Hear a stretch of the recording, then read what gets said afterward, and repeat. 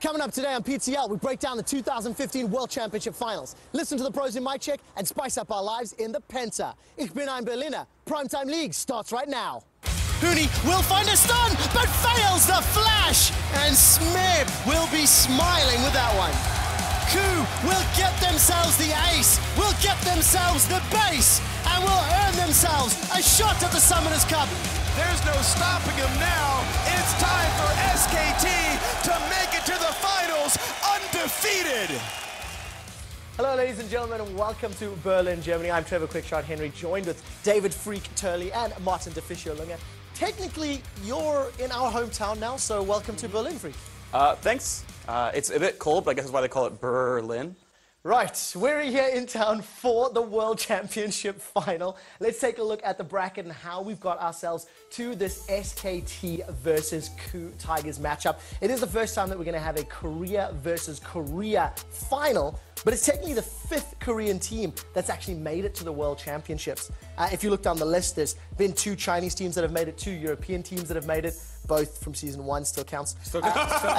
And of course, 0 from North America. So we'll talk about the bracket and the finals, DeFiscio, in this, Korea v Korea. I think obviously it's the 2 best teams we have here, especially SK Telecom has looked so dominant all season long here. Ku Tigers, I will also say I was a little bit surprised they beat Fnatic so easily, but they definitely deserve to be here. Yeah, and SKT still not dropped a game. Are we going to see our first perfect run at World Champs? If you asked me last week, I probably would have said yes. But the more I think about it, honestly, they've had a pretty easy run through the bracket so far, right? They had a slumping EDG with, like, the 2 worst top laners in the tournament practically, plus Bangkok Titans, plus H2K. They're European, of course, and not very good. And honestly, it was like SKT have had one of the easiest brackets the whole way through because of EDG slumping. And so at this point, it's like, here's their first, like, I would say, really good test where, like, Ku might actually be on their level. Or at least close to it. I certainly hope so, because, we've got the stats guys backstage talking to us. Samsung White technically had a higher KDA despite having dropped the game. Samsung White also had a quicker average game time, and the first iteration that won the World Championship, SKT, also had a faster game time. DeFiscio, are they looking to break any records in the finals? No, except for going 15-0, I guess, is the only one. I think Samsung White will forever, in my heart, be the greatest team we've ever had in a World Championship. Well, I guess we'll find out on Saturday if your heart will be broken or not. But I mentioned records very quickly. In terms of champions, in the semi-finals, we saw 2 new guys play, Zac and Nautilus. So that increases our unique number of champions to 74, which is a record breaker, highest number of unique champs at a World Championship in our 69 games. Freak, is this purely because Gragas was disabled that everybody had to look at that, Zac? I mean, yes. Like, ultimately, like, the reason the jungle pool expanded because, like, the S tier went away, which lends credibility to the whole, if we nerf the top 3, then things finally show up. And so there's the evidence of that. I think there would have been more if Mordekaiser and Gangplank weren't so silly. Then we'd have more target bans, he'd branch it a bit more. Right, if Tahm Kench were banned in 80% of games, then you'd see more supports played out as well. Well, that sort of makes sense. We've seen a lot of champions already. It's already record-setting. DeFiscio, you've been looking at so many theories for this final. Are we going to see new champs? I honestly don't think so. Because we have seen, like, Lissandra has been shown in a group stage. I think that was going to be one of the sleeper picks potentially for both teams. But honestly, we never really know, because you can have that one special tactic where you need, like, a Teemo, and then you will pick him for that, last game where you're down 0-2. So potentially, maybe, we can see one, but we're not expecting it. I mean, it's not Worlds without Singed, Corki, and Jackson, and so hopefully those come out here. Otherwise, those are the only champions that, like, are going to have that streak broken. I'd actually be curious. We just need complete new meta for the final. Complete new meta. We'll pull in Quintop. I'm done. Quintop, that's it. You heard it here first. You will never see Quinn in competitive Let's play see ever. if Quinn will join us in the finals. I'll see you next year, bro. It's fine. Yeah. That's the deal. Okay.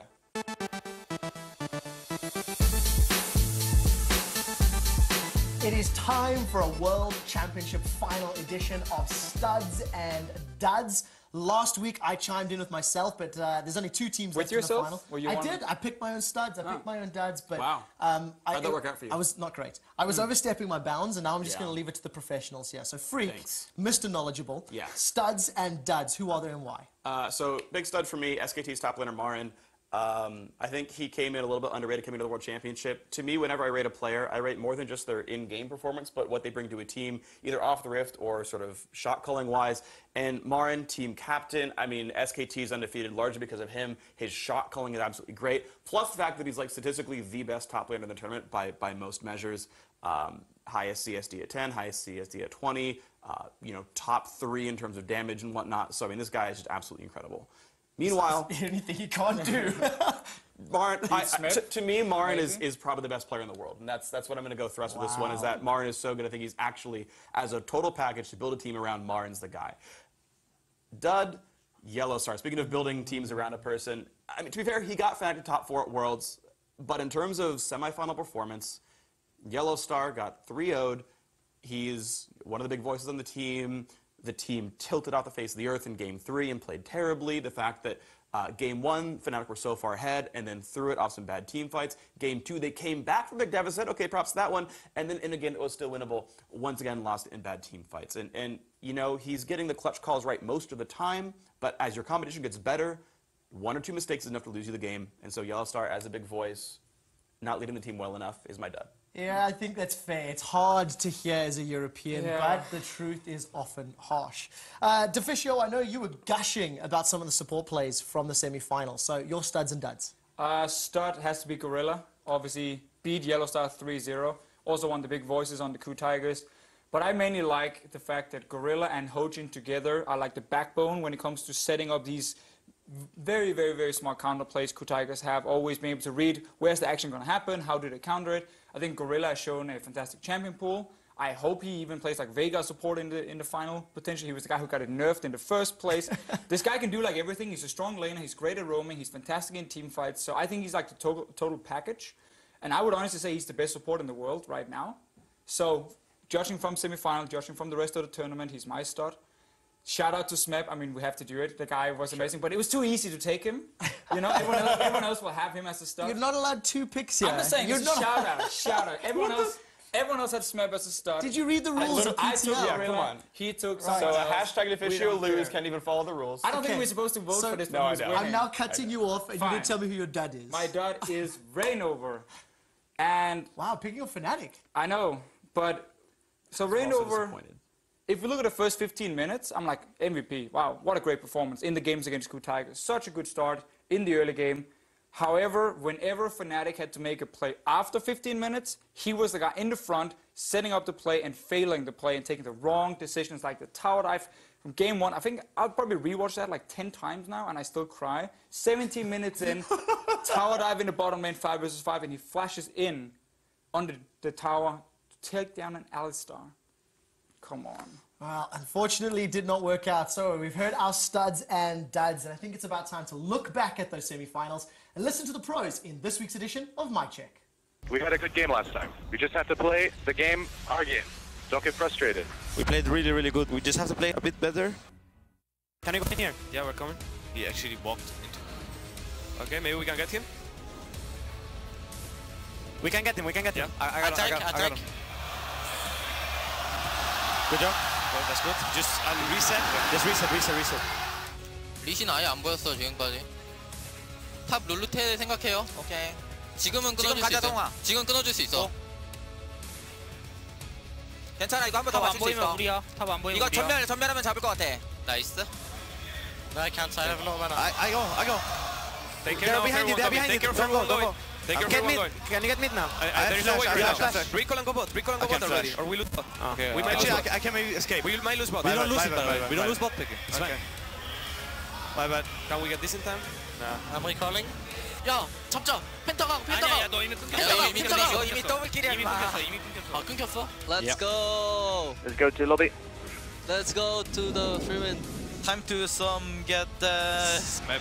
Smebu. 스메보. Join. Variantje. Free Smebu. You want me to hit Drake? I'm fighting top. It's about to hit Drake right now. Okay. We have playing pressure bot. Oh fuck, I'm dead. 여기 핑크. 우리가 먼저 그냥 형이 발로 찔러볼게 이거. 형이 찌르면 내가 큐플로 오케이. 넘길게. 될 것 같아 간다. 오케이, 버 TP. I'm a 가이사. No 힐. He's gonna TP bot. He's gonna TP bot. Walk to me. You guys have to run. Try to run. Can. 캐넨 나이스 나이스.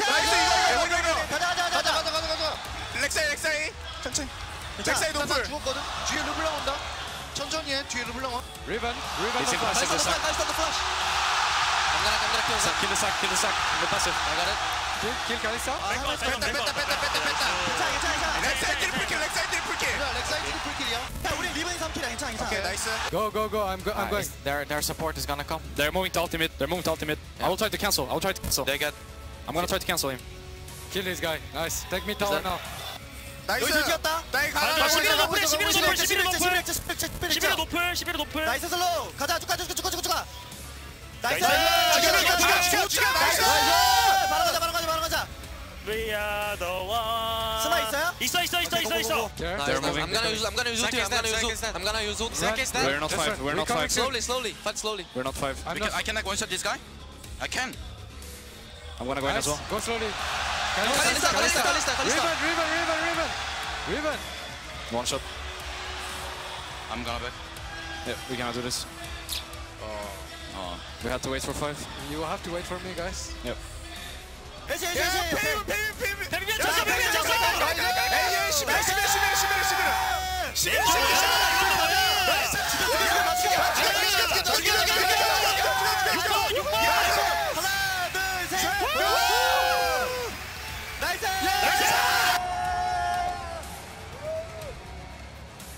I absolutely love hearing from the players on stage and listening to their calls.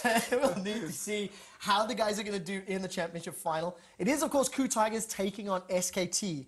And this is going to be a tough one for KOO because historically in the summer split, KOO Tigers went down 0-4, didn't lose any of their games. They only got 2 dragons across the 4 games. They lost in an average of 33 minutes. And SKT had an 8+ KDA. Now, to be fair, these teams did not meet in the playoffs where KOO Tigers did step up. But they did in spring, and the final 3-0 SKT. That's a long time ago. I'm just saying, last time we made a best out of 5 was also a 3-0 SK Telecom. But now, can you not deny? It was also It was a 3-0. You're like already saying it's going to be 3-0 SKT. No. That's what it means. I'm just saying. Last time best out of 5. Is literally what you inferred. Fine. Whatever. Move on. So let's step back. Let's say historically, 7-0 in favor of SKT over KOO throughout the year. But KOO are looking stronger and stronger, Freak.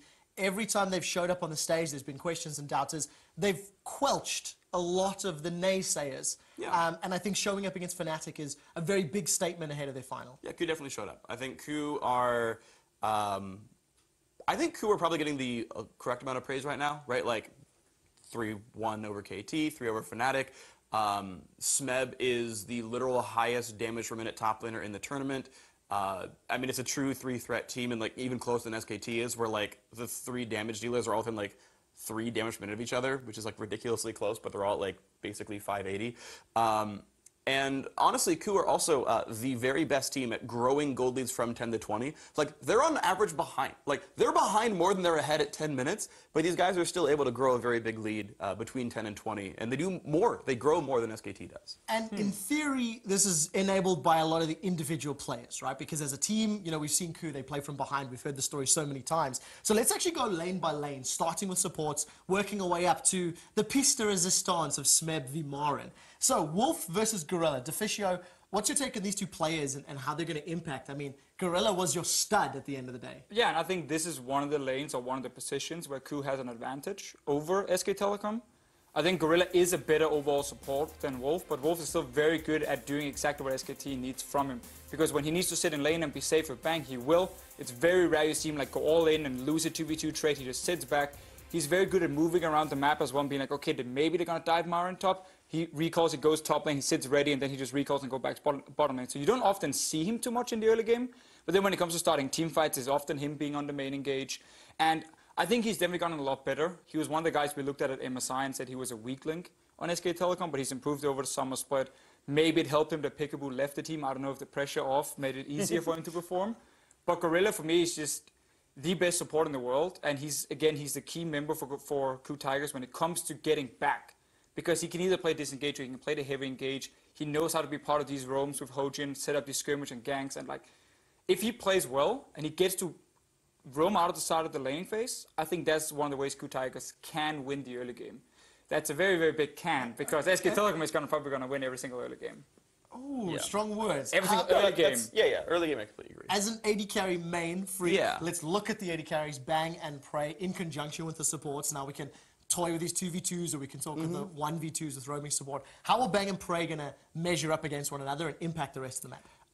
Measuring up against each other doesn't seem to mean very much. As far as sort of 2-on-2 lane matchups, you don't see a lot of them. It's like pretty heavily lane swapped for both these teams.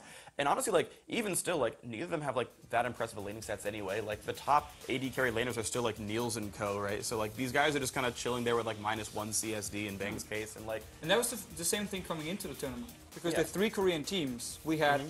Basically, all of them had more focus on top lane than AD carry, so that's remained the same. Marin and Smip gets all the attention.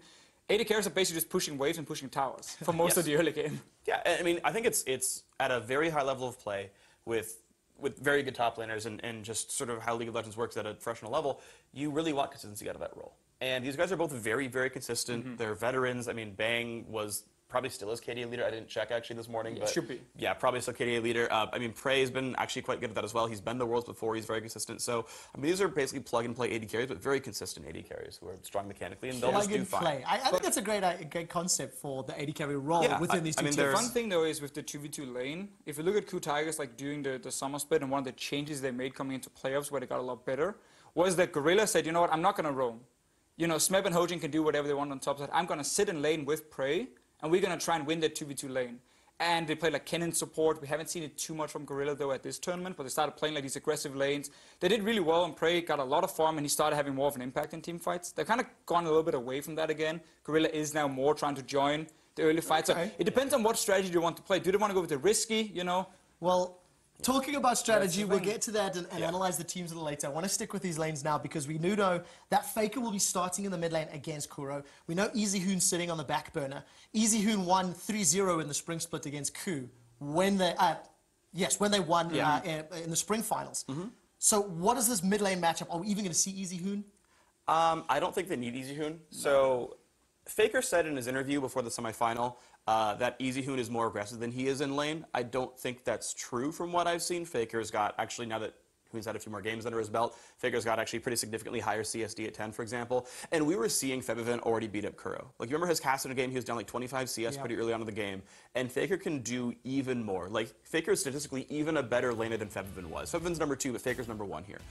So I think pushing in Kuro all the time, not letting him TP out, which is how he was getting back into these games, it was how they were beating KT, was that he was running better than Nagne. If Kuro can't get around the map, then that's a really good thing for SKT. Faker's good at doing that. Faker can take the victor and push mid forever at all times and punish every roam, and this is all like good things in SKT's favor. And despite the fact Kuro was against Febiven and had some troubles in the semi-final, it didn't really impact the flow of the game. So is Kuro going to stay relevant against SKT? Yeah, I mean, that's the key thing, right? Kuro doesn't play for the laning phase. He brings teleport not to go back to base and TP back to his tower and get more farm. He does it so he can join the side lane fights whenever it's going on. You see time and time again, Smeb and Kuro instant TP to one lane, and there's like this 5-man happening from KOO Tigers because they do well when they're 5 together. You know, friendship and everything, having fun. They don't do extremely well if it's 1 versus 1, except for maybe Smeb versus whatever top laner in the world.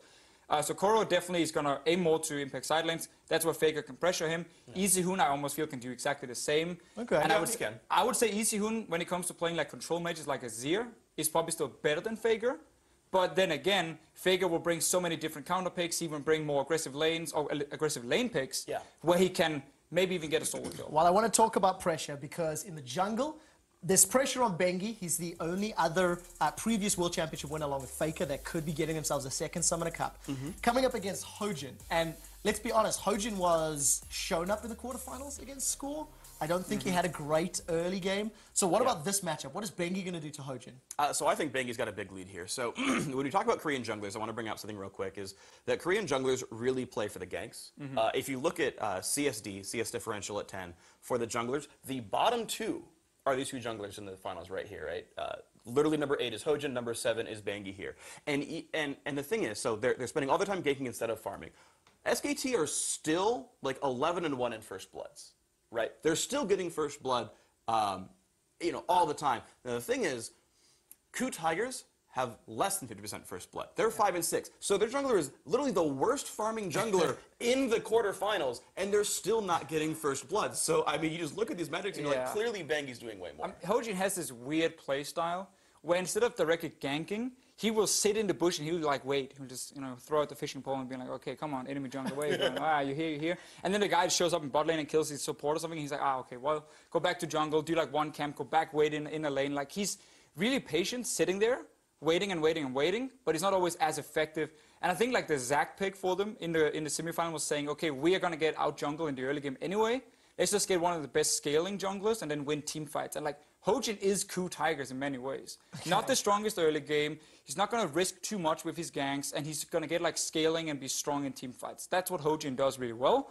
And that's what he has to be able to do, so the rest of the team needs to realize they're going to be behind at like 10, 15 minutes. Well, we talked about the rest of the team. Ku Tigers know how to play from behind because they've done it so many times, even in this tournament. Yeah. And the matchup that everybody's looking forward to, Maren v Smeb.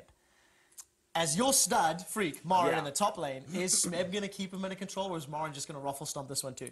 I think as far as individual 1v1s go, I think this is actually quite close. You know, Maren is obviously doing really well. He's actually highest gold share, like, for all top laners give him in the tournament. Right, he gets everything. Well, he carries the whole team. Yeah, sure, right? It's worth it, right? But he gets everything. But hang on, is he the shot caller? Is he saying, give it to me? Or is the team playing around? I mean, it's a mix of the two, right? Like, the thing is, as a shot caller, and I've had some experience doing this in, like, you know, lower level competition, because I'm so vocal, I'm very used to talking to my jungler and saying, oh yeah, show up here, I know there's opportunities up. Not all players are innately vocal, right? So sometimes you're just better at giving information. So the game works this way. It's not necessarily a flaw, it's just that he's better than the rest of his team. I don't speak Korean, I don't know what they're doing, but that's a theory. That's a theory. Okay. So there you go. There's 30 seconds for nothing at all, guys. But honestly, yeah, Maren, he's getting the ganks though, right? It's working with Bengi. He's doing plenty of damage. Smeb is close to as good as him though. Fisher, will Smeb beat him? I'm going to say yes. Wow. If we get a 1 versus 1. But the problem is when you play against SK Telecom, it's never 1 versus 1. Because then Bengi's there. Then Wolf is recalled and run all the way up to top lane. And there are always guys around who can help Maren. He gets so many resources. He gets pink wards. He gets everything to help him. Obviously get a lead, and it's a very smart tactic. I think what Smeb does really well is not necessarily his lane control in terms of farm. He often falls a little bit behind in farm. But when it comes to finding that one-on-one opening, where someone makes a mistake, he will punish you, boom, instantly. Like Huni was up like 20, 30 CS on Riven, and then he made one mistake, and Smeb kills him, boom, and then he snowballs out of control. I think Smeb can do that. I think he has to do that. If Ku Tigers is going to win, it's about Smeb beating Maren in that one-on-one. A little later, we're going to talk about some of the tactics and some of the decisions that's going to let them do it. And I'm also going to ask you guys for your predictions on whether or not Smeb is going to overcome Maren and SKT and pick up that win or not. But Freak, I think you have to talk about Twitter. Yes, I do. Guys, I have predictions that you guys are going to bring out.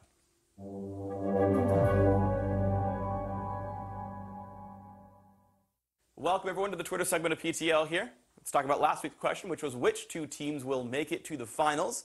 If you guys were watching the episode at all, you would know those teams are SK Telecom T1 and the Ku Tigers. If you didn't know, well, I guess now you do, so congratulations on that one. And 20 of you got that one right, and that means I am disappointed in 20 of you for not having any faith whatsoever in Europe. But, I mean, I guess you're right, so I guess you should be disappointed in me. Either way, the Hall of Fame question was who's going to have the most kills, and of course I had faith in Europe and said Fnatic, AD carry. That was wrong. But the most kills and how many kills they got, the actual correct answer was Ku Tigers mid laner Kuro with 24. None of you got that one right, so moving on without that. But let's move on to this week's question. And this one is going to be about the top lane. And it's which of the two top lanes is going to have the highest KDA in the finals? I'm going to guess Maren from SKT. And to get in the Hall of Fame, tell us what the exact KDA of that player will be. And I'm going to guess that Maren's KDA is 7. If you guys get it right, welcome to the Hall of Fame. If you just get the player, 50-50 chance. Better than Spawn, at least to be in the credits in some way.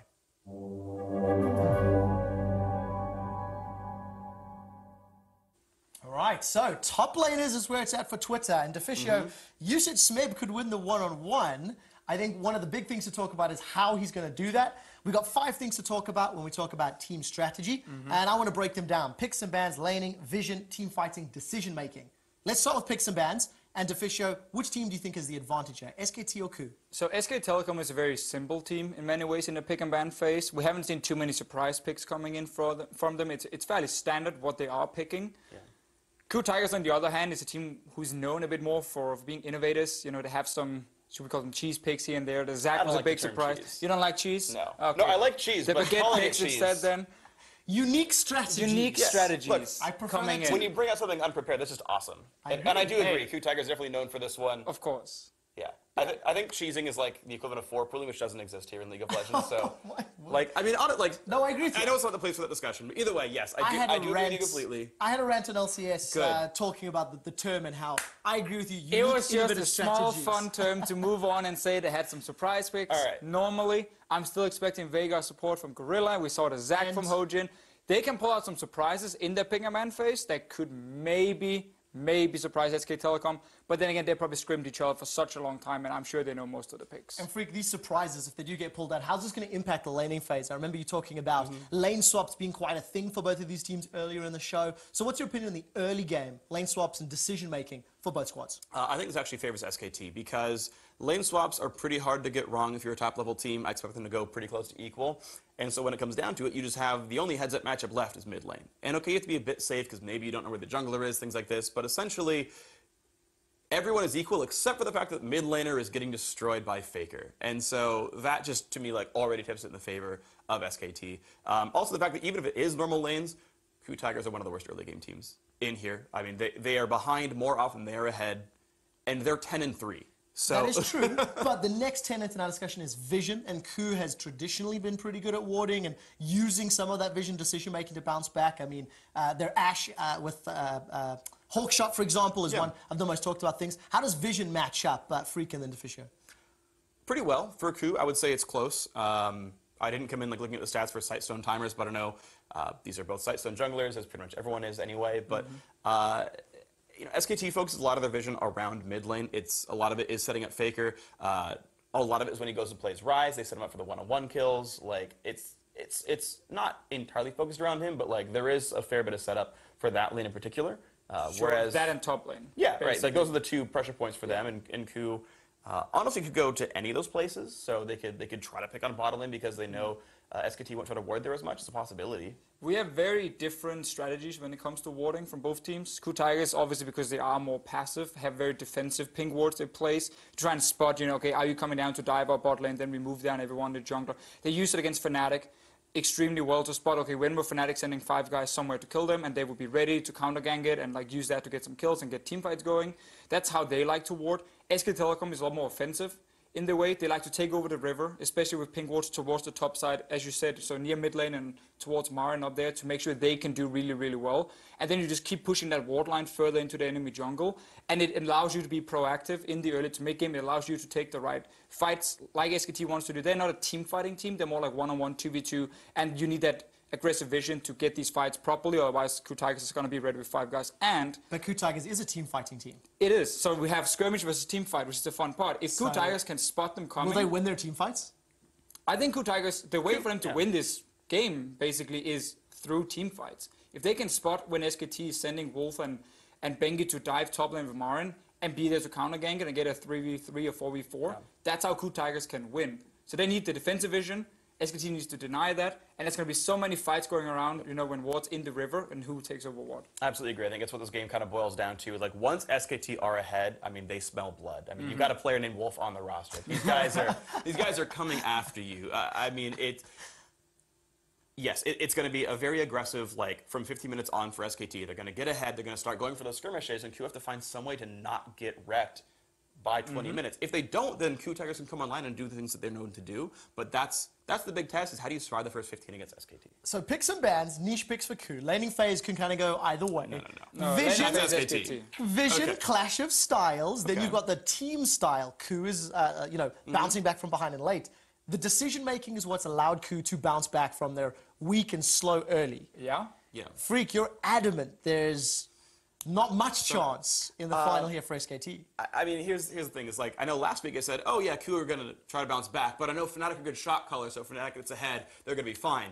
And then Cool won game 1 anyway. Everybody thought Fnatic was going to be fine. SKT, you know, comes in, oh, they crush when they're ahead really well, and then I haven't seen them come from behind. Well, they also came from behind against Origin over in game 1. So, like, both these teams have ways of coming back from behind, so I no longer have, like, a really easy measuring stick for, like, oh, they just suck when they're losing the game already.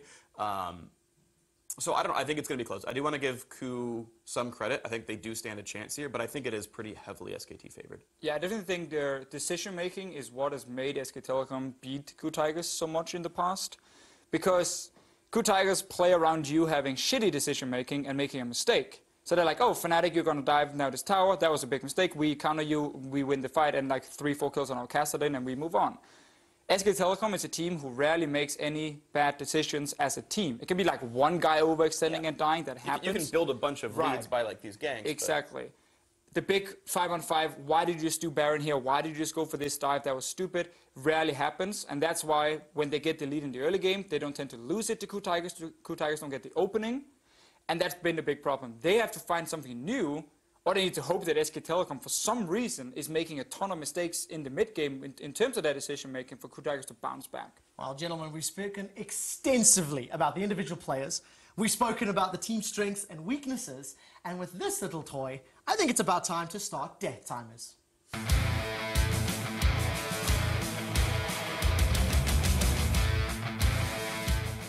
And welcome back to my favorite part of the show, loud noises and loud arguments. It's time for Death Timers. Before we get to today's question, somehow you guys out there in internet land voted for Pastry Time to win last week's Death Timer. Who was he with against? His pitiful defense of Origin. Okay, so it was basically just I will admit it was a superior combatant to Freak, yeah, exactly. But his argument was weak. Dude, I don't understand. I mean, like, I was actually correct. I know. He's like, oh yeah, he literally said like Origin basically can't win, and I was like, no, Ku Tigers should really. What? You know what? You guys. So let me explain the rules to Deficio here. 45 seconds from when I say go. Each of you will get one team to argue how they will win the 2015 World Championship. It'll be Ku Tigers or SKT. SKT will be on the blue side for games 1, 3, and 5. Factor that into your decision making as the games will play out. And of course, to make things fair, I do have a coin here that I'm going to flip to determine who is going to get which team. All right? So what are the sides? So that is going to be heads. Okay, so and then the 2 euros. That's going to be heads. tails. All right? You know how coin tosses work, gentlemen. I just want to do it in 2 euros, that was all. Right, so heads or tails, call it in the air. Ku Tigers, no matter what. That wasn't an option. I don't care.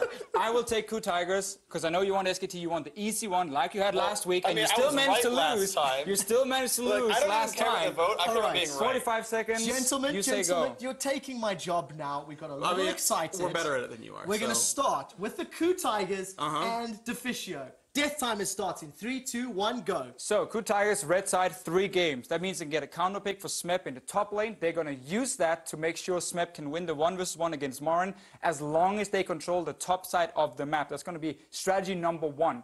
Strategy number 2 I think they can run is a siege composition with Veigar either support or mid lane. Give me a Jinx 80 carry, and what you do is you play around the bottom side first, then you move that 80 carry to the mid lane and you start hard sieging on Veigar's Ryze, which has no proper wave clear outside of his ulti. You take down towers, you get a big... Ryze comes in as though he could play anything else. That's what he's going to pick, don't worry. He's going to bind pick it. He's going to bind it. This is my 45 seconds. In how many games? Game 1. They're going to win that. They're going to get a big lead. Smeb doesn't have to do anything in that game. He will then carry the rest of the games and they can still win. Done. Wow. You stole my 45 seconds. There we go. He's looking to Smeb AFK's game 1 and then 45 seconds. Oh, shut up. You know Maybe you should watch the segment and realize what happens every time. Okay. I'm just playing Toby. I must admit, that is a significantly better argument than what I heard from Pastry Time last week. Which means he's going to lose now. And you guys at home will need to decide who you think will win. I even gave you 2 options. We have heard Freak's argument for SK Telecom. Your Death Timer starts in 3, 2, 1, go. First of all, like I said last time, it could actually happen, so it's already votes in my favor. But honestly, SKT are already 12-0. I mean, just the plot armor of the perfect run through Worlds, I mean, that's enough to prove that Ku can't win either. We saw the plot armor for C9 back in week 1. It's going to continue here, honestly. It's... The players, C9? Yeah, exactly. But either way, I mean... Still win more games than H2K. Either way, honestly, this is a team where individual skill-wise, I think it's a mismatch. Faker's going to crush Kuro, and a bunch you say, oh, he's going to TP out of his lane. He's going to TP out of his lane and lose his turret. Like, SKT is going to, I think, crush a lot of laning phases. Marn is a total package, going to do more than Smeb. Smeb can hope to play as well. I know you think he's going to win. That's cute you think so. It's not going to be the case here.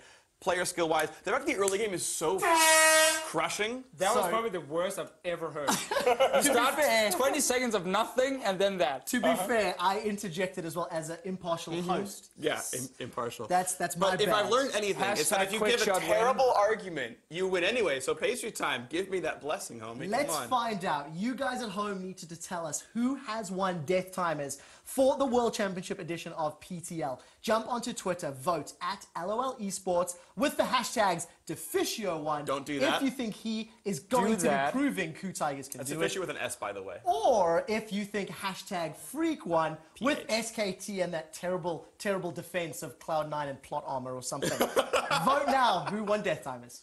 It's me.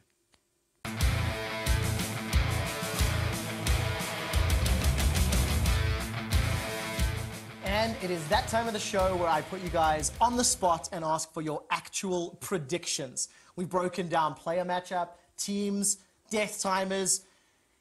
I want to know who is going to win the 2015 League of Legends World Championship and in what score, Deficio. SKT is gonna win. That's the easy one. Wow, hashtag Deficio. Yeah. Yeah, okay. And cute. we're gonna do 3-1. Ku Tigers will take one game. Which game? It doesn't even matter. They're gonna take one Which game? First game. Ku Tigers Okay. will surprise. Okay. Because Smip gets a counter pick. And they run my Veigar Jinx Siege comp and like it all Your my comp. Then After I watching just- them play it, it's now yours. their comp 3-1 SKT. I'm sensing a little bit of saltiness after the He's super loss salty of all Death the time. Timers. So, Freak, for your prediction of your 2015 World Champion. Yeah. SK Telecom T1 from South Korea. 15-0 the dream. Undefeated World Championship. That's my prediction. Well, drop it like it's hot. The games will begin on Saturday with the opening ceremony kicking off at 12 noon Berlin time. Be sure to tune in. Check out lolesports.com for the time zone conversion in your local region. Right, now this week's edition of Primetime League is locked in. It's time to turn to a Pepper-powered Penta. And of course, it's called Pepper Powered because I am being punished for putting myself in a predicament. When I did the hot pepper highlight on PTL a few months ago, I made a comment in the thread where if a European team, a la Fnatic, made semi-finals, I'd eat a hotter pepper. Earlier this week, Reddit reminded me of my transgressions, and now I need to pay. And in honor of Faker's Rise, we too are bringing Ghost Peppers. So, tons of damage. And hold on a second, Freak has manned up and agreed to do this with me, so thank you, Freak. You're welcome. Meanwhile, Deficio chickened out. No, I was asked, do you want to be part of this? And I was like, yes, I like Trevor Quickshot Henry. Deficio works with the guy, apparently doesn't. So We arrived today at the studio, and basically they announced two things. One, Trevor is getting punished for being stupid and being a non-believer, and basically saying that it was weird if Fnatic made top 4, therefore he will get one. And for punishment for going 0-10, No, not punishment. the NA caster will also get one. I I'm smart enough to predicted walk two out. Western teams top 4. There you go. Well, So I was ready for that. ladies and gentlemen, a Ghost Pepper. Thank you, Deficio. You may now leave the set. Oh, I'm going to join in on this. For the record, oh, this is horrible. Okay. This is about 10, Defend it, right? 10 to 20 times more powerful than the habanero. Let's go. Right, Penta. Fuck. Coming in at number 5, Ku Smeb finishes off Huni in a 1v1 knockout. Huni gonna pick a fight once more with Smeb, and Grand Challenge throws down. Smeb flashes away from the third proc of the Broken Wings. Huni will find a stun, but fails the flash. And Smeb will be smiling with that one. Rip rocking at number 4. Kuro picks up the quadra kill. Smeb will not find the kill, and Feathervin jumps in the pit. They've traded 80 carry for support, but Feathervin's down as well. Reckless needs to survive and tank. The shields are there, but there may not be enough. He's flashed out, and Kuro chases him. That's a triple, looking for more. Huni's getting run down, and Huni will not find anything. A quadra for Kuro. It gets so warm. At number 3, it was Fnatic's Yellowstar with the moves onto Kuro. Lane, they do get something. That's the play. Yellowstar flashes the baby cage, knocks Kuro into Rainover's waiting hands, and Feathervin Legend sends the soldiers for the kill. The ultimate displacement from behind your mid turret to the middle of the lane. Nothing Kuro can do to stop that one. Good counterplay by Fnatic. Very little you can do as a mid laner when they're coming between two towers and knocking you so far back into the lane. Galloping in number 2, Kuz. Smeb. Brought on an it's a lot of pain. It's 1v3.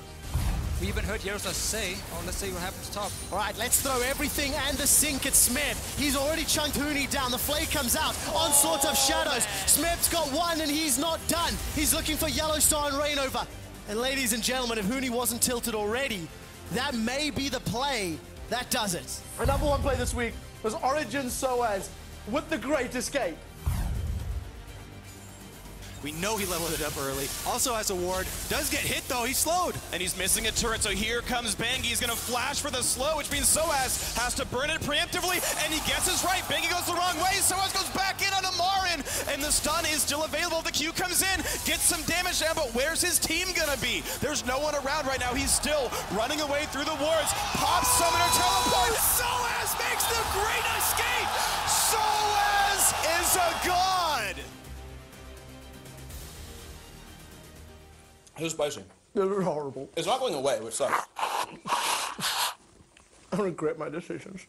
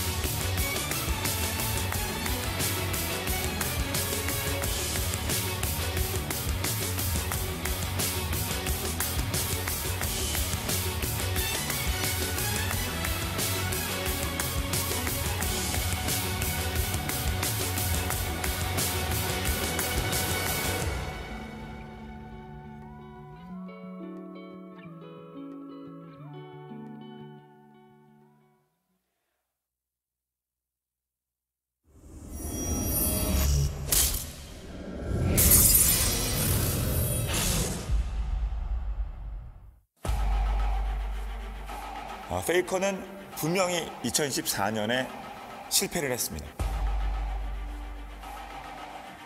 팀이 월드에 나가지 못했고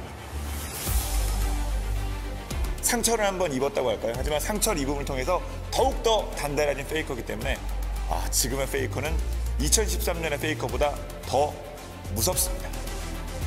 한번 내려왔다가 다시 이렇게 올라갔다는 것 자체가 거의 불가능에 가까운 일이라고 개인적으로 생각을 합니다. 노력, 그리고 결국 끊임없는 본인과의 싸움 아닐까요? 그냥 시즌3랑 지금이랑 비교하면은 그냥 여러 방면에서 뭐든지 더 잘하는 것 같아요, 그냥. 쿠타이거스는 SK텔레콤과 정반대에 있는 팀이라고 할 수 있죠. 왜냐하면 만든 지 1년도 되지 않았습니다. 그리고 페이커처럼 믿고 따를 수 있는 그런 리더가 슈퍼스타가 있는 팀도 아니거든요. 엄청난 이변까지는 아닌 것 같아요. 전 개인적으로 쿠타이거즈가 SK텔레콤 T1의 전승 우승을 저지하는 팀이 될 것 같고 저희는 이길 수 있다고 믿고 있고 그거대로 연습해서 이겨볼 생각입니다. 쿠가 분명히 대회 때 잘해서 나온 거겠지만 저희는 다른 팀과 다르게 쉽게 무너지진 않을 겁니다. 이지훈 선수랑 페이커 선수한테 둘 다 져본 기억이 있어서 그 생각들이 많이 나는데 이번에는 달라야죠. Part of the mystery of Faker is that no one really knows why he continues to be as good as he was, how he can have such a deep champion pool. No one's been able to emulate it. 승리, 그것만 바라는 것 같아요. 다른 것들은 어떻게 보면 다 부수적인 것들이겠죠.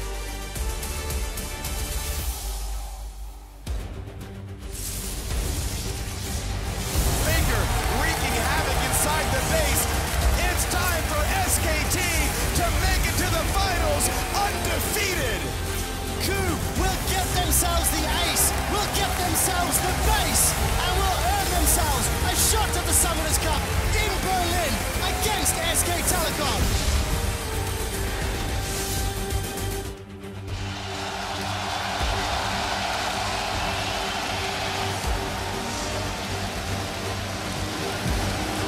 Welcome, ladies and gentlemen, to the 2015 League of Legends World Championship Finals. Players and fans from around the world have come to Berlin's Mercedes-Benz Arena as just two teams remain at the final stop on the road to the Summoners Cup. Now you're getting a look at some of the sights and sounds here in Germany where excitement is in the air. And of course, there are plenty of cosplayers in the crowd and even one brave fan who's going to be posing with a giant poro now. Kids, don't try that at home for your own safety. All this anticipation is, of course, for the impending battle between the Coup Tigers, who you see heading in here into the venue earlier. They'll be going up against fellow LCK team SK Telecom, warming up in their locker room just a short time ago. Now, two strong teams, but only one will be crowned the champions. Hello, everyone. I'm James Dash Patterson here alongside Christopher Monte Cristo Michaels, Sam Kobe Hartman Kensler, and Mitch Krepo Vorspils to cover all of today's action between these two titans of a team. Hang on. And first things first, we've got something we have to clarify here. Monty, what on earth are we wearing? This is a hanbok. It is traditional Korean clothing. I was just so excited. It's such a great time for Korea right now. Two teams in the final. It's the final we always deserved here at the World Championship. It's like we're watching an LCK game, only with better casters. Ladies and gentlemen, we're starting early. Sometimes, Krepo, they have to give you the chance to actually cast the good teams. So welcome to the OGN Autumn Season Final. That's going to be a good day, ladies and gentlemen. I, for one, am very excited for it. Let's start by pulling up the bracket and following these teams' journeys to today's finals over the last month. After emerging from the group stage as the #1 seed from Group C with a perfect 6-0 run, SK Telecom T1 has made an undefeated march through the bracket, taking down the LMS's AHQ Esports Club and Europe's Origin. Now the team comes into today's final with the potential to not only make the first perfect Worlds run ever, but to become the first two-time champion in League of Legends history. And what an impressive fashion they've done it in. Getting all the way to the finals undefeated, as you said, all of their games have been finished out so cleanly. Yeah, there's maybe one game where SKT just wasn't as convincing against Origin, really, in terms of goal, but even then, their numbers, and we'll get to that later, are just astounding. they're well on track to become the most dominant world's performing team like in the history of League of Legends. Yeah, and even beyond the World Championship right now, they're on a 17-game winning streak dating all the way back to the regular season of Korea in the summer. All right, but we have to take a look at their opponents. The KOO Tigers climbed out of Group A as the second seed behind the LMS's Flash Wolves, but showed up big in the quarters and semis, taking out KT Rolster 3-1 and sweeping hometown favorites Fnatic to make it here to Berlin. And the story for these guys making it all the way here, you know, after just forming the team is just, they're so easy to root for. Yeah, I mean, they're coming in as underdogs, but I didn't even think they'd be in the finals. I think they've really performed well, particularly Kuro has vastly exceeded my expectations coming into this tournament. Even Smeb, who did have a higher bar than Kuro, he's even overperformed that as well. And a lot of people coming into the series against KT were just rooting for KT to make it out, but KOO rather convincingly swept that series 3-1 and then made it to the finals. Nobody really expected. Thank God China slumped a little bit, you know, made it a little easier for the KOO Tigers overall, but it's going to be, yeah, I think Korean games. To a degree, too, after the bracket stages were drawn, a lot of people looked at KOO's side of the bracket, seeing Fnatic and KT, and saying, this is the tougher side of the bracket. So they've had a pretty, you know, sincere road to the finals. They have definitely been tested, and they've shown a lot of diversity in styles, in champions, in strategies that they've used. So that might actually hurt them here because SKT have seen maybe a bit more. Now, of course, we won't be the only ones covering today's finals. You're going to get a look at our partners from China and Korea's OGN, who have made the trip to Berlin with all of the international teams to bring this event to fans and players in 20 languages around the world. So plenty of people out there enjoying the games. Now, of course, it's time, though, to head down to the stage and check in with someone who is no stranger to the League of Legends scene here in Berlin. Hello, Berlin! Wie geht es dir? I'm Evie, Shock supporter, and I'm very excited to be right here at center stage, designed to give you the best view of the games today as our finalists fight for the Summoners Cup. Now, whether you're with us here in person or tuning in from around the world, we've got you covered from every angle of the house. Now, with this setup and everyone here in attendance is also a real-life part of the action. So, ladies and gentlemen, are you guys ready for the 2015 League of Legends World Championship?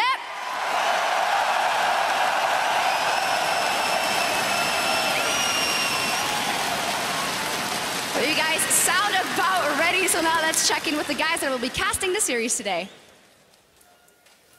Thank you very much, Shocks. Hello, Berlin. I am Rivington Bislin III, and I am excited to bring you all of today's action with my partner in crime from North America, Joshua Jat Leesman, and the Danish Dynamo from the European LCS, Martin DeFiscio Lunga. Gentlemen, usually we come into a finals and you see who the best team in the world is going to be, but SKT approaches this finals already considered the best. Yeah, and the scary thing about it is how easy they have made it look on the road here, not dropping a single game. They haven't really shown a huge variety of strategies. 4 Rise games for Faker. Right.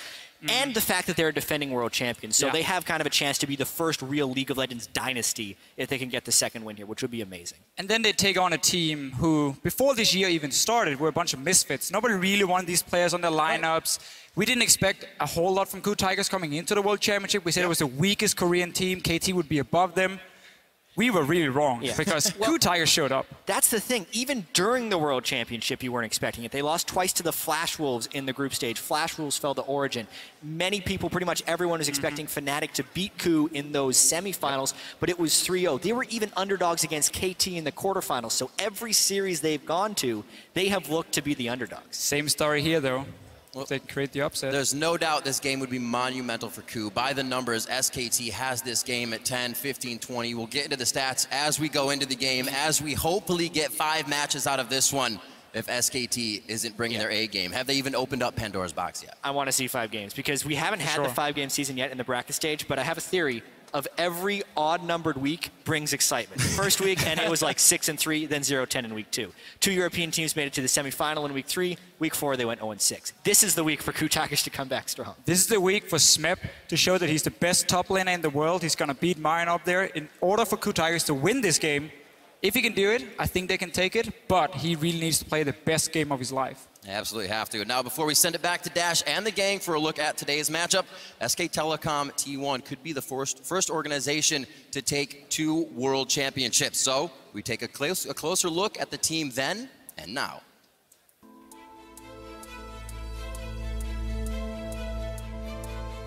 SK텔레콤 이렇게 대한민국의 최고의 팀이기 때문에 그 선수들도 본인 가슴에 있는 SK텔레콤이라고 하는 그 타이틀, 나는 SK텔레콤 팀의 팀원이라고 하는 그 프라이드라는 것도 본인을 어떻게 더욱더 열심히 할 수 있도록 만들어주는 그 힘이 됐다고 생각을 하고요. 시즌3에서의 SK텔레콤 같은 경우 역시 최고의 팀이었는데요. 그때는 실패를 해본 적이 없고 물러서 본 적이 없고 좌절을 맛본 적이 없습니다. 항상 잘 됐죠. 꾸준히 이겨왔고. 2013 시즌의 SK텔레콤 T1은 다소 페이커 그리고 피글렛의 캐리력에 좀 기대는 부분이 있었어요. 그래서 임팩트, 뱅기 그리고 그때 당시 푸우만두는 팀을 서포팅해주는 그런 롤에 좀 치중된. They were very much a scrappy, pick-oriented team. They would play a lot of assassins, have these flashy individual plays, but they weren't necessarily the smartest team. They weren't the best strategic team. They just had a wide array of talent. Yeah, we got to introduce you guys to Faker if you haven't seen him already, because he might be just the best mid laner in the world. 페이커는 최고의 엘리트 코스를 밟아온 그런 선수죠. 2013년 기준으로 봐서. 지금도 역시 최고의 선수긴 합니다만 페이커는 분명히 2014년에 실패를 했습니다. 왜냐하면 페이커 자체로는 성공했을지 몰라도 팀이 월드에 나가지 못했고 결국 팀의 중심이었던 페이커는 실패한 시즌을 보냈습니다. 하지만 지금의 페이커는 본인이 항상 하드캐리해야 한다 그런 욕심도 버렸고 팀 플레이를 통해서 팀을 살리는 방법, 팀을 살림으로써 본인이 슈퍼스타로서 다시 자리매김하는 방법, 그 방법을 터득했죠. 지금의 페이커는 2013년의 페이커보다 더 무섭습니다. 페이커 선수는 그때는 뭐 갓 데뷔했을 때고 경험도 별로 없었는데 물론 잘했지만 지금은 경험도 많아지고 경기 수도 훨씬 많다 보니까 훨씬 노련해지고 잘해진 것 같아요. 저는 이번에 SKT가 우승을 하든 우승을 하지 못하든 그거는 크게 중요하지는 않다고 봅니다. 이미 페이커는 전 세계에 유일무이한 존재고 다시는 등장하지 않을 그런 스타라고 생각해서 Right now, mid lane turret also goes down. The flash engage from Faker. Yeah, there's the Rune Prison in there. All of the spells, all of the time. Faker, the 1v1 against Pawn. Returning to the stage, your 2013 world champion. Lauren just eviscerates. Why isn't Easy who gets it? Bang, bang, he wants to shoot this. It's time for SKT to make it to the finals undefeated. Fast forward to now, and it's less about those flashy plays and more about dominance on the map, dominance in the macro game. In Season 3, it was a lot about Piglet and Faker, whereas now it's much more about Marin and Faker, and Bang is more of a reserved role within the team than the AD carry used to be. They still have that same level of individual skill, but the strategy has gotten much, much better through experience with a lot of these players. 일단 시즌3랑 지금이랑 비교하면은 그냥 간단하게 말해서 그때는 지금보다 못했던 게 맞은 것 같아요. 한번 내려왔다가 다시 이렇게 올라갔다는 것 자체가 거의 불가능에 가까운 일이라고 개인적으로 생각을 합니다. 이게 가능했던 거는 아무래도 정답은 되게 단순한 것 같아요, 의외로. 노력, 그리고 결국 끊임없는 본인과의 싸움 아닐까요? 이게 되게 단순해 보이면서도 실제로 이걸 못하는 선수들이 훨씬 많습니다. 지금의 시즌5 SK텔레콤은 시즌3의 승리 이후에 큰 패배를 맛봤습니다. 시즌4에서는 특별히 우리가 기억나는 건 한 적이 없고요. 시즌5 초반에도 역시 우리에게 실망을 안겨줬습니다. 그리고 기대를 했던 MSI에서 또 큰 좌절을 맛봤죠. 실패를 맛보고 그 좌절을 딛고 일어나고 그 어려움을 해결을 하고 이 자리에 다시 우리에게 나타난 SK텔레콤이기 때문에 시즌3의 SK텔레콤보다 시즌5의 SK텔레콤은 더욱더 강하고 더욱더 확실한 승리를 만들어내는 것 같습니다. A brief history lesson for you there about SKT. I mean, the organization itself much bigger than that, and we'll get right down into that. As we close into Game 1, let's look at how these teams have performed historically, starting with SKT. Yeah, let's definitely start with SKT because this is a team with such a storied history of esports success. You know, it's not even just Korean esports, and not even League of Legends. Before League of Legends even existed, over a decade of StarCraft success with famous players such as Slayer's Boxer. And then when transitioning to League of Legends in Season 3, they were able to win the World Championship within 6 months of forming the roster. Well, I mean, that's just how it has been with SK Telecom. They are the premier esports organization within Korea. They always have access to the top players. Everyone wants to play for this team. So it's led to a long, many years of success and many years of dominance in many titles. Right, and then of course, if we narrow the microscope to just this year as a team, their record has been absolutely phenomenal, spring through summer, and only getting better, Monty, as the year has gone on. As you mentioned, that 17-0 streak that they're currently on in terms of games. Definitely agree. I mean, the way with which they've done it too. Not only are they undefeated here at Worlds, but they've done it so quickly and so cleanly that they really haven't left much room for teams to try and develop the counter strategies. Yeah, and they've been building this up all year. If they look at spring, they went 29-11, summer 38-6. So over time, they're winning more, losing less. At Worlds, that trend only continues. Haven't dropped a single game. They maybe trailed behind in goal at 10-20 once this entire tournament. Nobody's even ready to challenge SKT. Yeah, it's not winning more or losing less. It's winning more or losing none now, which is a great trend. That's exactly where you want to be. There have really been only two kinds of teams here at Worlds: SKT and teams that lose to SKT. Maybe teams that haven't played them yet. Right. It's very easy categorization. Well, of course, then, too, we do have to look at the fact that they have only lost 2 series this entire year. The first one, EDG at the Midseason Invitational, and the second one, CJ Entus in the LCK Summer Split. So from a series standpoint, when you ignore their, minimal losses here and there, only 2 series dropped in an entire year is a scary sight to be walking into when you're about to step on stage across from them in a 5-game series for the World Championship. I think such a huge part of that has been the development of Marin and his growth on this team, turning into such a good shot caller and such a prominent top laner when the meta shifts to top lane. Now, we've spoken about the fact that SKT has taken home the top prize in their first year as a team, while their opponents, the KOO Tigers, are looking to do exactly the same thing here today. And this is such a great story with the KOO Tigers. These were guys who, when the Korean scene consolidated from 2 teams into 1, there were a lot of players that were left over, and so Najin lost 4 of their players, so we call them Smeb and the Najin, Smeb from Incredible Miracle. But while we talk about SKT and how much infrastructure they have and how nice their practices facilities are with walls of trophies, when I first visited the KOO Tigers house, it's a new team. It's like 6 guys in a small apartment. It was just the players and No-Faye, their coach, also former Najin player. So they started out without many of the luxuries or support that a lot of these top Korean teams have. And they have been so scrappy and stuck it out. And through really sheer force of will, they've made it to the World Finals. Yeah, and talk about improvements in top laners. I mean, you talked about where they got these players from. Smeb's reputation last year, very different from his reputation this year. Yeah, they even used him in highlights. Like, you died to Smeb, really? Yeah, like that's something that would destroy your confidence back then. Yeah, back then. But also, they're just so tenacious, the KOO Tigers. They don't really give up because they haven't had that really easy road like SKT have. They've had ups and downs. They've had tournaments where they came in like super hyped and suddenly, didn't all go all that great. And then now they're Worlds, like, nobody expected them to be in the finals. People expect them to lose against KT. They just shrug it off. They even have the little, let's make this place into a library trash talk going for them. So I just really enjoy watching them. Yeah, their comeback, after the huge bump that was IEM, and the ensuing weeks back in Korea after that, it's been such a huge resurgence for this team to get back to this level. Yeah, I mean, IEM, for me, that's still the biggest upset in League of Legends history. The KOO Tigers losing that best of 3 to the 12th, the last place Chinese team, WE, was such a shocking turn of events.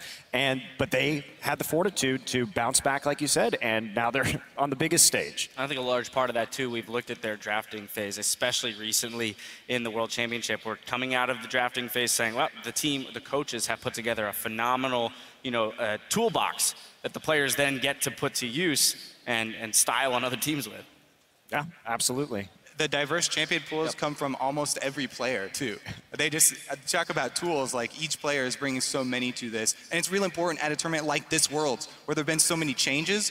The KOO Tigers have had a real advantage pulling out a lot of these things that are strong in the patch, where other people have been taking a lot longer to actually pick those champions up. All right, well, when it comes down to it, KOO have everything to prove today going up against a team that has beaten them many times before. Now, before we look at the matchup specifically, let's hear from Smeb, who admits that he had some questionable games over this year's LCK season. 제가 LCK에서 너무나 많은 경기에서 그런 약한 모습을 많이 보여줬어요. 그리고 저 자신도 그렇게 생각하고 있고 그래서 그런 평가에 대해서는 저는 당연하다고 생각해요. 그리고 그 평가들을 이번에 좀 엎을 수 있는 그런 기회라고 생각하고 저는 아린 선수가 지금 정말 새 채탑에 좀 근접해 있는 선수라고 생각하는데 결승전에서 그런 선수를 이긴다면 정말 더 기쁠 것 같아요.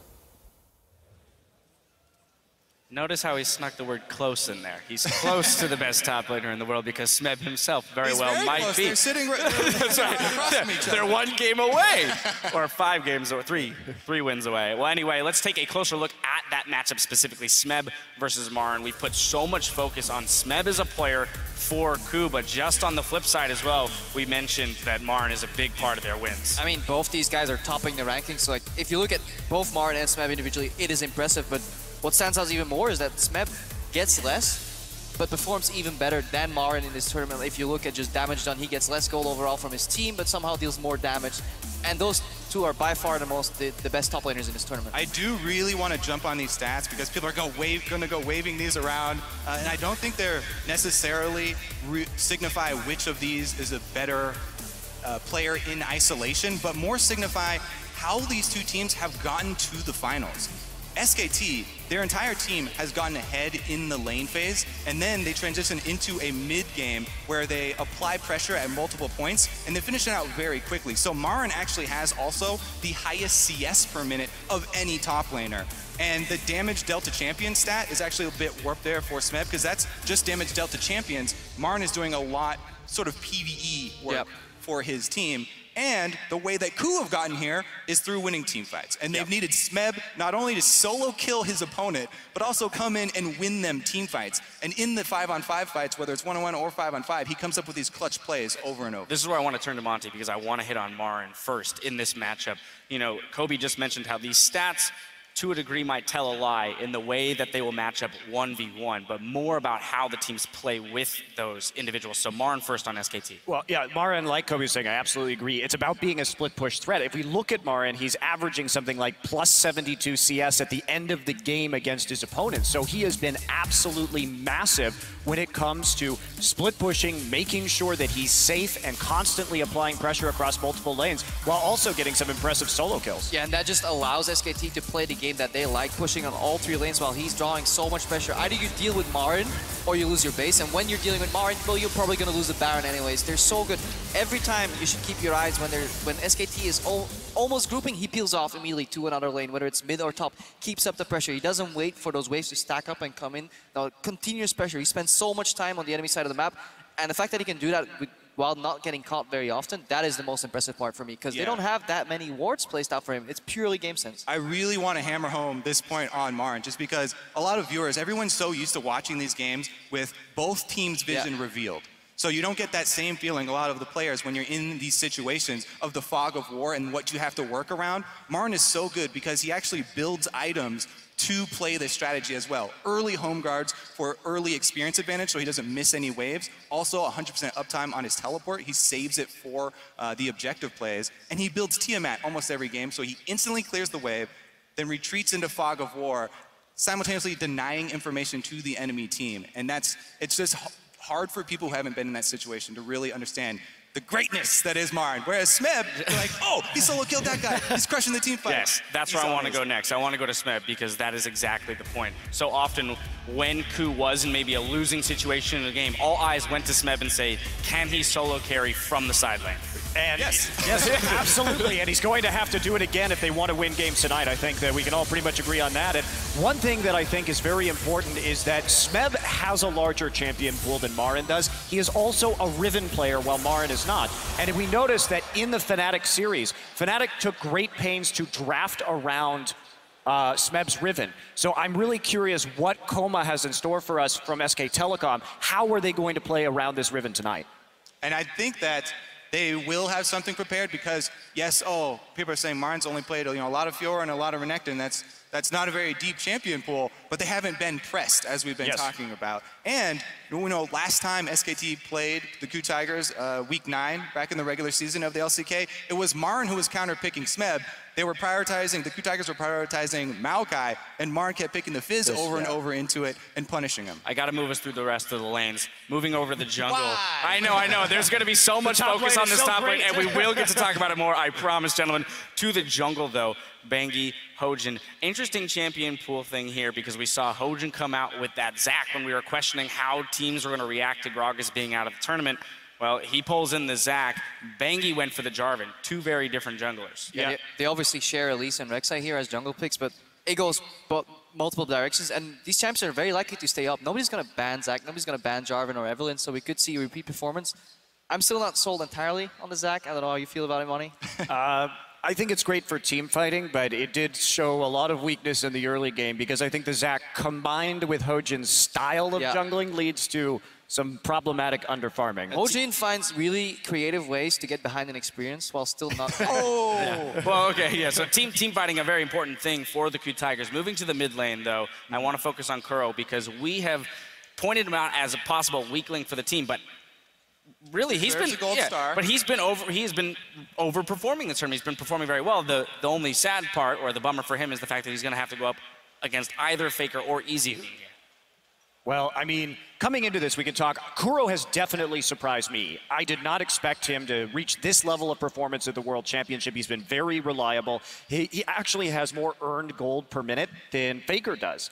Now, the problem with that, though, is that Faker does more damage than Kuro does with less gold. So we see that while Kuro is a great player and he's doing very well, he still has problems when it comes to reaching Faker's level of efficiency.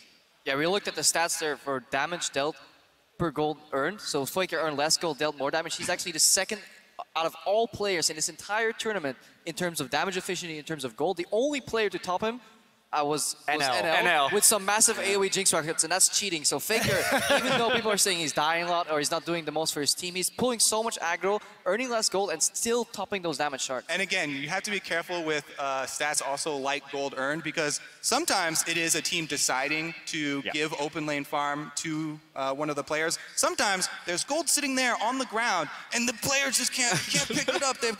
Can't get the CS, but whereas, you know, players like Faker, players like Marin, you'll see them hit every single one, even when they're trying to clear. Let's move on to the players that don't have to worry about picking up gold off the ground, because it just falls into their pockets by virtue of being around. Hey man, that Relic Shield is really hard to progress. That's true. All right, I'll give that to you. You have about 45 seconds down the line to talk about these supports. What I love about SKT versus KOO in this matchup, just about wards. Briefly, KOO places a lot more wards than SKT, but SKT clears a lot more wards. So it's about vision versus vision denial, and it's going to be very interesting to see how they play with the vision on the map. Also, the games have gone longer for the KOO Tigers, so they have been, you know, spitting out those Sightstone wards and stuff like that. Gorilla, though, champion pool has been amazing. It allows him to do so much. All right, well, with those players and matchups in mind, I'm sorry. I wanted to, but he gave me the it's okay. All right, well, with those players and matchups in mind, we want to know what you think. So get on Twitter and tell us, which player do you think will have the biggest impact in today's final and why? Remember to tweet your responses to @LOLesports and be sure to include the hashtag world so we can let you weigh in later today. I'm so happy that they changed top laner so people come like, hey, Impact. Impact, exactly. No puns. All right, if you weren't able to join us here in Berlin for today's finals, you can still catch all the behind-the-scenes action from the best seat in the house. Just follow LCS Esports on Snapchat and keep up with the day's festivities via our live story. If you are here in Berlin, though, be sure to share your world snaps and lend your perspective of the event. Now, of course, the time is almost upon us for these two teams to do battle for the Summoners Cup and the title of World Champion. So let's take a look around the venue where our finalists will hit the Rift. And guys, I mean, this venue is absolutely insane. The setup for it, and there, it's very loud. Coming to live events in giant stadiums like these, filled with esports fans, never gets old. This is absolutely my favorite part of the job. Yeah, we stood overlooking the venue earlier, just watching the crowd filter in, and I was talking to Kobe, and he's like, you know what, this job ain't so bad. It ain't so bad. It's not 9 to 5, but you know what? I can get used to this. I mean, I have to say that this being my first World Final, it's absolutely a special one. And as you mentioned, Kobe, just the atmosphere of an esport event only makes it better. You can literally feel the energy of all the fans because our station is shaking. That's true. We are built into the stands. So as you guys make more noise, it becomes more perilous for us.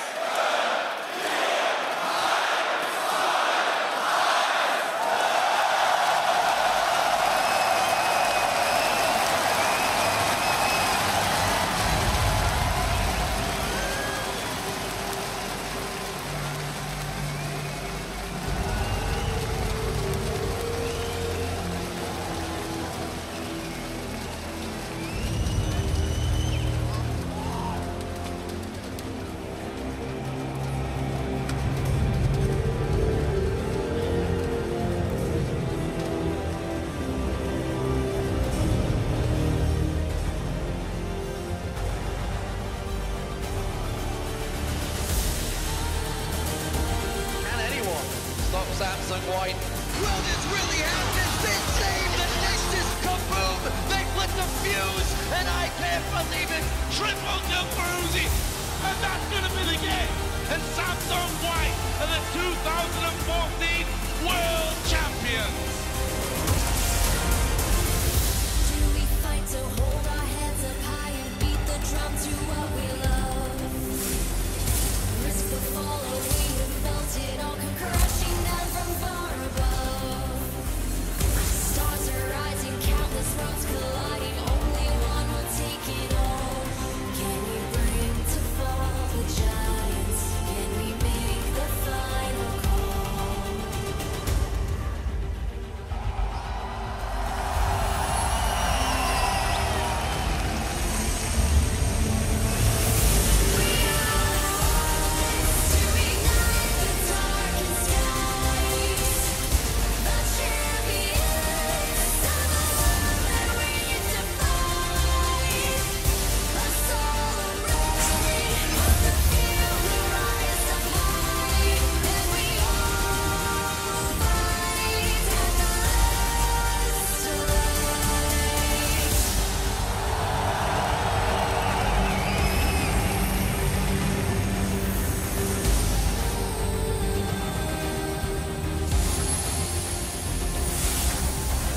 Hearing voices from afar, join the madness when the curtain falls. Risk it all, hold nothing back. Seize the day, we must attack. Stars are rising, countless worlds colliding. Only one will take it all. Can we bring to fall the giants? Can we make the final call?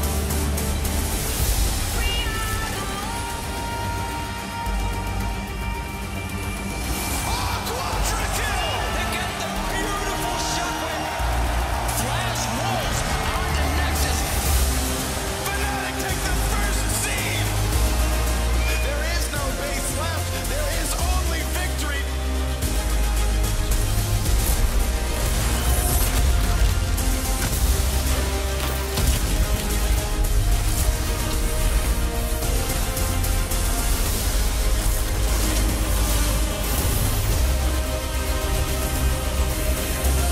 And it's gonna be all five to save the game. Fnatic will advance to the semi-finals, the only team to do that 3 times. SK Telecom are one step closer to the Summoners Cup.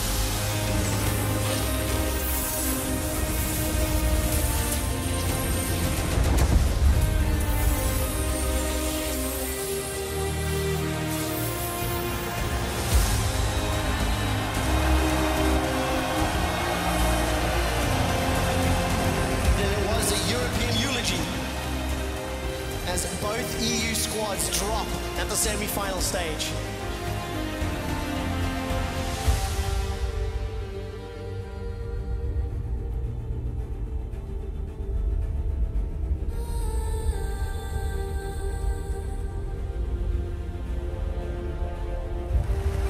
Faker wreaking havoc inside the base. There's no stopping him now.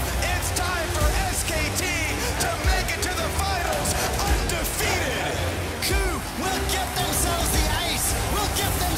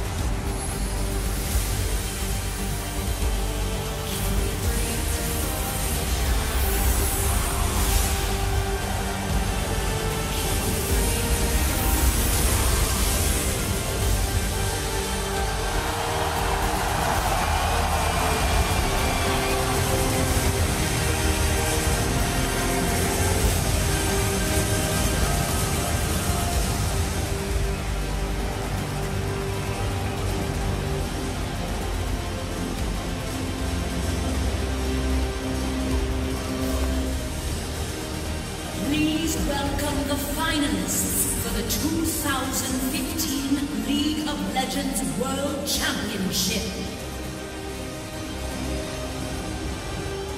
Representing Korea and the LCK, KOO Tigers.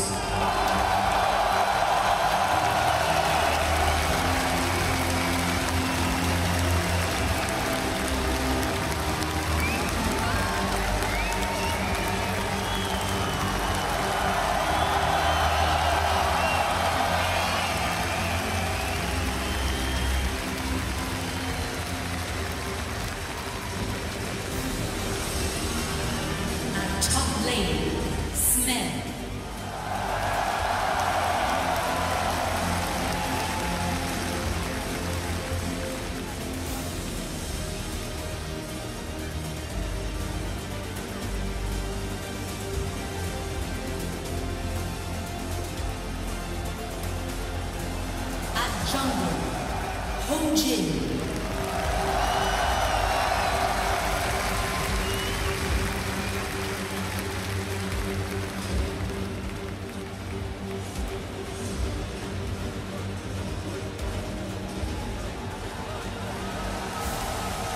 At mid lane, Kuro.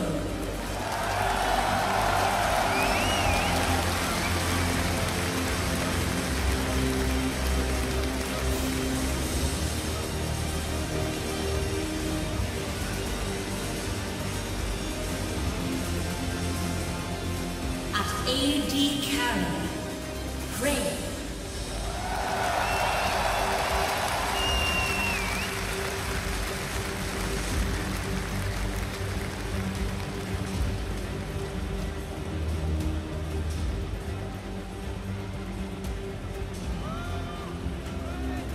At support, Gorilla.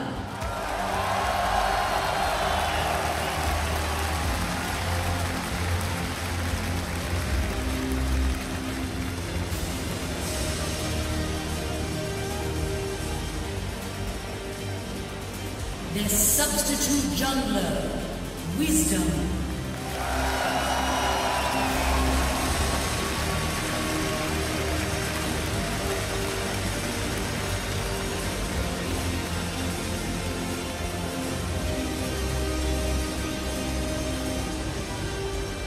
And their coach, Nofei.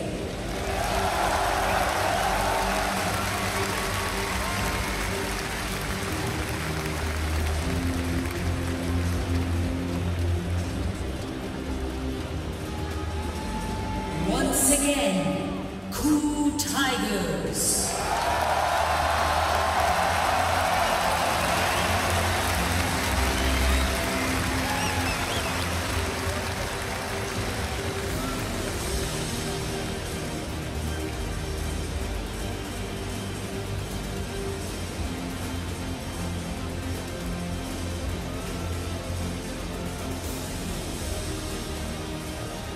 Their opponent, also representing Korea and the LCK, SK Telecom T1.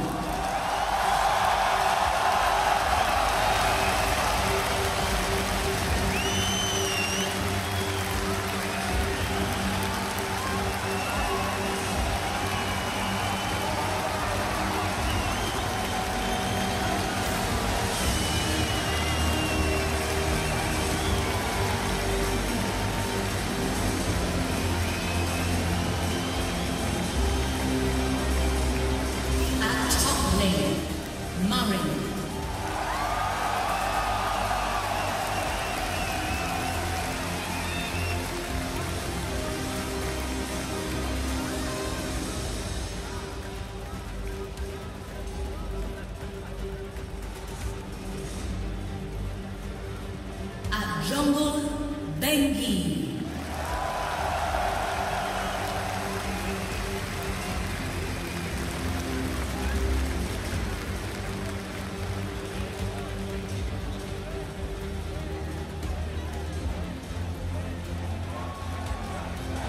At mid lane, Faker.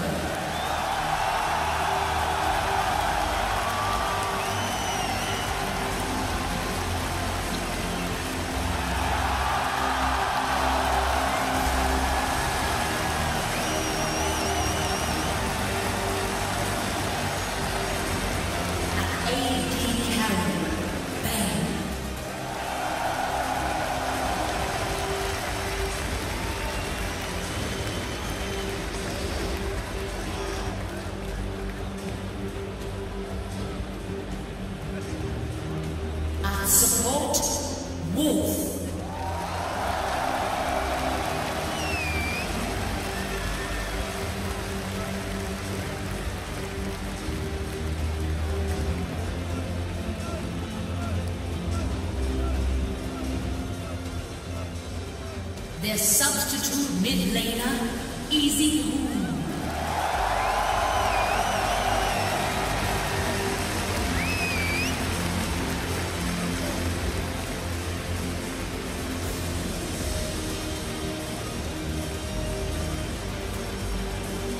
And their coach, Coma.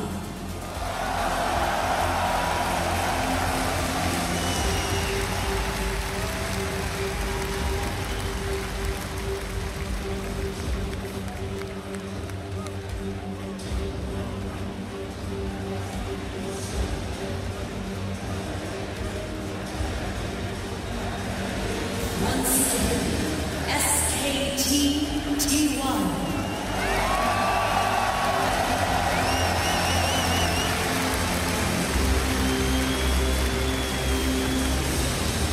The finalists for the 2015 League of Legends World Championship.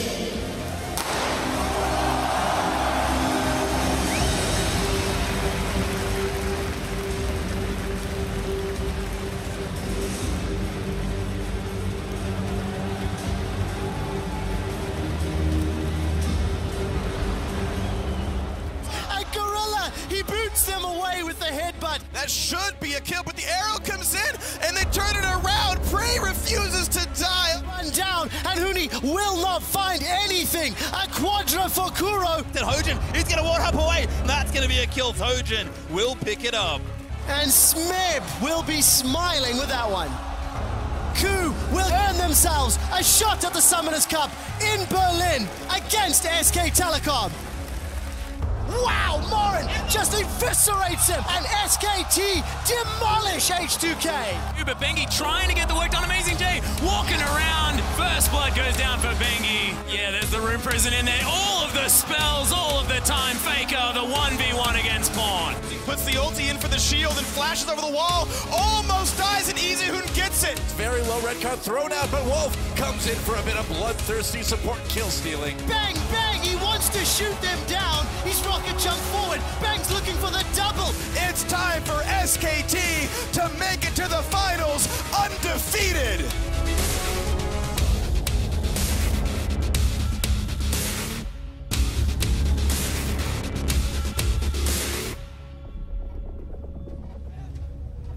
It really is incredible to see each of those players as they walk on stage for the biggest series of their lives to really be owning the moment for themselves, because you have to imagine that the pressure that they're feeling is immense. I mean, just walking over like a giant picture of yourself. Also, the only person to ever walk or even roll over Faker will be Faker himself.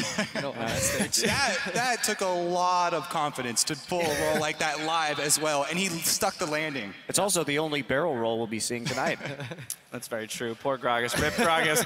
Well, as the teams take place on stage, let's focus in on today's best of 5, where SK Telecom is favored to make a League of Legends history. Now, they're the only World Championship juggernaut to live up to expectations with a 100% win rate, the most dragons per game, the highest average gold lead at 10 and 20 minutes.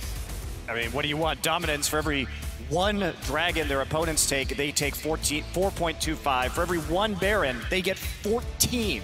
Well, that's the thing. They're second place in Barons per game. That's only because they finish games before ever having to take a second one. Yeah, and it's not how many Barons you take, it's what you do. They smash so many Nexuses while still having that Baron buff. That's hard. They go from Baron to game over in like those 3 minutes very often in their games, and their Baron power plays, which just means how much gold you generate out of a Baron buff, is just immensely high over this tournament. So they're just so efficient at closing out games. Yeah, really does look like Faker and Bengi are going to make their way towards that repeat. Yeah, well, there's, for both of them, a lot of eyes on them about whether or not they can get that repeat. But specifically looking at Faker, I mean, this is a guy who hasn't necessarily been challenged yet this tournament. Jat mentioned those 4 Rise games. We haven't seen much else. Is this the series where he's going to be forced to step it up? Where is the LeBlanc? That's my question. You know what my question is? Where's the Master Yi? Yeah, fair enough. 14 champions that he played over the course of the summer season. He's had 5 here at Worlds, but they haven't really been that surprising, and he's been mostly just dominating on Rise. He's the only Rise player in this tournament. He's also just a player that understands matchups well. He doesn't need to play them a whole lot to really understand the intricacies and the ways to outplay. Like, look at the Rise into DF matchup, the counter pick Olaf into the Irelia, one of the picks that he actually debuted himself. So he knows all these matchups.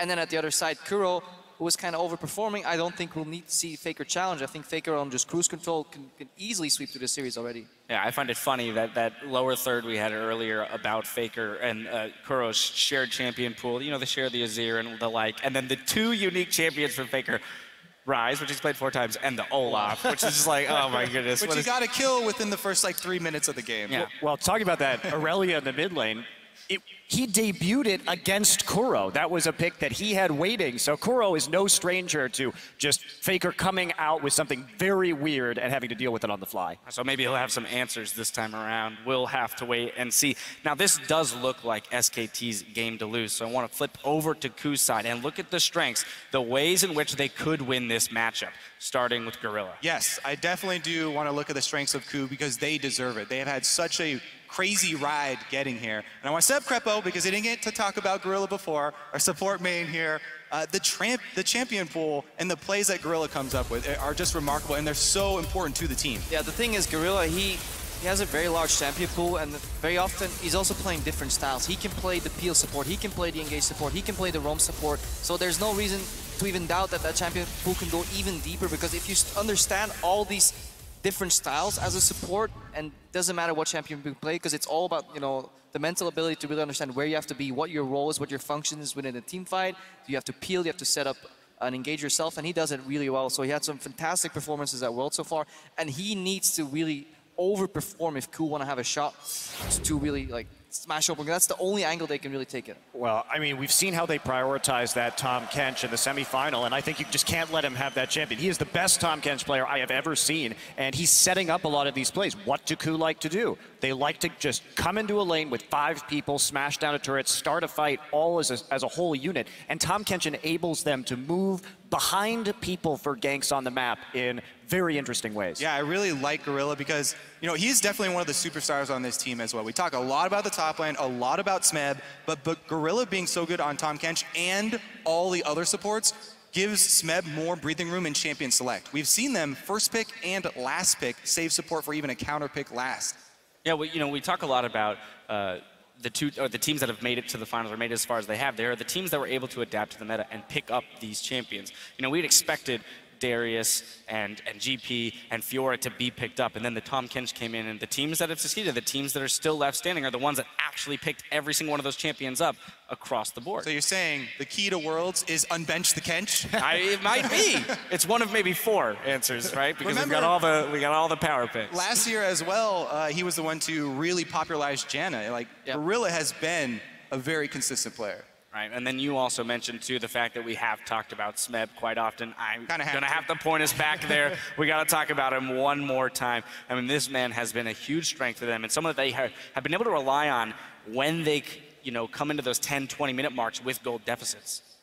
Yeah, he's got the highest damage per minute of any top laner. He's 70, which is very significant above number 2, who is Mar. And that is a large, large gap for the reasons we already talked about in terms of their liking for team fights. But this is the guy that has to perform right now. This is his day. If Ku Tigers are going to win this, it's probably going to be on the back of Smeb. Yeah, as we were talking about, the reason, you know, he's got so much damage to champions is because they have to do that. They're behind in almost every single one of their games until they get to the team fights and they come and they wreck. But he's going up against an incredibly intelligent player that really knows all these matchups well, so he may be able to neutralize Smeb. More importantly, so Smeb's team fights comes a lot from patience. He doesn't go in immediately, he waits until all the cooldowns are gone. That's a couple of these team fights that he won really convincingly in the semis, is where he waited for everyone to use their cooldown abilities, then move into the fight. I don't think SKT is necessarily going to make that mistake, let alone SKT's not even going to team fight them. They're just going to keep splitting up overall. So that's what's going to make it hard for Smeb to really push his mark on this series for me. He either waits for them to be down, or he charges in with Fiora and reposts ultimates.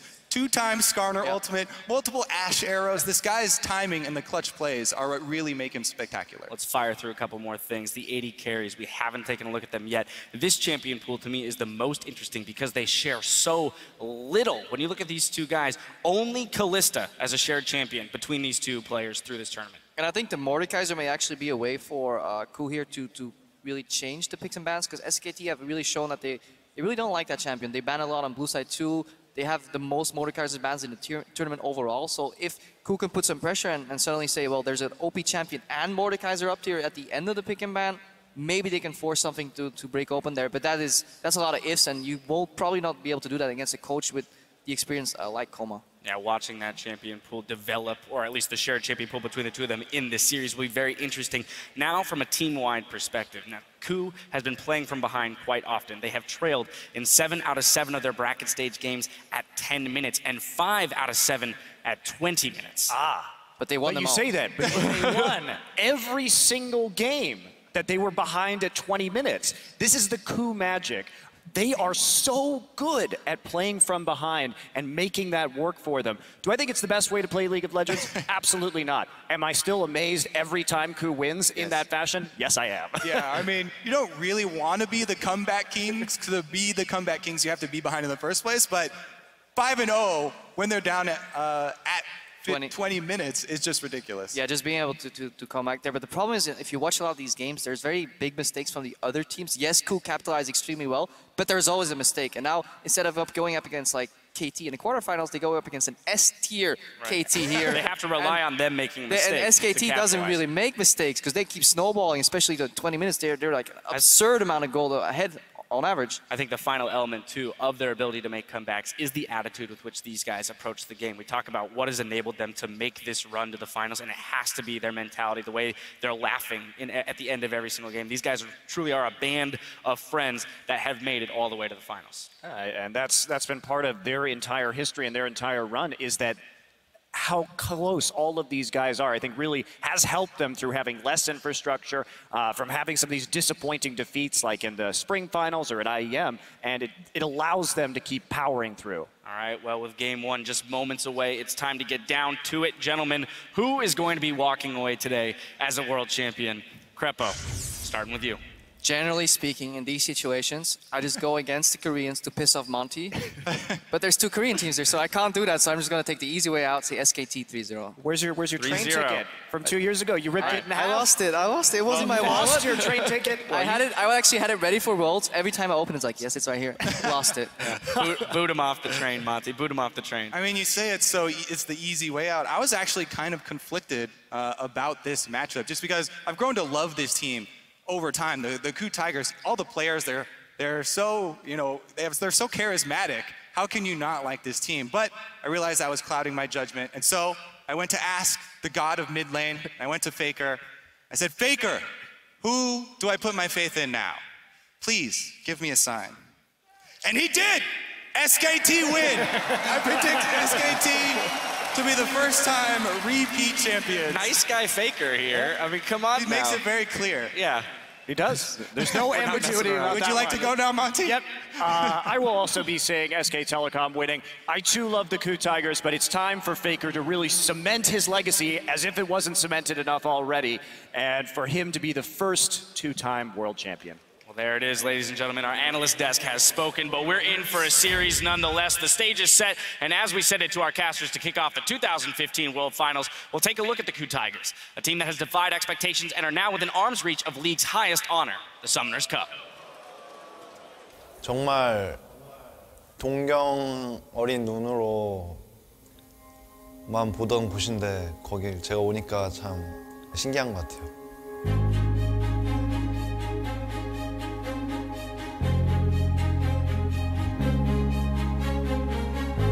결승전까지 올지는 몰랐는데 여기까지 온 거에 대해서 저희는 기적이라고 생각을 하고요. 저희끼리 똘똘 뭉쳐서 이렇게 결승전에 오고 나니까 되게 뿌듯한 것 같아요. 왜냐하면 다른 팀들과 조금 다른 느낌이라고 저는 생각을 해서. I've never seen a team that is louder than the KOO Tigers. They're always having a good time, laughing, shouting at each other in the booth. 야, 싸워, 그냥 싸워, 싸워! 죽여! 죽었어!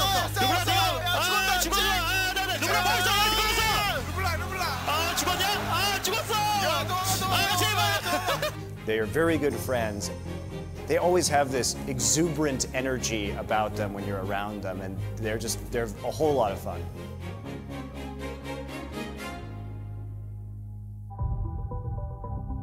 물론 게임이 직업이긴 하지만 게임을 같이 하는 친구들이라고 저희는 생각을 해서 처음에 저희 팀이 이렇게 만들어질 때도 저는 아무 얘기를 할 수 있는 그런 사이가 저는 가장 중요하다고 생각을 해서 그걸 중점으로 생각을 했고 저희 팀은 항상 분위기가 좋을 때 가장 잘했고 분위기가 안 좋을 때 가장 못했어요.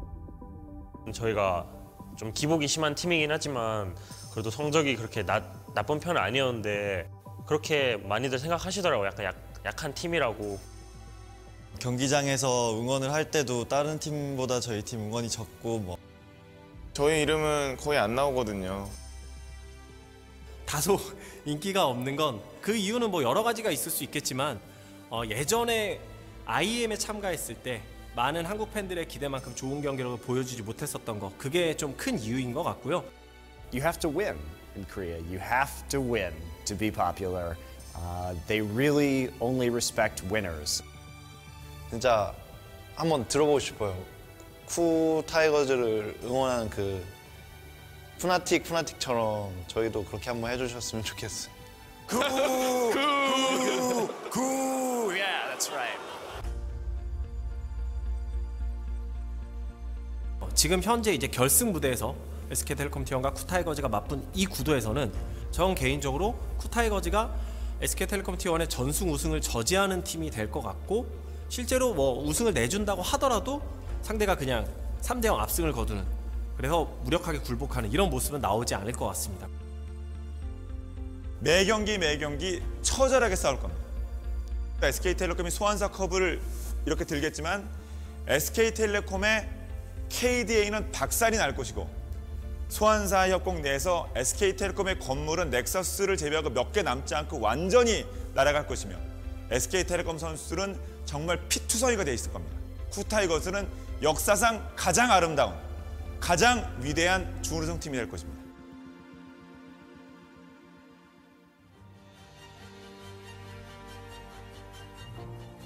솔직히 지금껏 만나왔던 팀보다는 힘들겠지만 저희가 약팀으로 평가되었는데 그런 저희가 SKT를 이기면 엄청나게 파장이 클 것 같아요. 스맵이 보여줬던 8강, 4강에서 보여준 출중한 경기력과 팀 차원에서 봤을 때 한데 뭉쳐서 정말 으쌰으쌰하는 이런 경기력 이게 나올 수 있다면 SK텔레콤 T1을 잡을 수도 있을 것 같고 그건 이제는 정말 엄청난 이변이라기보다는 이변 아닌 이변 정도로 얘기할 수 있는 수준이 아닐까 싶어요. 만약 저희가 이긴다면 정말 창단 첫 시즌 만에 우승도 하고 그래서 되게 가장 큰 한 획을 그을 것 같아요.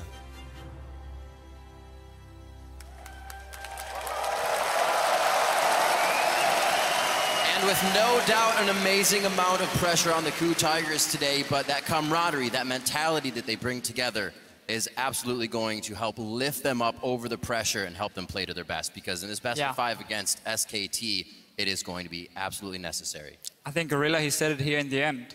If they manage to win Worlds after being formed this year, taking out SKT, the team everyone expects to win the World Championship, would be such a huge upset. And I think their team chemistry is so important specifically to that team, because you look at other teams like SK Telecom or the Samsung teams for last year who had that large coaching infrastructure in place to filter feedback through. But as Monty was saying, when these guys first formed, it was basically just a bunch of guys playing together, needing to have that chemistry in order to give the feedback and improve, and they have been so successful in doing that. And they always did better when they were having a good time. Marin already is. Smeb wants to fight against Marin, came into this tournament stating, you know, I get to face off against Huni at some point. Now he's got Marin. Those two are going to be players to watch.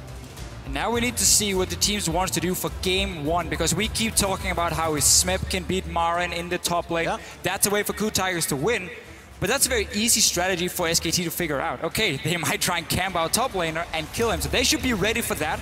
First ban for Coup Tigers, though, does show they want to respect the counter pick to Fiora that we normally see. Well, already we have a pinch of Lulu or Gangplank, so Lulu could actually go through to SKT right here. Already with SKT bans as well, they banned Tahm Kench, something that Coup Tigers had not banned this entire world. So Coup wanted that. Now we'll see if SKT takes the Lulu away. It's that or Rek'Sai. What Coup Tigers is doing is saying, okay, we ban Elise. Our jungler, in order for him to have an early game impact, he needs Elise or he needs the Rek'Sai. That's the two preferred picks for Hojin. SKT has to decide, do we want to go for that Lulu pick and say we're going to build full team fight here, or do they just take the early game impact jungler? That's what they're doing. And this is something KOO Tigers opted into in pretty much all of their games against Fnatic. Hojin played 2 games on Zac, and honestly, he got bodied early game by Reignover's Rek'Sai, but they recovered, they played from behind, and they won team fights. Here, they give away the Rek'Sai for the Lulu. I would say that's completely as planned. I think this is exactly what KOO Tigers were expecting.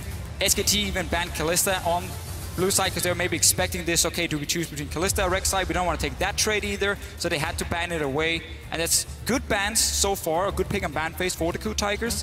It is lining up for a Ryze pick though for Faker. He likes to pick it into the Lulu in that mid lane. We assume it's going to be Koro playing the Lulu and not Smeb, because he wants to be on a carry now. It's how he can shine. Well, KOO very, very good with that Lulu, kind of putting Juggernaut into the scene, being that team to bring it out. Probably won't go for the Kog'Maw here, but have the safety for Prey in those late game fights already. Sivir has been picked quite a bit towards the end of Worlds and continues to be picked now here in the first game by SKT. So Sivir is often the response when you see a Lulu comp, because you want to be ready in case they run like a Juggernaut composition where you need to be able to dive that backline. You get the Sivir to add the utility for your team so you can reach the AD carry. So often it's just a pick where people say, okay, in case they do this, we have a counter now, or we have something that works well against it. Obviously, we haven't seen any AD carry pick yet for KOO Tigers. They can go Ashe if they want to here. Yeah, because it's into a Sivir who's not the strongest laner, but what SKT has picked so far is a huge amount of map control. Global ultimates on what will probably be their jungler and support with Rek'Sai and Shen, Sivir for the wave clear, and Prey answers with the Jinx, which to me really feels like what Korean teams were picking in place of Kog'Maw is the Jinx as kind of that hyper carry that they can look to protect. This is a Jugger Jinx composition coming together. It is, and that's again why SKT picked that Sivir. They said, okay, in case you want to protect that AD carry, we want to have something where we can dive that back line. And KOO Tigers will have a very, very strong siege with Lulu, with the Jinx, and we have an early game jungler for Hojin as well. The one left, and he had a good game against Fnatic last week on this Lee Sin. He needs to do it again, even though it's into not the greatest matchup for Lee Sin. Very interesting to see the Jinx as well. Hardly ever saw it in LCK Summer. Just wasn't something that Korea picked up, but here at Worlds, it's definitely something they'll revert to. I really feel like it's something that the Korean teams learned during the boot camp when all the teams came to Korea to play against them, and also through group stage success. And Faker goes with Kassadin again. Wow. So, basically, he was thinking about taking the Ryze here because, again, the matchup into Lulu is good for the Ryze to sit in free farm. The problem is, it would be very difficult for them to kill, for SKT to kill the AD carry. Ryze tried to like run at them, Alistar can CC him, Lee Sin can CC him, kick him away, Lulu and everything. It would be too difficult for the Ryze to deal proper damage, I think, towards this backline of KOO Tigers. So they want more diving potential. But you're sacrificing quite a lot by taking this Kassadin. Yeah, we'll see how much presence Faker can have in lane on Kassadin, because normally that's the pick that gets pushed in really hard. The one thing I like about Kassadin in this context is they have the Sivir to clear mid lane very early on in the game if they want to, and they can send Faker to a side lane earlier on. Not to mention they have a lot of global presence to make up for this thing. And now we get to see Smeb's Riven. This is such a good matchup for Riven into the Rumble historically. This is actually when you would pick it, even before Worlds. This was one of the reasons Riven came back into the meta for someone like Smeb, because he was picked into Rumble. You would destroy him in lane so badly every single time. But really, SK Telecom, they're not picking for the laning phase here at all. They're picking to take these mid-game fights. You have Castle in one side lane, Rumble's in the other one, then you group for this Dragon, and you try and fight before this Jinx reach a 2 or 3 item spike when she becomes a monster. And I want to see if Faker sticks with Ignite, because he hasn't actually run as much teleport as others have. They have a lot of global presence within their team because of the Shen and the Rek'Sai, but maybe Faker brings the Ignite to have a little bit more pressure in lane. Feels like he's going to be sticking with that summer spell. This works almost with KOO and against them. Everything's slow in the beginning, but when they love to fight, that's when SKT is going to want to fight as well, right in that mid game. It is going to be explosive once we get out of the laning phase. I cannot wait to see what comes from game one. Wolf picking up that Shen, 9-1 across Worlds. So Shen himself having a great tournament, great Worlds. Yeah. And he's going to be all over the map, protecting his team as Prey tries to cancel people out. It's going to be one of these support picks. If you want to make sure your top laner can do fine one versus one, you get a global for him from the support to help him out. That's going to make it tough to kill Marin. All right, as we load up for the first game in this best-of-5 set, get on Twitter, share your predictions by sending hashtag SKTWin or hashtag KOOWin to @LOL Esports. Tell us who you think is going home with the Summoners Cup. We're about to find out right now who's going to get the momentum in game one. SKT, as we said, by the numbers, absolutely huge throughout the game. Hardly ever falling behind, and when they do, they always find a way back.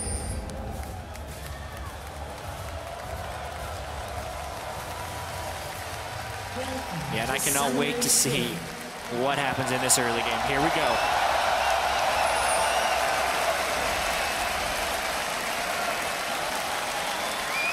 Normal spread by both teams to start this one off as we pan down Summoner's Rift, the battlefield where both teams will leave everything on the Rift before they leave here today.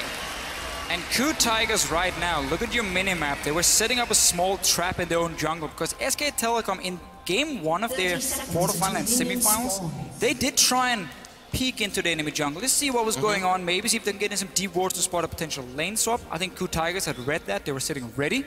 But SKT is saying, it's game 1, we're gonna play it super safe. And I liked what KOO Tigers did early here because they also placed the ward within their own blue buff, so if SKT had done an invade on that side, they would at least be able to scout it. But as you said, this is a very conservative start for SKT, which we may actually expect from this one. KOO Tigers hasn't been able to make early game moves, and especially with the Cassian on the side of SKT, they're okay with this game stretching a little bit longer, despite SKT having some very short games already so far at Worlds. But this pick and ban phase is why we talked about how KOO Tigers in this meta right here, this patch we're playing on at Worlds, fits them a lot better. Because Smeb gets to play the big carry up in the top lane. He played a tank every single time KOO Tigers faced SKT in the summer split. Now he's on a Riven into a Rumble. That's a fantastic matchup for him. At the same time, Koro can bring teleport in the mid lane, so he will have an impact even in case he loses. Kassadin at level 6 can take down this Lulu. And it's very difficult to do anything, so Koro just has to farm up and make sure he can protect his Jinx later. As you were saying, they're amazing making that transition, and KOO only gets better when they have time to sit on a meta, when they have time to process that meta and get the strategy down they want. Here, going back to pretty much a normal comp in their Juggernaut phase, or Jugger Jinx, if you will, and we'll see if it helps them out once they get to those mid-game fights. Yeah, Wolf was trying to do some jungle harassing, but he does come up a little bit short. The fact that they push KOO off the blue buff has very, very low impact. Rumble doesn't benefit from blue buff, neither does Rek'Sai. Neither does Lee Sin, neither does Riven. The blue buff is actually pretty useless since the experience you gain from the blue buff is the same as at the other camps early on in the game. So they're going to be able to take that, and we're seeing a pretty standard-ish lane swap here. Yeah, but due to the fact that SKT was so passive level 1, they didn't want to try and invade anything. They had zero vision really of where KOO was starting. So they managed to snuck 2 camps on the side of KOO Tigers down here towards the bottom lane before they moved up. So you can see they now have the blue buff, enemy Grump and Wolf camp as well. On top side, that has some extra camps to do from the KOO Tigers.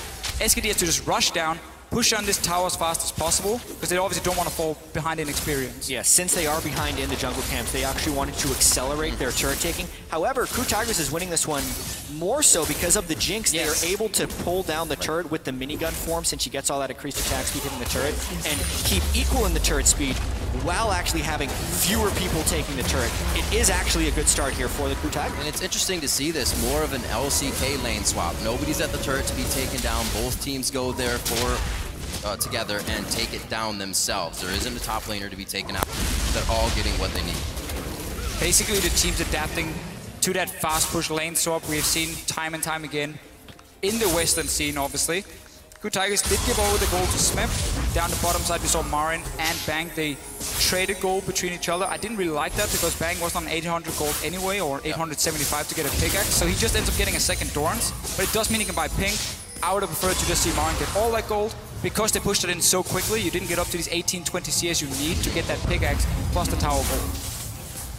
So last time we saw Kuro on a Lulu, what do you get? First 5-6 blue buffs of the game. The team was very adamant about continuously giving him that blue buff so he could push down mid turret and then get himself to the other lanes, or just keep somebody like Faker in the mid lane constantly. SKT really were in a hurry when it came to killing that tower. They didn't even manage to bounce the wave on the bottom side. So they sent down Smeb from KOO Tigers to just pick up the entire wave. That's very, very good for him. You get a 2v2 topside, and you have a lane now pushing out for Smeb to get some extra CS and extra experience. Because KOO Tigers, sorry, because SK Telecom failed to bounce the tower, or bounce the minion wave. Yeah, I absolutely agree right there, because SKT, now they have to worry about who gets dove first. Big team fight at the top lane. Gorilla hitting up both Wolf and Bengi. The teleports are going to come in. That's Kuro. Smeb's already there to fight. Eyes on Bengi. They turn to Wolf now. He's safer in the jungle for them to go after, and it may be him going down. They try to get the cripple towards him. That's going to be Wolf going down. First blood to the KOO Tigers. Remember that Faker is not running teleport. He didn't want to leave the mid lane. He just sat there, pushed it into tower, and KOO Tigers said, we can take a fight up here. We're strong enough. Our top lane has picked up some farm, at least on the bottom side. You can see the big wave is still pushing in. Marin will catch that one. But KOO Tigers investing everything into a team fight. We see this time and time again. So often, every single member gets an assist when KOO Tigers gets a kill. Something that teams have actually been slow on is after that first turret, get in the other side of the jungle, put your vision down, take aggression there, and finally KOO makes it work for themselves here. A team, like we said, doesn't really get going that early. Well, you have a Riven on your team, so they'll take whatever's on their plate right now. There's a chance for Bengi to gank down bottom side now.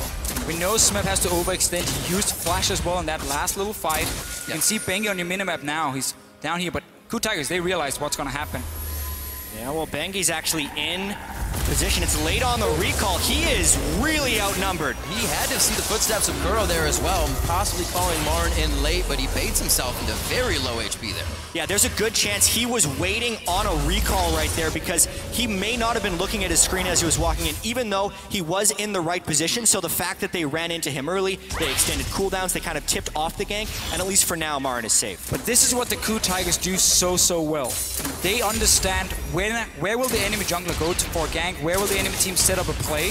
They knew, okay, there's a big wave pushing, our top laner needs help. 4 members go down and assist him, make sure he can push it out. SKT though is level 6 here. That's an 80 carry left alone on top side. Prey in a real bad spot, and he hopes to get on his knees and do just that. Stays alive a little bit longer. Can Faker get the final hit? Here comes Gorilla. Should be able to pick it up, but it goes to Prey. 2-1 now in favor of the KOO Tigers. Wolf started off taking that one very nicely as a level 2 Shen was able to clear aggro, but the patience of Prey using that heal late baited SKT into a disengage. They were really trying to funnel that first kill onto Faker to jumpstart him into this game, but because the heal was timed properly, it really delayed the kill from Faker, and KOO very deftly trades one back. It is such a good trade for KOO Tigers. They defend their own top laner, the Riven, they pick the 1-2 split push, and at the same time, they trade 1-for-1 up in the top lane here for Prey. So great start for the KOO Tigers so far. Just gotta make sure that Smeb can keep getting all the farm he needs, get him to that level 6 point, he can 1v1 against the Rumble, and suddenly you have split pushing pressure.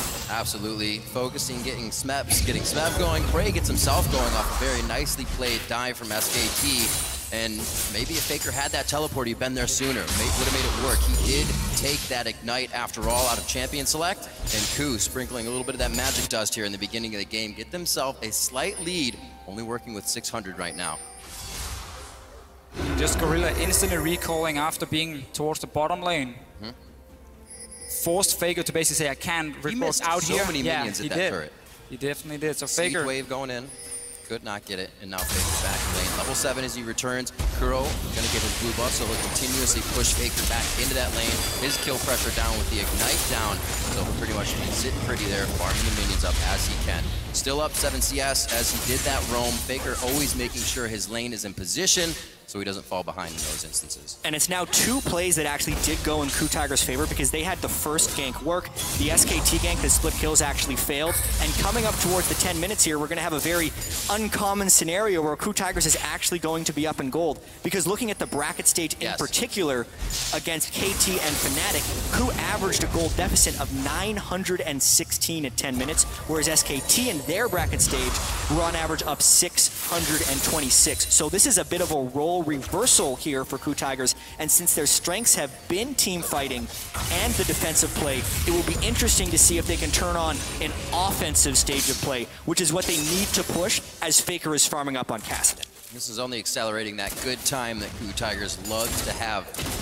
5 members of their team, very good friends, as you said, kind of misfits as they scrap around Deficio, but here making things work. And Hojin as he is usually reactive, sits in the back, a little more proactive this game. You see him towards the top lane, hasn't had vision of Bengi, so he's sitting behind Smeb. Little action towards the bot side, the teleport coming in right now from Marin. His ultimate is up. They lay down the equalizer. Wolf should be able to get out of this one. Marin into the fight now. Kuro and Prey are the targets, and that's going to be Kuro going down. SKT seemingly pulling this one back in their favor with just a few kills to the bot lane, and that's a double kill for Marin. Massive play for SK Telecom here. Marin, he TP'd down, he walked behind the KOO Tigers. You can see they placed a pink ward in the lane. You're like, is there any ward where they can teleport? No? Okay, we can take the fight then. Didn't realize that Marin then snuck behind through the jungle. In the end, SK Telecom sends down every single member. 3 kills for them. So much for that goal lead, and also a complete lapse of pressure from the KOO Tigers. Faker made it down there on an Ignite Kassadin, and then his lane was not punished. Kuro did match with the teleport. Smeb decided not to. I don't think he had the right position to do so. So SK Telecom really globally positioning better. It was rare watching any game so far at Worlds to see SKT actually commit 5 people to one side of the map. Look at KOO Tigers placing the ping ward, saying, okay, there's nothing behind us right now, so we can take the fight here. Marin then Riven needs to be in on that same ward. Not sure why. He's not there. He canceled his own teleport. Smeb up in the top lane. Maybe there's communication saying we can get 1 kill and it's fine. In the end, it ends up costing KOO Tigers so much down this bottom lane. Yeah, and this was a glimpse of what you can do with the Shen and the Rek'Sai. They teleported the top laner. Bengi was at his own Gromp before he was able to make it into that fight, and Wolf doesn't even have his stand united yet. Not to mention, we saw the teleport burn from Kuro already in this fight. Smeb really needed to match that teleport of Kuro if they wanted a chance in that fight, but even then, they ended up losing it pretty substantially. Maybe he just saved his life there by not coming in. And just also good understanding of cooldowns here for SK Telecom. Faker is going to trade Kuro. He's going to keep doing this, by the way, over and over and over. There's really no damage. Kuro can return, and Gorilla gets taunted. Oh, that teleport is down, so this means the fight is the 3 we have on your screen. That's instantly Bengi getting hit up as the Gorilla gets himself in with the Unbreakable Will and sets up for a kill. Be careful messing with Alistar around the turret. Not a good taunt by Wolf, and it ends up pulling Bengi into a little bit of a fight. Alistar gets to ignore turrets. That's one of the reasons he's the most picked support here for most of the year and at Worlds. So really punishing Bengi very early there. The burst damage from Prey and Hojin as he was headbutted straight into all of the skill shots. Make short work of Bengi. They're in the wave, pushing Smeb back, knows the jungle pressure is towards the bottom side, so he has time to deal a little bit of damage. Marin is baiting this. He just wants to poke down Smeb. He doesn't want to kill him right now. He's waiting for Faker to join. Rek'Sai ultimate as well, just behind their blue, so Bengi should be here in time. They may not even need him. Stand United is on. They hit the end of the taunt by Wolf, and Faker picks himself up a kill now. I have seen so many moves here by SKT to get Faker kills on Kassadin. These plays are extremely well orchestrated, and the best thing about this is they're not losing pressure on the lanes. No. While Faker's being able to roam around, no other team who's played Kassadin has been able to team play around him this well early in the game. Simply, the mid lane matchup allows Faker to ignore Kuro and say, you're not going to do any damage to me, you're not really going to push on my tower, kill his wave, and then just leave. And he does it again and again and again, and he managed to appear at the side lanes. He's ready to pick up the kills. You even see the Shen support join in. So SK Telecom right now are benefiting from Faker being in a lane where he's not going to be under any pressure at all. And he can then use his mobility to join the other lanes. And we've seen, rewatching SKT's games, even KOO's, SKT just better at making plays off of small mistakes. Everybody went to the bot lane, a lot of teleports are down. Let's make a play on the teleport top lane and get it to work for us. And we can then constantly go back to, okay, what was the last play where Kuro had an impact? Okay, he TP'd down to the bottom lane. Right. But that was the play where KOO Tigers had completely misunderstood the situation, already cancelled from Smeb, so they couldn't win. The fight that meant the teleport was on cooldown. Suddenly Faker can roam and nobody can join. Exactly. And so much of what we've seen from the KOO Tigers as well throughout Worlds is they actually do not pick up much farm by playing 3 lanes. They instead shrink the map, find team fights, and then win based on killing the opponents. Because their overall CS differentials, even at the end of the game, Hojin, Kuro, and Prey in bracket stage averaged big CS differentials against their opponents. And SKT, right now, are also the ones getting kills as well as pushing the lanes. They are winning across a lot of different dimensions. Yeah, because the KOO Tigers tend to fall behind in the early game at 20 minutes, they get pushed so far back on the map, they can't be proactive. Because whenever the other team then pushes out the wave, there's going to be 2 or 3 minion waves coming down towards Smeb. He wants to pick it up. The other team will force a fight. And Smeb has to TP away. So he has to sacrifice that farm to join the teleport or to join the team to get that big team fight going for KOO Tigers. That's one of the main reasons they fall so far behind in CS across the board. Smeb, despite being probably the best or second best top laner in this tournament. He's even in CS at the end of the game. His job is going to get much harder against a 2-0-2 Marin. He has enough money right now. 1:30 on that clock for Dragon. That Zhonya's he has is most likely going to be finished before those sword boots, and he'll be so powerful when this Dragon fight comes up. Getting help here from Bang in the top lane, so they don't have to worry about that pressure. And again, look at the map pressure. Smeb under his turret facing 3 to 4 people. They are posturing a dive right here, but mainly just trying to take the turret. What Ku wants is to bait a dive and be able to save under the turret with Alistar and with the Lulu teleport, but they really just don't have the necessary information right here. It has been a Ku special to wait for turret dives and turn them around, but now they're against a much more formidable foe. And this right here is a play we have seen all the Korean teams do in this tournament. We're down on the bottom side when there's no tier 1 tower. They push their minion wave all the way to the enemy tier 2, and then they recall off the bottom lane. Both support and AD carry recalls, and they rush to the opposite side of the map where your top lane is still sitting and farming, so they don't give away what's happening. Because all Ku Tiger sees, okay, Marin is in top lane farming against Smeb. Well, that's pretty normal. They bot lane recalled. We don't know where they're going to go on the map. So because Marin stays, kind of fakes it, they show up and there's only 4 members pushing in the tower. But Ku Tigers this time around were ready, knew what was going to happen, and were there to defend. Look at the pressure here from Bang. Knowing that he's got somebody behind him, Ku can feel it as well. Not much pressure there, but it looks like SKT is trying to get some flashes or some ultimates before this Dragon. And I want to call attention to the item timings as well. Bengi just completed a 16-minute Sightstone. Some Rek'Sais in the group stages, Reignover would be one of them, were completing 4- and 5-minute Sightstones and then trying to cover the map. But knowing that they are up against Ku, who has not traditionally been an early game aggressive team, Bengi could then get combat effectiveness, finish his Cinderhulk very early, then get a late Sightstone. It works perfectly. He gets the Sightstone, he wards up the Dragon, and now they can take him. And this is what SK Telecom want to do with their comp. We talked about it in the pick and ban phase, how strong it is in the mid game. Right now, you have the items completed, Rod of Ages for Kassadin, Hourglass for Rumble. It's very difficult for Ku Tigers to fight. Your Jinx doesn't even have Infinity yet. You cannot teamfight right now. And SKT gets a free Dragon, can even go back and defend. Hojin might set up a dive against Marin, but remember the Shen ulti. It's always going to be there. Wolf is just sitting in the mid lane, waiting for Ku Tigers to make an aggressive play, and then he joins. Something that can easily catch them off guard is that Shen ultimate. We've kind of seen Ku within the past few games of the tournament. They bring out the Zac, they bring out the Ashe, causing teams they play against to have to ward differently, play differently in initiations. It seems like Shen is creating that possibility for SKT right now. Thwarting some kills, giving SKT the lead here in engages. And another possibility SKT's opened up with this team comp is just a different look than we've seen for most of Worlds. Marin has played Rumble, but it's been a bit of an abnormality. Yeah. We have seen the top laners split pushing, and the mid laners being kind of the damage dealer. But SKT swapped around this roles for this specific game. Faker is the one split pushing and making plays, whereas Marin, a lot of the time, will arrive with the equalizers in the team fights. Pushing the mid tower will be very hard for SK Telecom. Kassadin obviously can't really join in unless there's nobody defending. I'd rather see SKT focus on getting deep vision right here than trying to just group 4 members mid, because with the teleport on Lulu as well, it should be easy enough for Ku Tigers to defend it. You see right here, they can just clear it out. Sivir is the only one who can really hit the tower, and it does absolutely nothing at this point. Get deep vision, get skirmishes with your Kassadin. That's what your goal is, not pushing in mid tower at the moment. Well, especially because every single global on SKT is up right now, so wherever Faker goes, the rest of the team has the ability to support him right there, and then it's on Ku Tigers to stop the split push. I definitely do feel like SKT should be doing that to Fischio, but I also think that since they are up 2 Dragons to 0 already, with the scaling Kassadin on their side, they're okay with this current set of circumstances as long as Faker's farming. As long as you can keep farming, don't put him with your AD carry so they have to share and try and fight each other for that CS. It never works out. Both carries, they start whining. Faker will always pick up more gold. He will get some of it. He will get some of it. But really, for Ku Tigers, the fact they have double teleport means they should be able to always have the 2 side lanes, or at least 1 side lane pushing against SKT. And we might have to see them go aggressive and tower dive on the opposite side, where Faker is not sitting on this Kassadin because he doesn't have teleport, or Bang, of course, as an AD carry, and use the fact that Koro can then TP in 5 versus 4 fight for the Ku Tigers. But for now, they're still behind. The AD carry does not have any completed items, so they are not in a position where they really want to fight with confidence.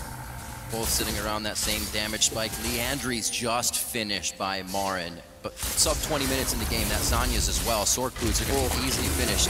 These guys are all items coming online right now to make things happen. Marin is so incredibly fed, Yes. and Faker is also going with the ridiculously aggressive Kassadin build. He's going Lichbane as his second I wondered item. what that was going to be after Aether Wisp. Yeah, I thought maybe a Ludens. That also would mix. So often you see Zhonya's as the second item because you need to Rift Walk aggressively and then avoid getting killed by the rest of the team. But it's also Faker, so he's going to be very patient with his positioning. This makes it very hard for him to go directly at the Riven, because if Riven does get the stun off, he can try and full combo the Kassadin before anything falls down. It's going to be a big skill matchup now. Yeah, he's basically saying, I'm gonna be against Lulu most of the time, so Hourglass, the armor doesn't really do a whole lot, she's not gonna kill me. I want some more burst, really, for himself. Finally, with the SKT getting into jungle, places Sun Vision cleared out, you can see he's not afraid of Korok at all. He can barely burn through his own shield. Lulu's damage does not come out in burst. It's very over time. The AP Lulu, while the Glitterland slows you, it's then about the auto attacks afterwards. So I do actually like the build from Faker here, as long as they continue to use him as a split pusher.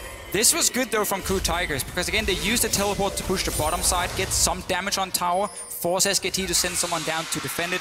They need to keep doing that, but they're only allowed to do it because SKT has not completely taken over jungle. So you can freely push out your waves right now if you are the Crew Tigers. You're not really afraid of getting ganked because you have defensive wards as well. But SKT is very clearly saying we don't want to risk anything. Just farm up that Kassadin, get that third dragon, and then we will start invading. You can see Bengi on your screen. Now he's moving into the jungle. Now Crew Tiger suddenly can move straight from the lanes to the towers and defend. They have to take the long route around, and that's where SKT can catch them in the rotations or just be there first and take away a tower. So many options now for SKT as they move into the jungle. Faker just off on the wing to the right. You also have Wolf and Bang kind of hovering back and forth through the jungle. Bang clearing waves in mid now. Just the 80 carries doing what they can in mid to farm it out. They might be able to get some good damage on him here, but it won't be a trade coming in from Bang. A little too close and not enough vision on the other side. Prey played that extremely well.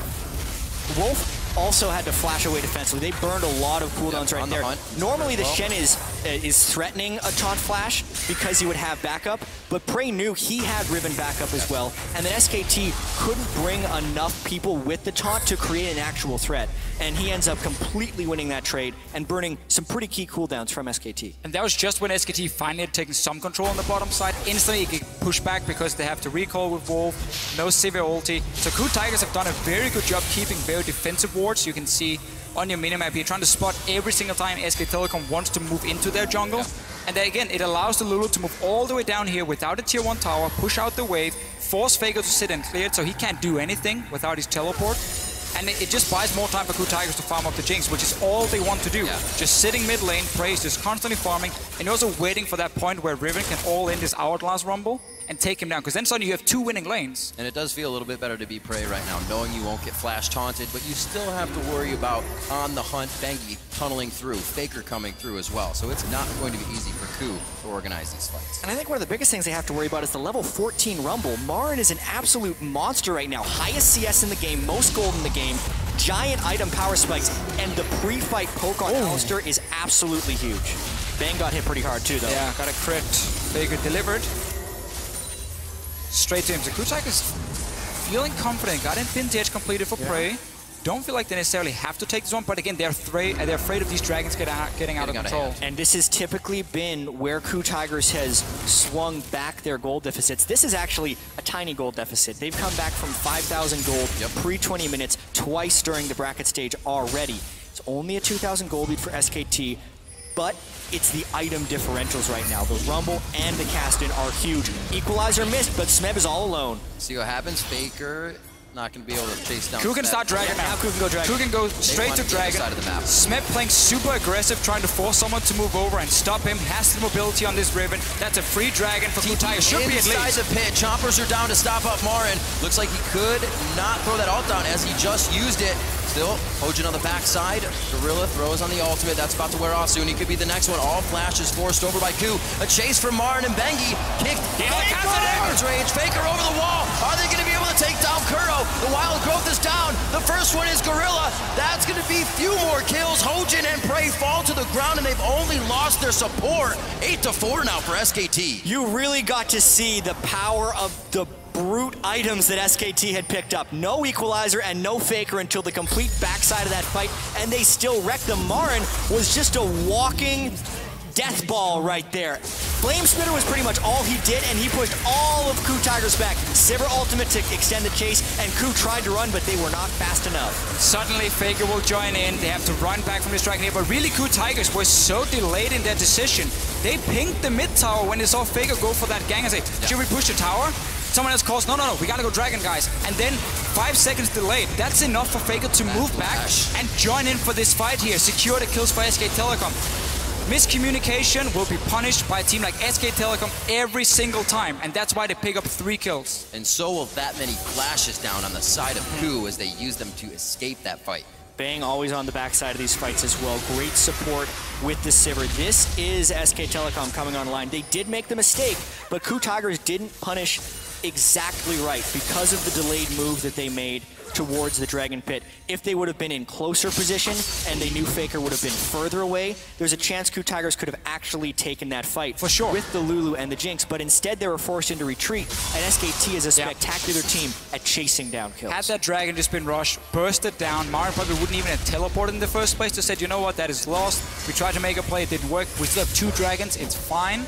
We can now go back to play the same way, try and use Faker in one of these side lanes, but really it is hurting him. He doesn't have that teleport.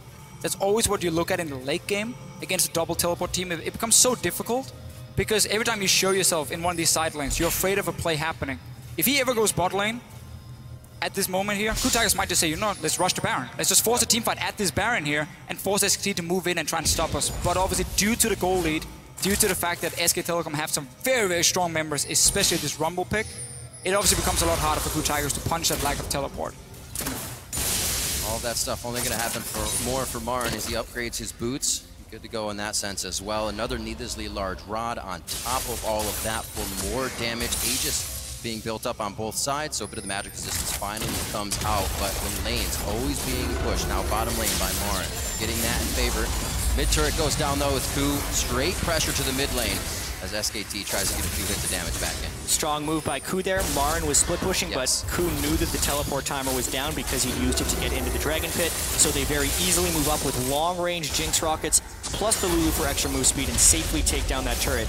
Since also SKT was using deep wards, so that was kind of a turret spent on getting wards into the red side jungle of the KOO Tigers. Sadly, only a few though for SKT, and normally when you place these wards, you want to be in the jungle already, so the other team can't see what's happening in there. They want to peek in and be like, oh, can we clear a ward maybe? And then boom, you just punish them, you kill them, and you can then rotate to the Baron. Every time KOO Tigers now gets to group up and move down to these towers, it's in their advantage because what their team wants to do. They should be able to see Faker sitting and farming and knowing, okay, we have maybe 5-10 seconds, we can get one hit or try a trade and then go back from there. But then Faker obviously will move down from his lane and be able to flank.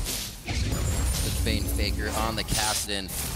The rest of this team approaches the turrets. They're going to go down quite fast. We'll see if they can get to them anytime soon. 27 minutes in the game, average game time coming in for SK Telecom in their wins, because that's all they've done is 32-10.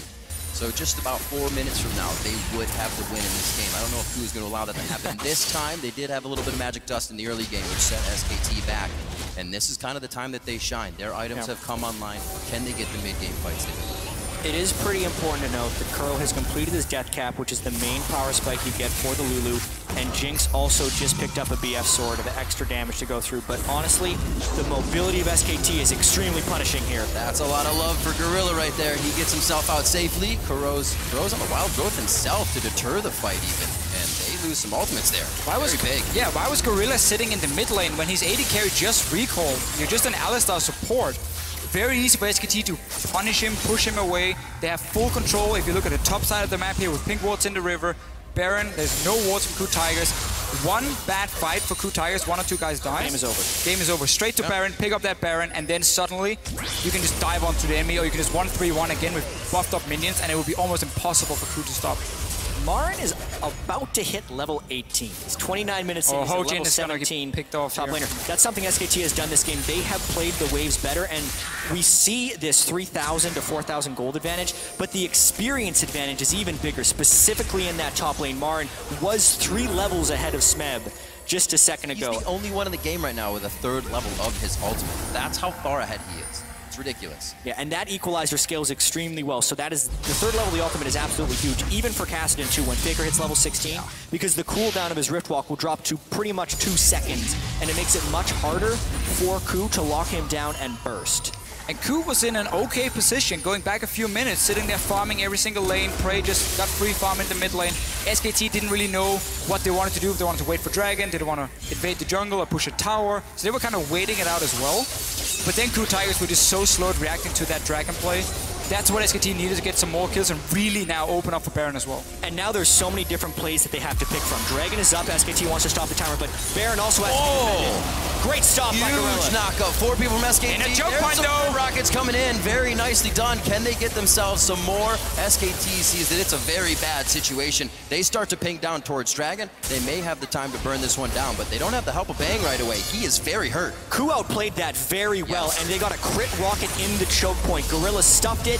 Jinx was protected essentially by the Alistar, and SKT actually thought they had a larger numbers advantage than they actually did, which is why they ended up grouping up there and getting crit rocket. They're a little lucky that they didn't lose out on that one with the way that Ku played it. Yeah, SKT as well, they wanted to bait that TP from Smeb by saying, oh, he shows bot lane, instant, start a fight, get him to TP in, and then you saw what they decided to do was run away. We don't want to chase into this choke point here, we got in low. Faker.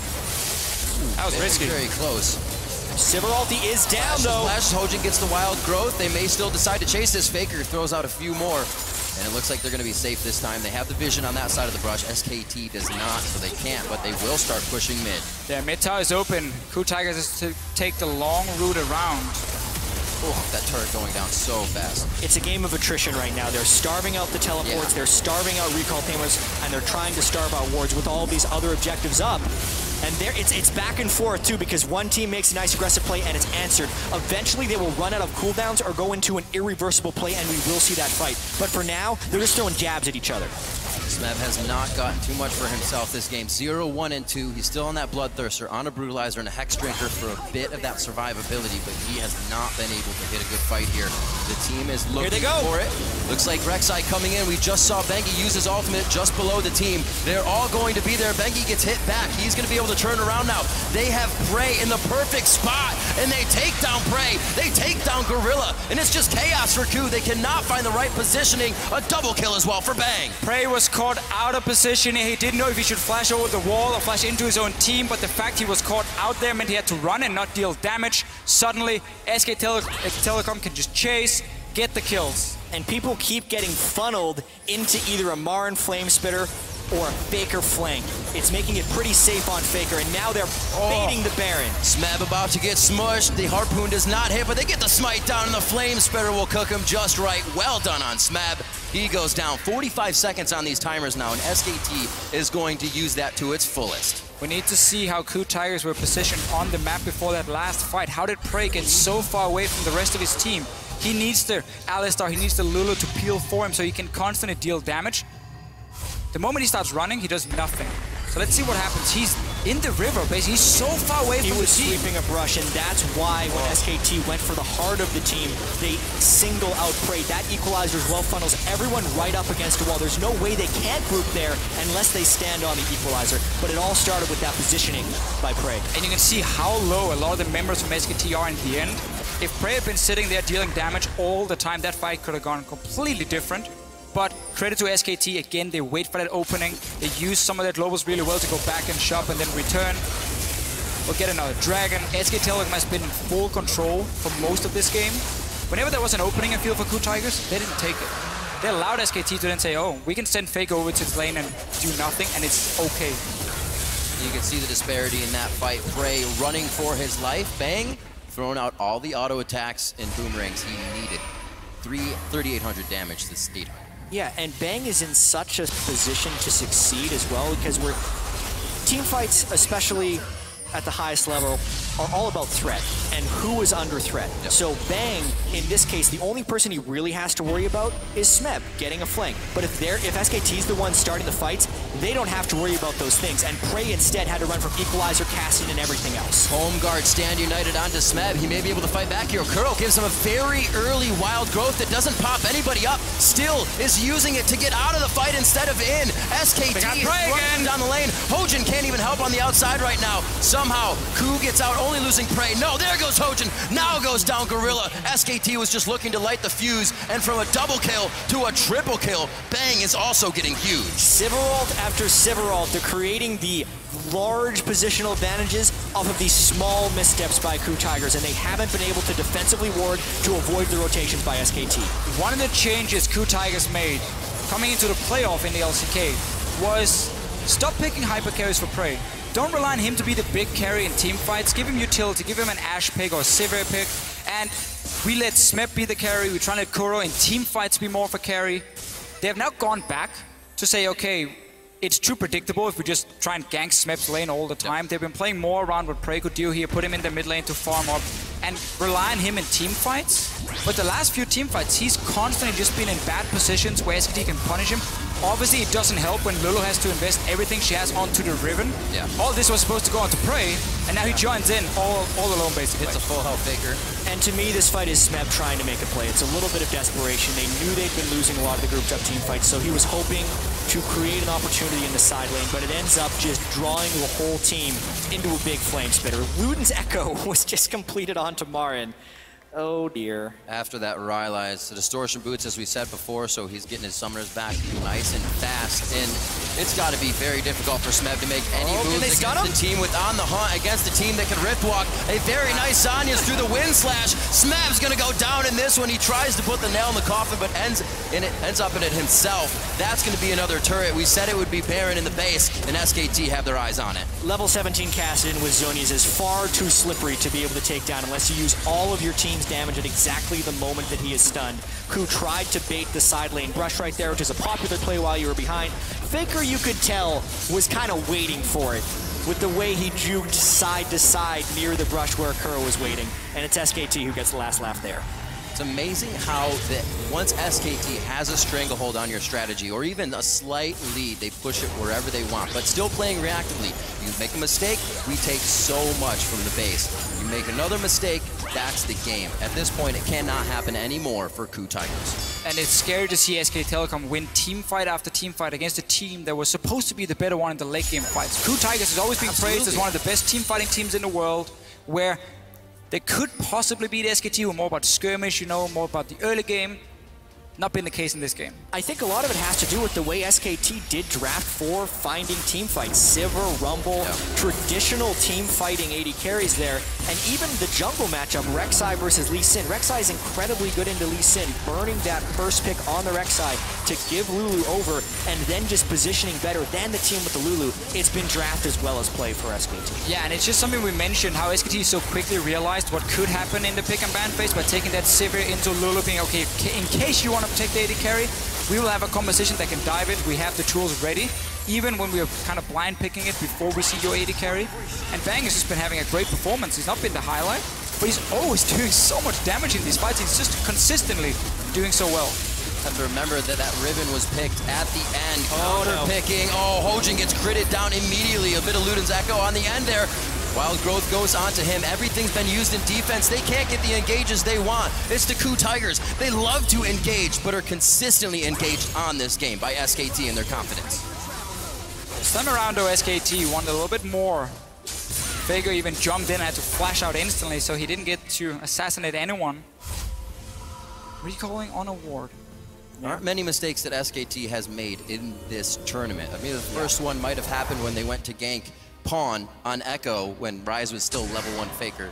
Or Faker was still level 1 Ryze, I should say. You're not going to get a Rune Prison out of him, but other than that, we really haven't seen them make too many mistakes here. They got a victory. This was a pretty tricky play because Hojin was trying to kick them back while SKT would be trying to finish this turret, and they get them low enough that they kind of commit over the wall, but now their focus is split between the fight and the turret. You could see Bang was finishing off the turret because they couldn't dive on the turret.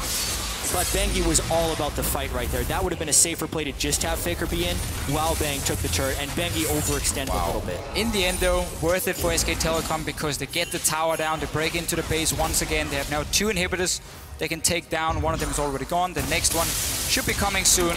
SKT back out, split pushing. One of the things they do with Rek'Sai very often in the late game, Bengi will just be the guy controlling the wave in one lane, just pushing it in. He's not going to kill anyone, but then he will join for the fight. Of course, he has a tunnel here, just behind SKT in case they need him. You can actually see, though, the lack of Void Staff on SKT is starting to get punished a little bit by Smeb and the rest of KOO's builds. They're building a fair bit of MR right now, and since SKT was very mid-game item priorities by going flat penetration on the Rumble and no magic penetration on Faker, Faker with a death cap and about 600 AP got a full combo off on Smeb and didn't take him below 75% health. Obviously, SKT still has massive map control. SK tilt. SKT just tilting. Not the case in this game. Definitely not the case. Oh. But no Void Staff on the way. It looks like Marin will complete his build sans Void Staff, and Faker will need to build it as his 6th item. Incredible play so far coming from SKT. A bit of a lead to KOO in the beginning when they got the early kills, but everything punished that SKT could has been punished. Steric's Gage now onto Bang. They're able to put some different items in their pockets here, keeping him that much more safe. As you were saying, that magic resistance getting picked up. Prey has a null magic mantle just to stop from being zeroed out immediately. And hopefully they can stay alive a bit longer here as they protect their inhibitors. It is very hard for SKT to fight here in the base, though, because the flanking option is not really there. Obviously, KOO Tigers have the Nexus turrets behind them. Finally, Prey sits next to his Lulu and his Alistar, so he's very safe. SKT respects it now. They're saying, okay, we don't want to risk it. Wait for Baron to spawn. Draw them out of this base here. Start warding up the topside jungle. At some point, KOO Tigers will come and face check. Then you get the big fight, because there's so many ways then for Kassadin to flank behind. And that's really the story here. And SKT has been the best team at recognizing the right play to make at the right moment. So even though they've had 32-minute games, you wouldn't expect SKT to overpress the tempo right here. They're at 4 dragons. Knowing the next dragon is going to be up in 5 minutes, they can get that. In the meanwhile, the Baron will come up. They can take that, slow push the wave in the top lane, maybe get down the 3rd inhibitor turret. Because, as we were talking about, they do not have the long-range AD carry, they do not have flank opportunities within the KOO base, and KOO can hold their own base quite well. However, if that's with a Baron buff and with 5 dragons, then SKT can crack it, which is why SKT's opportunity is in the here and now. As Baron respawns, they need to kill KOO within their own jungle. 4 items now for Prey. Lulu to buff him up as well with a death cap completed. It is just so hard for him because of the fact that there's a Sivir ulti, the Kassadin, the Rumble ulti. There's so many things that's going towards him. Even Flash Taunt from a Shen can be enough to win the fight for SKT. So you put in this impossible situation as an AD carry, where you have to deal the maximum amount of damage, but there's also so many ways you can die at the same time. Here's one of them. Marin throws the equalizer down. They're able to split from the red carpet, trying to get back into their own base. The Zanya's on Faker, makes Prey take one step too close, but he is able to get out with the Wild Growth. Eyes on to Smeb now. Everybody actually focused that. Gorilla's able to come back in, but only hits Faker, and it leaves the backline completely open. Kuro and Prey fall immediately, using both summoners that they can. Teleport still up for Kuro, but it wouldn't have helped anyways. SKT could not stop chasing KOO. KOO could not fall back fast enough. Prey kited his heart out, but it wasn't enough. SKT used Zonius properly, ran down the fight, and they'll win the game. That's going to be SKT earlier than what their longest game would be. That was 43-30. They put a stop to that. It's a 42-minute game 1. SKT is 2 wins away from the Summoners Cup.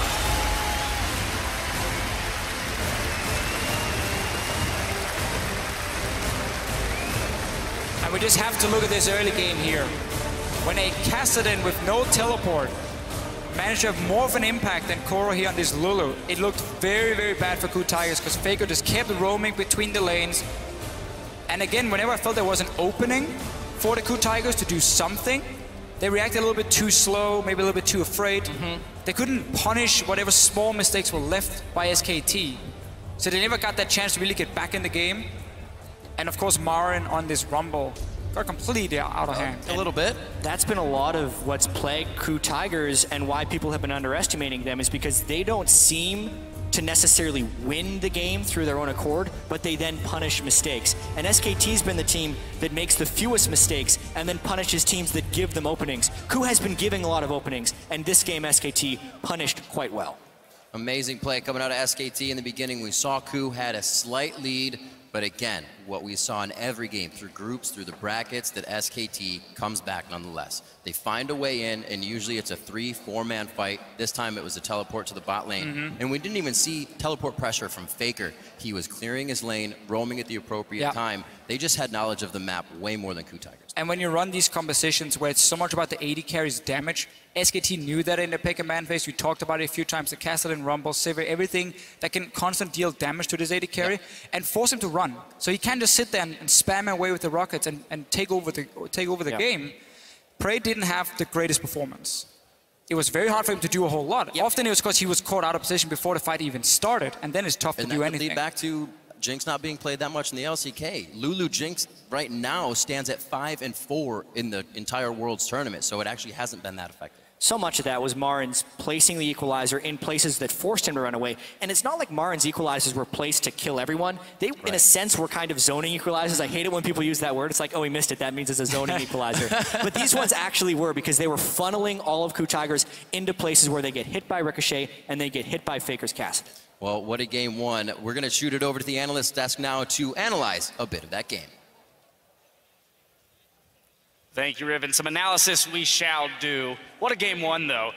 We have to start from the beginning because we had all of this prep. We talked about how the teams would draft. We talked about which players would impact where, where we expected teams to succeed and fail. So let's start at the beginning. In that drafting phase, we saw the hover over the Ryze, but then going with the Kassadin. So Faker already coming out with something new this time around. Yep, Kassadin with an easy lane and taking Ignite and being able to make it happen with roams rather than try and answer with teleport. Yeah, I really am surprised that SKT decided to blind pick the Rumble here, because they must have known the Riven was going to come out, but Marin is one of, if not the best Rumble players in the world, so that really helps that you at least have him comfortable in any matchup. Now, KOO, I thought their draft was great.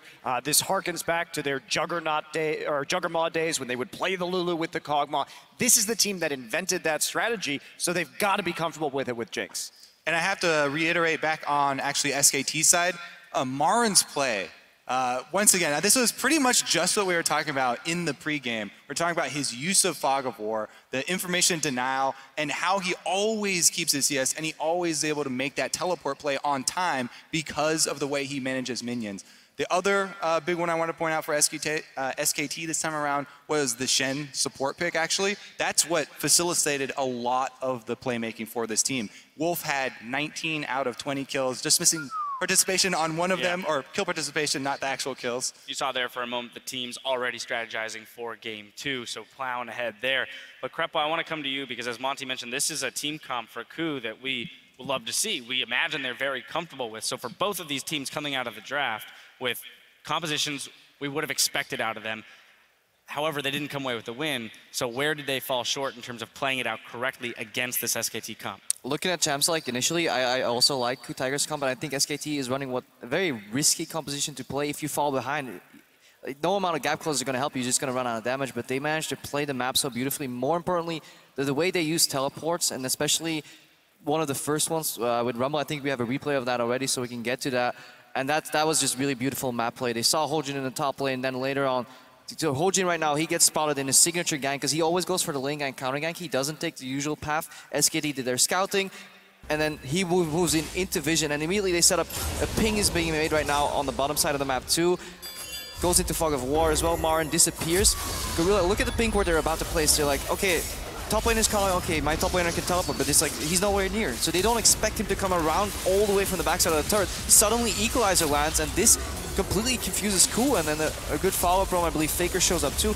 That entire play, punishing Hojin being the top lane, that is just executed so well, because a lot of these teams will go for a 2 forced teleport play here, not using the ward over the wall, going around the tower, maybe getting 1 kill, and then losing the top lane tower in return. This was just so crisp. But the major mistake there, right, is that there wasn't any pressure in the top side, so it left SK Telecom free to just teleport down to the bottom side. They couldn't even take anything with Smeb. Smeb had the opportunity to teleport, just sat up there farming instead. So it's about when to make plays, how not to overextend in that situation, and prevent really easy teleport ganks like the one we saw from SKT. Krepo? Yeah, and then from that point onwards, I love the way SKT, we describe them usually as a split push, 1-3-1, that's all we've been talking. And then they or play, 1-4. Yeah, 1-4, and then they play these really, really nice team fights where they dance on the edge of zones. It's really hard to read unless you've played against really good Riven players. They constantly respect flash stunts, flash knockups, and they dance just at the edge. And then when somebody mispositions, Ku was grouped for a lot of these fights, but being grouped against SKT doesn't really mean grouped at all anymore because they pick up at the sides and they tear you apart. Then you have the zoning equalizers come in, and the pacing and the positioning in these fights was just absolutely beautiful from SKT. It really was, and it was actually a good showing by Ku. They had early momentum, which is difficult for them to get, and then they transitioned into the mid-game. We saw so many of these team fights fought around ultimate timers. They weren't even getting kills. There were multiple team fights where you were just fighting for the advantage in cooldowns. Yeah, that 10-minute fight there, as soon as that was over, SKT had a 1K gold lead. But prior to that, entirely even, which is not something we would have expected given the statistics coming in. Now, moving ahead, though, at 20 minutes, Marin up 17 CS. Faker down 7, Bang up 4. But this is essentially, again, what we expected. The middle and the bot lanes going about even, and Marin creating this huge discrepancy. Beyond that CS2, 2 to 3 levels up, for the entirety of the game, he really was putting a ton of pressure on the map. So that's why we hit it so hard in the pregame, James. Marin's macro is just, it's really impressive. And I feel like because Smeb has had so many great highlight games leading up to this in the last 2 best-of-5s that they played, a lot of people kind of forgot about the work that Marin puts in. And just SKT, they transition advantages to different sizes of maps. So Faker does run a teleport, goes mid, pushes up. That allows him to roam. Suddenly he has a global ulti on the support. He goes top. He solves the Smeb problem for Marin. They don't even have to take him on 1v1. Chunk him out with the ultimate. Smeb's like, okay, what the hell was that? Oh, suddenly Faker's here. Shen teleport. And the Ku Tigers, because they have such a laid-back playstyle very often, they don't have the incentive to really punish those plays. SKT gets too much freedom, and they're finally showing what you do with that freedom against a team like Ku Tigers. Now, finally, I do want to push ahead to our last replay. 32 minutes into the game, mid lane, another 3-0 for SKT. Krepo, I'm going to let you take this one, as I know you love it. Yeah, just like look at what distance. Like Faker knows he can go into that distance, and they all like step back and forth every time until somebody mispositions here. And here, Prey, he gets exhausted. Equalizer comes in, and this is the fight over almost. And there are multiple Zhonya's initiations and re-initiations here from both Faker and Marin as well, keeping up the pressure. They just chase you down the entire lane, making use of the Sivir pick here, the extra speed for them. They're able to continually re-engage the fight. Yeah, Jat mentioned during the game that so often we see SKT itemize towards that mid-game, getting the early Zhonya's and the flat penetrations, and it's so much confidence that they're displaying in itemizing that way. And talking about that too, I have to question Hojin's build a little bit this game. He went Warrior Enchant into the Sightstone, he had Aegis. Sightstone, yes, but Aegis came later, so it came after the Hexdrinker, and I think that may have been a bit of an overreach. I think they needed that early Aegis in the mid-game against all this magic damage that was coming out. It's a really good point because he was set up to build it. He got the first blood money. He got the kill credit. Yeah, he had three kills in that game, so yeah, definitely I think if you get that Hexdrinker, you have to make kills with the Riven. You're trying to burst somebody down very quickly with the Riven, Lee Sin combination. But since that didn't happen and they were more focused around team fighting, I really think having that item earlier may have swung some of those team fights. Opting for the individual play as opposed to the team fighting prowess. Now, of course, throughout the day, we'll be checking in on a few of the viewing parties that have been taking place around the world to celebrate the championship finals. First up, you're going to get a look at fans lining up for a party in Hanoi, Vietnam. And the crowds are fired up in the Rialto Theater rather, in Montreal, Canada as well. That looks like a party, one that I would like to attend. Our friends at Coke have gotten in on the action as well. You're gonna see parties like these all over the place, one of which you're gonna see here in Amersfoort in the Netherlands. It's a nice try. Wait, did I not nail it? You got a smile. Yeah. I can't. Having Krepo on the desk is the worst when it comes to pronouncing anything and European. Every other reason, too. Right, exactly. Yeah, for every other reason. Well, but for now, we're going to step away while the teams prepare for Game 2 between the Ku Tigers and SKT. Don't touch that browser. The 2015 World Championship Finals continue right after this.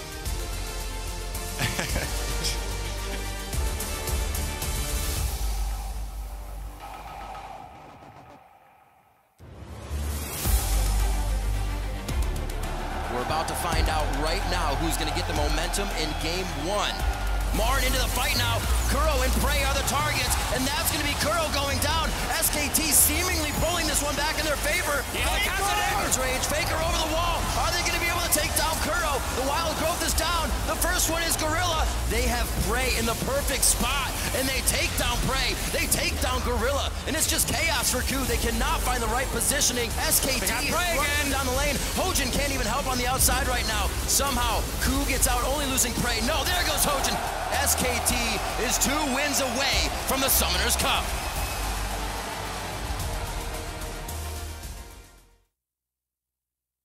No one around right now. He's running away through the wards. Pop, Summoner, teleport. Oh no! The double, the stun, the triple. They go for it. They're all gone. There's no stopping him now.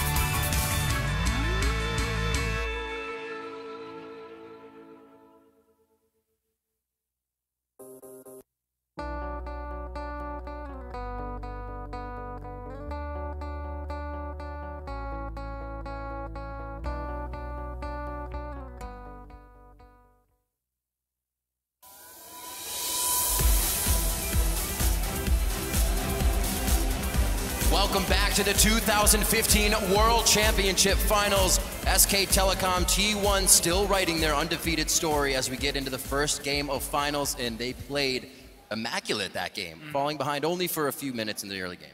There was some risk in the pick and ban phase we saw from them, the Kassadin pick in the mid lane. Obviously, it's a very good matchup into the Lulu, and that's what Faker used so effectively. But also Wolf, we didn't talk too much about him on this Shin. he was part of 95% of the kills SKT had. He was just everywhere on the map. He was joining in whenever they needed him, whenever they set up 2v1s or 3v1s even. And every time you pick Cassian, you are picking into an inherent amount of risk because you're leaving yourself a little open to map pressure. But we've also seen the emergence of support Shen specifically for LCK teams, and Wolf's ability to kind of feel like he was everywhere at once did a lot to keep KOO Tigers pushed back in the game. And then looking at his scoreline, he really was everywhere that mattered at the right time. Well, Wolf currently 3-0 on that Shen. Shen now 10-1, so he had a good hand in making a nice record for the Ninja here coming into the tournament, and they used it very well, especially with, as we talking about Faker's Kasten, on Ignite. More kill pressure to his lane, but always being in the right spot at the right time when KOO's teleports were up. Yeah, we didn't see him get a kill 1v1, but it's enough to have the threat that, hey, I can kill you. So Lulu has to sit far back and then catch the wave pretty late, and then Kasten can leave the lane. That's what we saw again and again. Pick and ban phase now, though. Obviously, teams are going to swap. KOO Tigers on blue side. It should mean SKT just want to focus on the standard Gangplank, Mordekaiser, and then probably Elise. Should set it fairly simple for KOO Tigers. Then, okay, what's the plan? Make sure you don't trade 1 for 2 when it comes to the other strong picks like Kalista and Tahm Kench and so on. Well, KOO is one of those teams that knows what happens when you leave GP open, mainly against the Flash Wolves. Wasn't a very good game for them, so I don't think that GP will ever be left open again. And you're right, they're on blue side now, so changes will be made. I think there's a very high chance we see a first pick Tahm Kench if it's not banned away by SKT. It's something they really wanted to do. Gorilla was pretty much the first person to play the best Tahm Kench here at Worlds. One of the best Tahm Kench games was from Gorilla.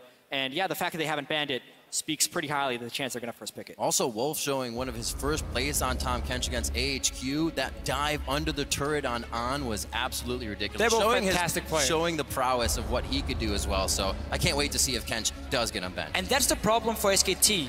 Because again, you normally look at Gangplank, Mordekaiser, and Elise as like the 3 bans on. KOO banned it for the Yeah, first I'm time. very surprised. I would have first picked this. Even given a Rek'Sai and just take Elise in again. For Hojin, he had a fine performance on this in the early game. If that was going to be the strategy for KOO Tigers, we're expecting Elise to be banned. Yeah, because now this can create the exact same type of Lulu or Rek'Sai choice that SKT opted into in game 1. Yeah, now it will be KOO getting the Rek'Sai, and we do have to wonder if SKT is going to go with Lulu. They're so good at it normally. Exactly the same. It's not in their head, Jap. I dislike the fact that KOO Tigers did the Tahm Kench here. However, if they leave Tahm Kench, they get 1, SKT gets 2. At this point, when you're trading these bans, it can get a little bit dicey. That's right. I mean, if I was KOO Tigers, I would have banned Lulu as my last ban instead. And then looked at SKT and said, okay, if you want to ban Elise, we take Tahm Kench, we get Rek'Sai. That's an okay trade. Obviously, it meant SKT could possibly leave both junglers open. It was like Tahm Kench for Elise. Which I think is fine. Which I still think you could have done if you are the KOO Tigers, or at least you get the Elise pick then for Hojin, his best early game jungler. So a little bit surprised about it from the KOO Tigers. SKT will now be able to do the same kind of comp, protect the AD carry if they want to. You're looking at an undefeated Elise on both sides. 6 plays in for Bengi, 5 in for Hojin. So nobody wants to leave that up on either side and get the spider in the game. Fiora will be picked up by Smeb in the top lane. We usually see Marin taking that out of the Rift, but Kuro has had a few chances as well. Yeah, well, especially after he played it all 4 games against KT, continued to have good performances with it against Fnatic. It was a little bit strange that it wasn't picked nor banned in the first game. So KOO Tigers kind of going back to that Fiora well, hoping that Smeb can carry the game. I think the reason KOO Tigers didn't want to play it last game, obviously Rumble was picked, they wanted the Riven matchup into it, but also because Shen was in the game on the side of SK Telecom.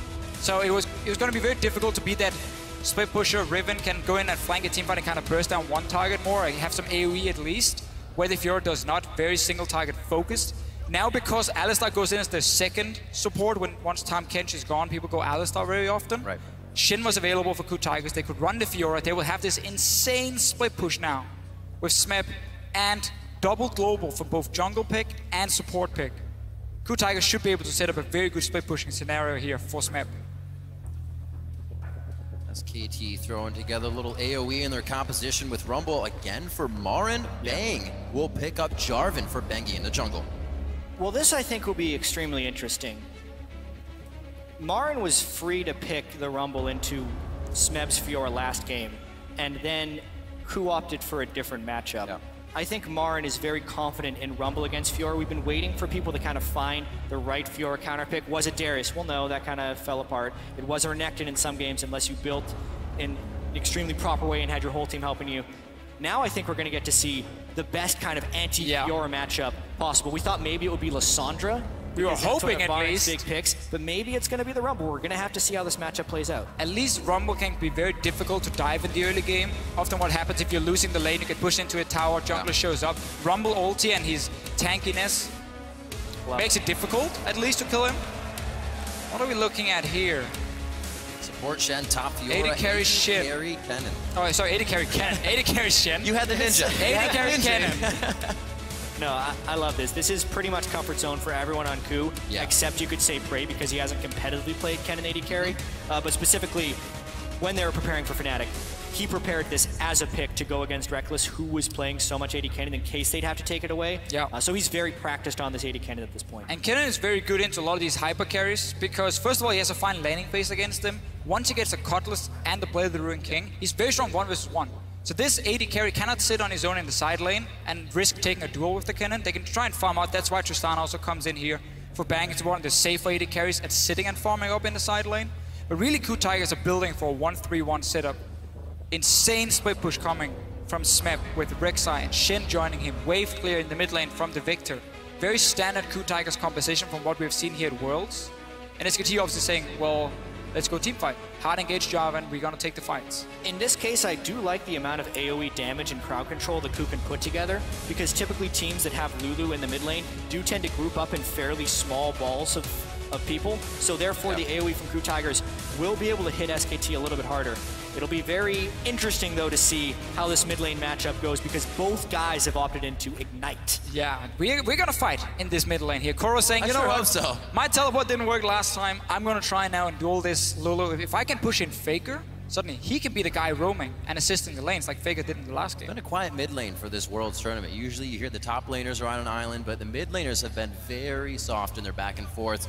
It's a few times for Faker, a few other solos throughout the tournament, but more than not, like we said, Faker, not really a playmaker this time. It's more about the rest of the team. We'll see if that turns tides here with Ignite in the mid lane. Keep updating your Twitter votes throughout this series. Send that hashtag KOOWin or hashtag SKTWin to @LOLesports, and we can see how you are calling this as we get on to the Rift. Game 2 of this best of 5 here in Berlin at the World Championship Finals. SKT 2 games away, 2 wins away, I should say, from the Summoners Cup, hoisting it once again. It will be the only team to have those 2 wins at Worlds. There were no huge surprises in Game 1, aside from the fact that SKT played around Cassian incredibly well. KOO Tigers wasn't really able to do anything with the minor advantages they had gained in the early game. Because remember, first game, SKT played a very defensive early game strategy, did not get any deep wards, and were vulnerable to a little bit of a KOO Tigers counter invade later into the game, where they outnumbered the number of jungle camps that SKT could take and gained a very early experience advantage. KOO does need to jump on SKT early because they were able to do it in Game 1. And Origin last week was supposed to be the guys who could maybe create an upset, take a game against SK Telecom. They did really well in Game 1. KOO Tigers had a good early game at least, but then we saw it fall apart. I wonder when you face a team like SK Telecom and you're mentally trying to be so ready and say, this is where I'm going to play the best game of my life. I'm going to take down SKT, I'm going to take down Faker, take the trophy, run away with it. He's not going to get his hands on it. And then you lose that first game. It is so hard to then rebound into Game 2 because like you just had everything invested into one game. It didn't work for you. Origin, I feel like, had the same problem. We're going to have to see if KOO Tigers can show up in Game 2. That's the thing about SKT is you can take them down in every facet, but if you haven't chipped away at their mentality, they are still very much so in the game. Yeah, and we've been talking a lot about like what will it take for SKT to lose a game? Because SKT is so fluid and reactive, and we got to talking and we're saying like, oh, SKT, they just do things by the book. But then the question is like, what book? What book are you doing that tells you how to play this perfect League of Legends? Because what they're able to do is make the right play across the board, which is so fascinating and so difficult to do in League of Legends because you are 5 individuals trying to play as one. And that's really what makes SK Telecom so far this year at World, is their ability to play as an absolute team. Yeah, and that's really the scary thing. A team with so many carry players, insane mechanics, top lane, AD carry, mid lane as well. And when you then add in what I feel is the best shot calling we've seen from a team in League of Legends, and really the main thing for SK Telecom, how quick they can make these decisions, reading, okay, Miniwave is pushing one lane, so we need to defend there, move down, and then keep always rotating around. Right, and Wolf successfully pushes them off with move up, which is, again, kind of a smart play. And do they see a big opportunity? Because normally KOO should funnel to Raptors. Now Marin's there. Marin charging the flame spitter. He came in with his gauge over half. A level 1 turret dive. Bengi definitely messed that up. Can they get Smith? Marin's gonna go down here too. SKT go way too hard in the early game. This is what they call the caster curse. You talk about it. Play by the book, Jan. Play it by the book. Capitalize on opponent missteps. Never overstep your bounds. I was just going to say SKT has been the perfect low-risk, medium-reward team. But by double flashing into the turret at 2.5 minutes, that was a high-risk, low to medium-reward play. SKT completely out of character, and KOO Tigers get 2 kills in the early game. They were in such a good position. Just push these guys out of the jungle, force them to recall. You're now way ahead in the lane swap. Go up, take your tower. Marin now. It snowballs because they do not have the support from the others. This is exactly what we didn't see last game. These turrets were being pushed by only members of the opposite team. Now SKT tries to defend that turret, and it cost them their life. 2 lives to go down. Now Bengi just came back from being dead. It's going to be a real long walk to get back into his jungle. Great turret aggro trading, and that's Gorilla coming in for the final kill. 1 last shot, he's still alive. It's a 3rd shot that will take him down. He gets caught up in his own minions. Even so, things have gone from bad to worse, and that is the collateral damage or just the extended loss of what SKT did in the jungle of KOO Tigers. They completely fell apart for about 1.5 minutes. Let's see if they can recover. If KOO Tigers didn't feel confident going into game 2, they do now. 4 kills, 4 minutes in, and such a greedy play just from SKT, sending Marin down with no flash to sit in this bottom lane. Bengi didn't go anywhere on the map. Either he had to go top and dive Smep like we saw Hojin do right here, or he had to just try and farm it up, but that would mean his top laner could die. Going down to defend him this late would never really do anything. And KOO Tigers just a step ahead of SKT, punish him in this lane swap completely. Smep is level 3, 16 CS. He's going to be more than fine now. Yeah, and maybe if SKT could have had both Bengi and Marin under the turret at the same time. Yes. But even that's a little bit dangerous because they're both down flashes from the earlier play. Really, just a series of errors by SKT that were capitalized on by KOO by doing that turret dive. Now the question will be, where does KOO go from here? Because they haven't been able to push their advantages extremely well, except in the group stages, actually, when they're able to do it against CLG repetitively. Well, already an uncharacteristic game for KOO here. Who usually we say Hojin sits back, waits for the counter. They were so proactive in those engages. I don't think they're going to be stopping anytime soon, but definitely need to focus that Hojin giving the kills to his lanes now. He's 202, doesn't need too much more as an early game jungler. We'll see if he can help the other members get going on the team. Gorilla heading back down towards the bottom lane. They're looking to make some plays, trade that damage. They know these little upper hands in the lane are really going to go far throughout the game. Wolf, level 2, his flash is still down. He's going to be forced to just do some triumphant roars if he's even leveled it here. KOO Tigers keep playing around the lanes where SKT has no flashes from that level 1. Marin still missing his flash, Wolf of course missing his flash, so they knew, okay, they're overextending on the bottom side, make a play, because right now Smep is just sitting on his own up top lane. He's getting solo experience, he's more than fine again.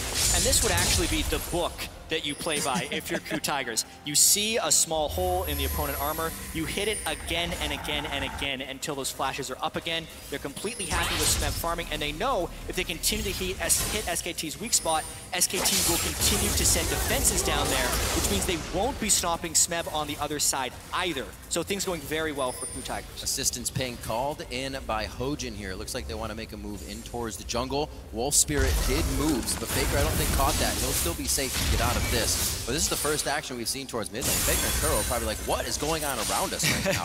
Well, Faker is happy in the lane so far. He's winning quite easily. I didn't see if Kuro had to leave the mid lane, maybe to try and rush down and be part of this tower dive, even though he never got any assist, so he's not really been able to add any value there.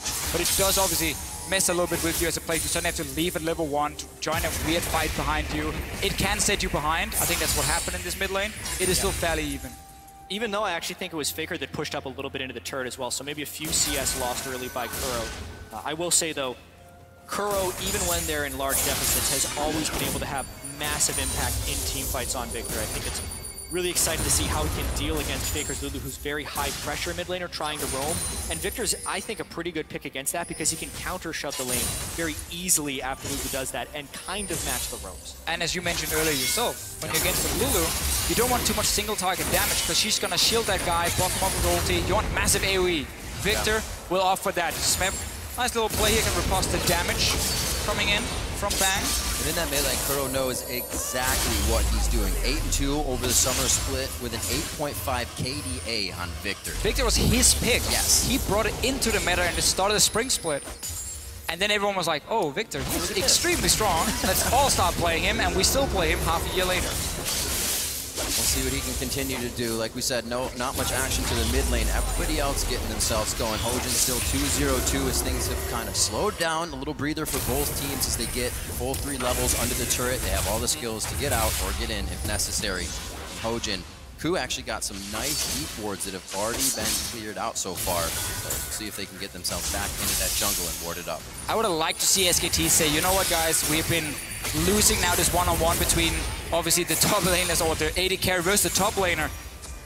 And our own top laner, the Rumble, is sitting and having to share experience with our support. So he's really far behind. It's going to be a tough dive for Bengi. Yeah, sub-level 6, Jarvan.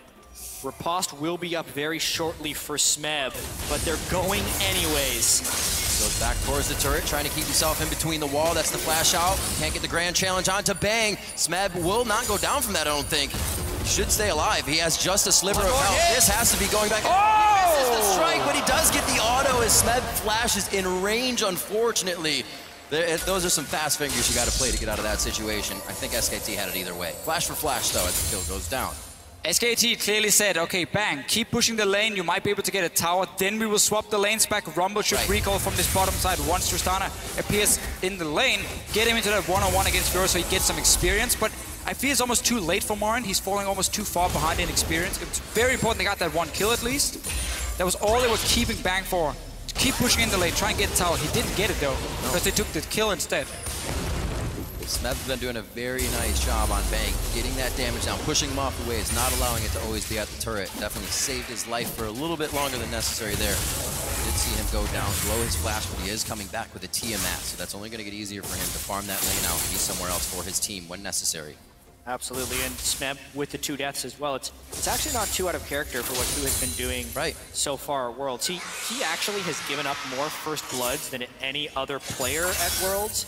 So he does die early in lane somewhat frequently with the aggressiveness in which he plays. That time, he had been poked down pretty low by Tristana. He thought he could outplay the dive. He has a lot of confidence in his ability to outplay because more often than not, especially in teamfights, he does. But this time it cost him.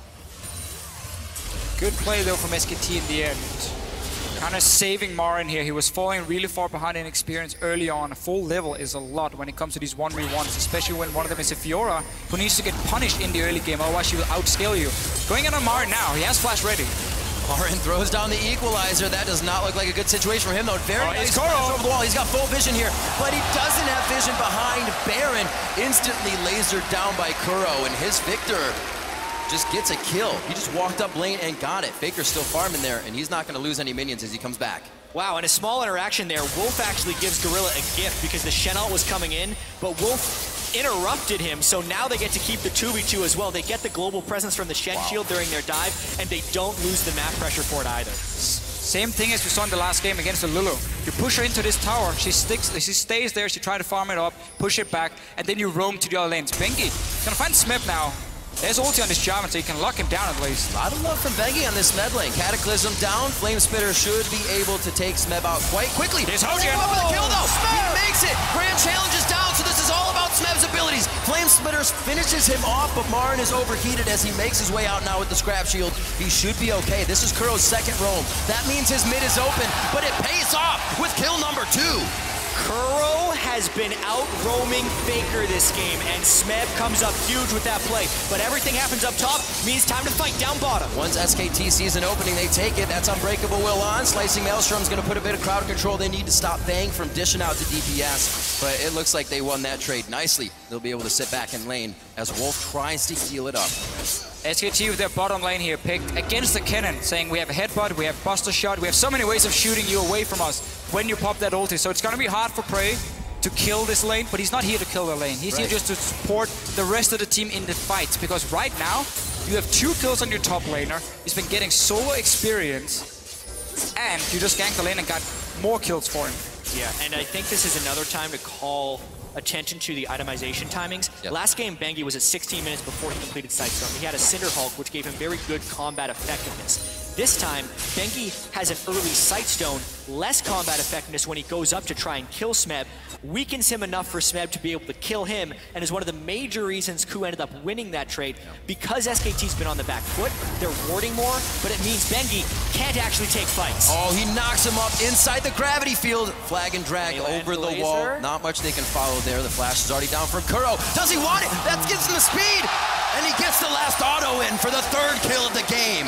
Everything is going wrong for SKT right now. This is a play we normally don't see. Bengi walks into the enemy jungle to place a ward when his own mid lane is back in base. Faker wasn't even nearby, so he was all alone. Gets caught out. Faker now wants to kill Kuro. Oh, what a turn. Faker pressuring Kuro here. Flashes in, gets the kill. Looks like there was a little of bot lane as well, but they turned off of that. Faker getting it right back for himself. I feel like Faker just completely turned this game because it looked like KOO was making play after play and never breaking the momentum. The 3-man gank that they were prepping bottom lane, I think absolutely could have worked, but the instant Faker kills Kuro there, the entire team pulls off the gank. Alistar ultimate was still down, so they could have been able to focus him. At that point, Faker turns the kill around, gets the shutdown on Kuro, knows that Kuro will use a lot of his summer spells and power to get the kill on Bengi, and it's the right time to go aggressive. It's top lane, man. Smeb is just getting further and further ahead. He's the one with the lead now. Remember, SKT decided to put Marin down to the bottom lane. They decided to keep him there with the Alistar for such a long time, sharing experience. Replay from before. This is where it goes, you know, away from their by-the-book plays, because these are the kind of outplays a team like SKT can make. This is the choose-your-own-adventure. Right. When everything looks terrible, they're making some mistakes, they get one of these solo plays. Top lane might see a dive, though. I think they saw a little bit too much behind Marin to really keep wanting that. Hojin in a bad spot, and it looks like the team is going to leave him out to dry. That is not going to be good. KOO had that lead. It is being squeezed smaller and smaller by SKT's moves. Bang and Wolf were there when KOO did not expect them to be there. So that was just catching them off guard and in a bad timing right here. Kuro able to get the blue, which is actually pretty clutch, and this could end up being a trade of turrets. Should do. This tower is so low on the top side, we know Prey can't join. Same for Faker, though. He's also on the bottom lane. Kuro has moved to defend, so they're actually trying to save this turret as best as possible, and they've pushed SKT off of it. Teleport's going to be up for Marin, but his ultimate is following very slowly on that one. Hojin onto Bang. Bang jumps nicely over the wall, makes it to safety. Wolf's gonna headbutt himself a little bit further towards the turret. Looks like they could be safe here. That teleport's there for Marin, but he's gonna stay. The team calls safe. No problems from KOO here, as KOO again attempt to get themselves even farther ahead. Yeah, well, they definitely repelled the pressure that was on their turret. Then they let it die to minions because they were too aggressive there. So really unfortunate move there for KOO. But I really love the way Bang counterplayed that gank. He doesn't want to try and rocket jump over the Rek'Sai because the Rek'Sai will unburrow and interrupt the jump. So he was very patient with the way he used that to jump around. Marin takes a shortcut, but it's not a good one. Oh, Hojin over the wall. It's not even going to be necessary. He does get the assist, though, in the end. And that is going to be Kuro, 4-1-0 now. Another really sloppy mistake here from SKT. KOO Tigers were just fighting on the top side of the map to walk into your jungle, and you didn't just walk straight through the mid lane. And not really sure how Marin got caught out of position in the first place by moving up there. Ends up dying. Kuro's 4 kills now on this Victor. It's going to be so keen to late game fights. And this is the worst I've seen Marin play in Worlds. Early game, he flashes under the turret to try and get like a refund kill when it's definitely going to be his death. And then again here in the mid lane with the 5th death. Slicing Maelstrom, they are going to call in the TP.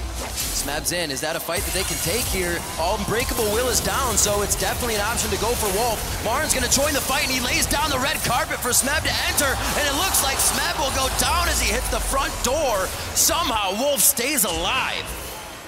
In the end, it's KOO Tigers investing a teleport to try and create a play where, honestly, they just want to have this 1v1 in top lane. They don't need to try and join him for these fights. Just let Smeb do his job on his own. Because then SKT has to send up multiple guys to help Marin kill Smeb, and that's where you get your openings. Yeah, I agree, but when you're in a position to take down SK Telecom, what type of decisions will you make? Here, KOO does see a window because SKT burns Luluwald and an exhaust onto Prey early on, which means Smeb thinks he's free to go in, but the matching teleport way in the back has Smeb tunnel. He's out of mana by the time he goes in, so he can't dash to proc the last vital. I like the idea of putting the vitals on the Alistar because you're doing percent health true damage every time you proc the vital. Therefore, you can take down Alistar in an Unbreakable Will, but he was not respecting the teleport and absolutely should have disengaged. Yeah, and that was the weird thing, not respecting the TP, and he was recalling top lane. He was like, okay, back to base, got a lot of gold probably. And then he's like, oh, I have to react now, try and help my AD carry down on the bottom side. Those kind of plays can cost KuTigers a lot, because now obviously setting up that split push is going to be more difficult with no flash for Fiora and no teleport for her. Might slow down the game a little bit for SKT, give them more chance to farm again. You still don't have really anything completed for your AD carry. Faker has been doing well in the mid lane, but he's obviously not going to be the main damage dealer on your team. Looks like SKT still wants to make plays. Early distortion mobility for Wolf so he can get the flash pulverizes in to start things off. He does have that wild growth we just saw save his life if Unbreakable Will is down. A lot of options to go in. It's like Wolf and Bengi are going to be Bash Brothers here starting off these fights once they get the chance. Yeah, typically though, because of the gold deficit, we have to see a much craftier SKT. They can't just make the brute force outnumber plays that they could last game when they had big advantages. Here they have to be very creative, make Ku overcommit, and play from behind, which is what SKT has been able to do very well in the past, but they are in a much different position than in Game 1. And Kuro really wants to have an impact right now, or keep his impact going, because he's obviously had a great start to the game. Morel Nomicon, it means you can go for your magic penetration boots, so your mid-game damage is very, very high on the Victor. Obviously delays your late-game items a little bit, but he wants to fight at the moment. He wants to be able to one-shot someone from SKT. I think that something that is very strange about this game is that we're 19 minutes in and the first dragon has not been taken. KuTigers has had what should be pretty good map control, but they have consistently been prepping turret dives and going for kills instead of securing the objective per se. Even with the global pressure of the Rek'Sai and the Shen, you'd think they would have gone for that already. But if we do see a big fight here, it would be around the Dragon Pit because that's what SKT is trying to draw in here with the mid-game Lulu Trist. This is super dangerous to Fischio. This is so risky for SKT. There's 2 items already on Prey. He's joining in as well. If there's a fight, KuTigers should be able to win it.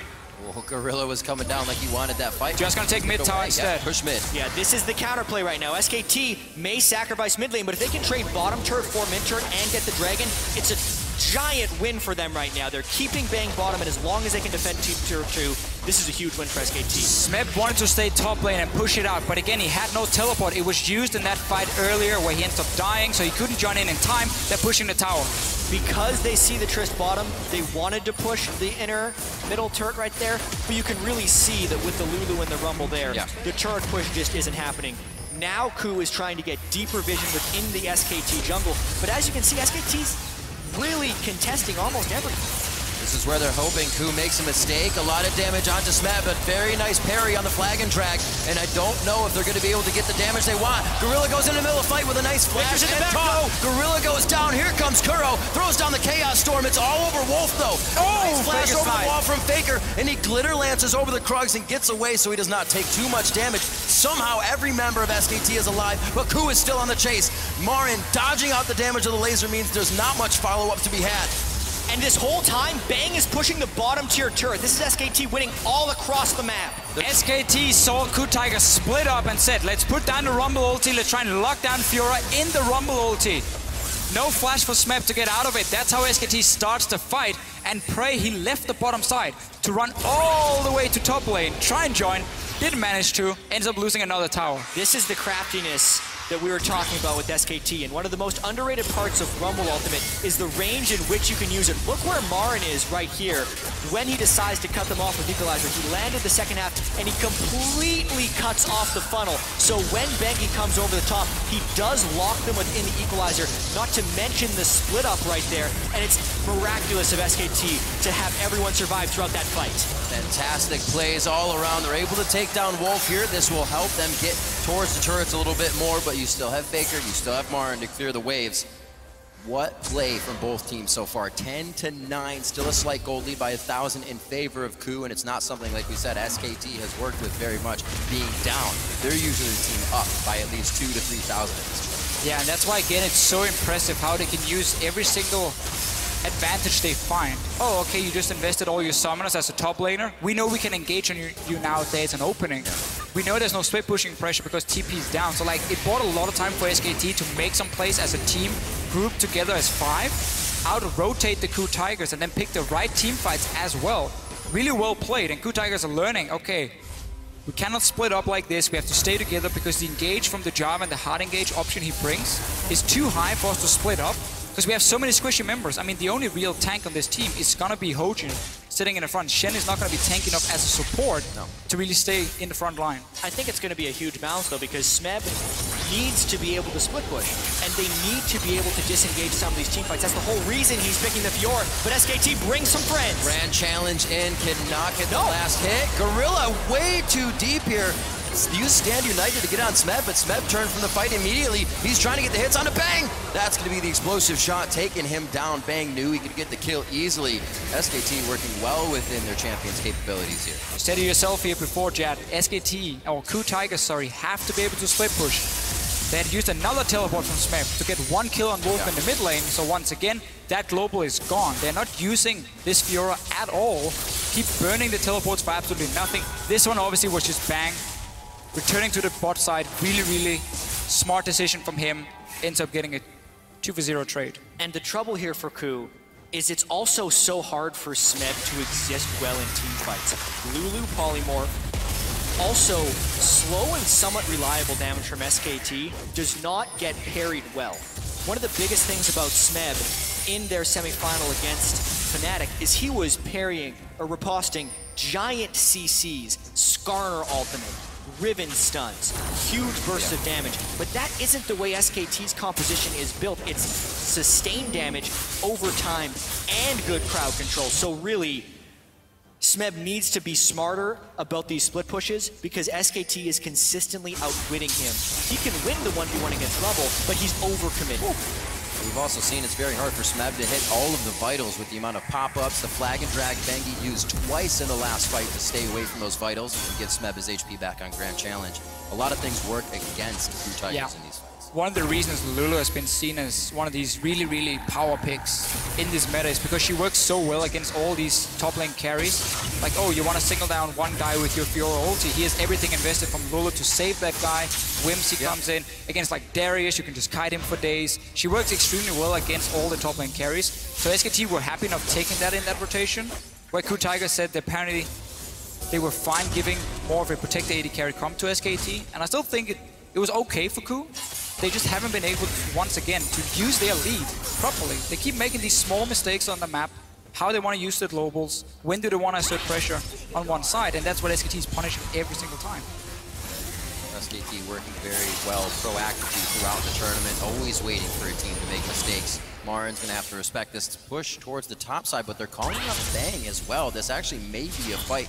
Smeb pushed up very far here, but he does have some friends in the river that could head up. Very creative what they're doing right here. They're keeping Lulu as the wave pusher. They're actually not playing 3 lanes right here like they usually do because they are consistently trying to lay traps for Smeb, hoping he goes for kills on Marin, and then turning. How often do you see an AD carry waiting for a counter gank? Second time for SKT. Smeb lunge to get away. Looks like it will be enough of the distance to get out of any danger. That Dragon is alive though. We've only seen one on the map now. 26 minutes in could be Dragon number 2. It's both teams kind of hold hands as they make their way down the river to get that vision.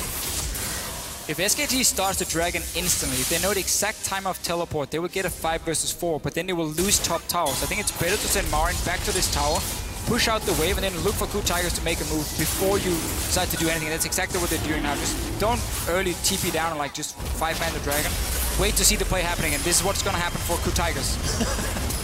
Really good Zhonya's. Drill that'll pierce the heavens. Can Marin do it? A 4v1 situation. It looks like he will go down as all 5 members of KOO are towards the top side. That's going to mean Dragon, and they don't really have a wave to get a push on. That was a very greedy play by Marin to be under the turret, but at the same time, SKT is going to try and make that work. With committing the 4-man dive, what will SKT get out of that? They actually defended the turret, traded his life for the Dragon, and a mid-inner. This is one of the reasons SKT wants to play Rumble against teams who can split push against him, because on the turret, he can do so much damage before he goes down. He always builds Hourglass early as well, which delays him going down. So even with it was greedy for Marin to get under that tower, it bought enough time for SKT to take 2 objectives, a tower, and of course the Dragon here. So really well played from SKT. But also KOO Tigers investing everything to try and get one kill. You always know if it takes too long to do something, it's not worth. That's what the Zanyas is helping to promote for SKT here as they're getting pushed back ever so slowly. But in their pushes, or in, I should say, KOO's pushes, SKT is able to get more around the map than what KOO is getting out of the champions of SKT. 11-11 in kills. The gold is pretty much tied up here, just a small lead in what would be probably minions in the lane over to SKT. They have 2 dragons in their favor, and they haven't let KOO get very many throughout game 1 or game 2. A lot of control on the map for SKT. Yeah, and SKT with the Rumble and the Lulu kind of have a double AP composition working, but there's still no Aegis on the side of the 2 Tigers. And they're not even close to one either. So this is a little bit troubling for KOO since their split pushing has been getting counter-ganked by AD carries and their team fighting isn't necessarily itemized for, whereas the power spikes are hitting for SKT with the death cap on the Lulu and the last Whisper onto Bang. You do have your Shen ulti very soon. You have teleport for Smeb, so he needs to sit on the bottom side, and the 4 members from KOO Tigers has to take over the Baron. They need to control it, because then you get 2 openings. Either one, you get the one-on-one bot lane with the Shen ulti, and you 2v1 kill, obviously, onto Marin when he's sitting on the tower. Or, if they try and make a play, you just go in towards and force the Baron, like this. A lot of miscommunication in that engage. Bang uses both summoners to get himself out with Wild Growth. Gorilla is the focus now on the other side. Prey, he branches off from the team, and here comes Marin on the TP. Zanyas is down, but he's going to get gravity fielded. No, he wasted enough time inside that he didn't, but KOO is able to assess the fight very well, get themselves back in after choosing the right target. Bangy, flag, and drag away. Doesn't look like KOO has any more priority targets. They lose 2, however, in that fight from splitting up so much in the beginning. Marin teleported in a good 2 or 3 seconds before Smeb made his presence known in that team fight, and that's the reason that SKT ends up getting a 2-for-1, because a fight in which Bang gets caught at the beginning should almost never lead to an SKT 2-for-1. Exactly. But they do lose the turret afterwards because some nice damage was returned by KOO Tigers. Really interesting chain of events. Wolf goes in, Bang shooting somebody else, they still get out alive. However, they can turn situations around so fast to be in their favor and make it work. Still just repairing the lanes now because that wasn't the best of situations they came out of. Coming up on 30 minutes here. These games are definitely going longer than SKT's average, so they have to put a little more effort in to this mid-game area, where, as we say, KOO should be shining. Sadly for KOO Tigers, Smeb had to use ulti, teleport again. So now he's no longer on the bottom side. You can no longer make that Fiora Shen play very easily, because you will lose all your pressure around Baron as he can then start it. So the whole setup for KOO Tigers with having that 1v1 just keeps getting delayed again and again and again. And Smeb really has been struggling to do a whole lot with that early lead he got, because he's constantly being put into team fights. So much of split pushing is about forcing the enemy team into decisions, and half the reason it works is because it's so difficult to coordinate everyone to do exactly the right thing and find the openings. But SKT has been the best team at Worlds this year, as well as having some of the best players, and I think that teamwork is one of the things that's stopping this split push from being so effective, aside from Smeb being a little bit slow on the uptake in some of his plays. And we can't really blame KOO Tigers for looking at that last fight and saying, oh, we can catch the AD carry, we should go for it. But normally that's not what they wanted to do. They wanted to just have control of the Baron River and wait for Smeb to make a play 1v1 against Marin. They were gonna wait for him because he was supposed to be the strong member here, the guy who can win his lane consistently, where every time there's a team fight, it's more 50-50 between the teams here. So their safe play was gonna be Smeb making a move with Shen ulti. That didn't happen because obviously they saw Bang a little bit out of position, they went for it, but that was basically what SKT wanted. Because now we have this situation again where 2 top laners are holding each other. It's very difficult for KOO to make that play because they have no TP. So how do they capitalize? It's going to be very difficult, especially with Faker having home guard and Whimsy to get himself back out to the lanes, instantly glitter lancing, pushing any of KOO's work back while he was in base and already down the mid lane. It's not going to be Smeb diving Marin under his turret, so Smeb starts to back off, and Faker was making a roam down. But the movement of Smeb says, I'm in a ward, let's not go for that. Still focused to the mid lane. 1 minute on to Dragon, both teams trying to just pull ultimates, pull flashes or summoner spells out of each other here before it happens. We're absolutely seeing a game of back and forth right here. Anytime someone leaves to go and push a side lane, you're gonna see a small window of pressure for the opponent. And anytime SKT shows people in the mid lane, Smeb will try and go aggressive. They end up getting the equalizer out there for very low cost. 97-second cooldown on the equalizer from Marin. That's one of the reasons Rumble is sitting and holding a lane so it can be a bit annoying for him if you have to use ulti due to the long cooldown. This does give an opening for KOO Tigers. You can see how they're instantly moving in now. sit around Baron and say, we want to fight now because you have no ulti on your Rumble. With the distortion enchant for Marin, he has a faster teleport cooldown for Smeb. So even though they used it on the same fight, Marin's teleport's actually up in a couple of seconds right here.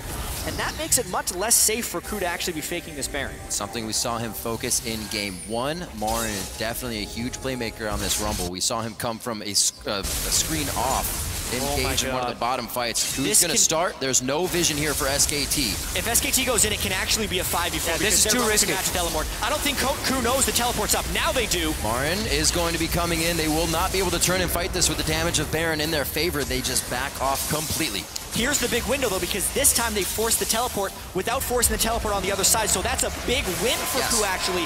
Not overcommitting to the Baron and getting the split push turret. Huge move. The key thing for Ku Tigers was the fact that Faker had recalled. He was back in base. One other member I didn't get to see who was also running from the fountain. So SKT, even though they had 5 members, they couldn't hard engage. They're going back again. They're going back. They have the pink ward, but they do not clear the one in the back of the pit. They are trying to run SKT around the map. And soon, Smeb will have his teleport, but he's drawn Marin up right here. So it's the Rek'Sai, Shen, and the teleport advantage all working in conjunction with the Dragon and Baron being up at once. This is filled with action right Definitely by the book teleport play, if you will, gentlemen. This would be perfect for Ku to get a giant fight if SKT bunches up in this one. Marin, or Smeb rather, keeping an eye on the team. Marin already had to go back, but the teleport discrepancy actually will not be worked just yet by Ku. We have Hojin going back, but he can ult back in. And if you're SKT, you have to break this cycle somehow by making an aggressive play or killing one leg of the split push. But at the moment, Ku isn't letting them recover. If anything, this leads to a cataclysmic fight at the Baron pit. There's no wards behind SKT. There's no real way for Smeb to get a flank. He's just sitting in the lane. He's waiting for SKT to overcommit to a fight, knowing that Rumble isn't there. But you're still at that point where Fiora can duel everyone, so she can safely sit and stay even, at least with Marin, just clear the wave every single time, wait for something. I would want to see a ward from Ku Tigers behind this Baron, so there's a way for Smeb to TP in and get a flank, and he can instantly try and go for bang. SKT as well, kind of baiting the Baron out. They push down towards Dragon to make sure that Ku goes into it. SKT now approaching. Baron's going to be down to about 4,700 HP. That's the in from Wolf. Stops up 3 members. Slicing Maelstrom goes down, but it's not really hitting anybody or stunning the targets it needs.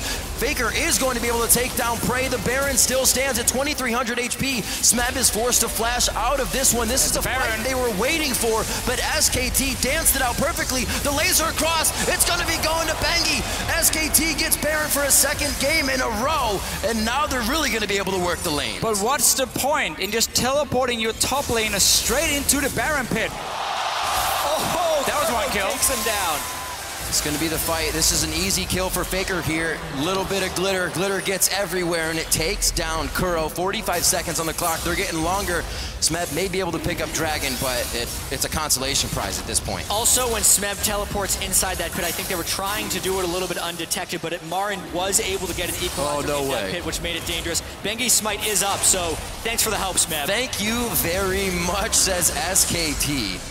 Ku Tigers. It doesn't look like they want to stop either. They see Smeb is low on mana. He's not going to have any potential to fight. Gorilla not doing anything, but you can see how long it's been since they've been in each other's jungles. New wards finally being placed. Nobody had deep vision before that whole fight. This obviously completely shuts down the split push here, but Ku Tigers simply got too greedy. They didn't want to wait any longer. They're like, let's just try and burst down the Baron, TP in here with all 5 guys, and just destroy the Baron as fast as possible before Marin shows up. But now you're just caught in here, so suddenly getting to the AD carry is almost impossible, and he's the guy you want to aim for if you look at what SKT has brought here on the board. So look at Bang. He's just sitting, shooting away all he wants, and they're caught. 5 guys taking damage from Baron at the same time. Also, the way SKT engaged that fight, with Wolf going in with the Unbreakable Will, the Baron was only hitting Ku, even though the team fight was taking place in the Baron pit. The dive that Smeb tried to do outwardly maybe would have been best served to just kill frontline to backline. He tried to assassinate through the team of SKT, which is almost never going to work. Impatience is the word I would use from Ku right there. It was supposed to be start Baron, 4 members from SKT move in, TP in behind him, like Flash Torn from the Shen onto Bang, and try and destroy him as fast as possible, or maybe the Lulu, and then suddenly you have a good fight going for yourself instead of being caught in that pit.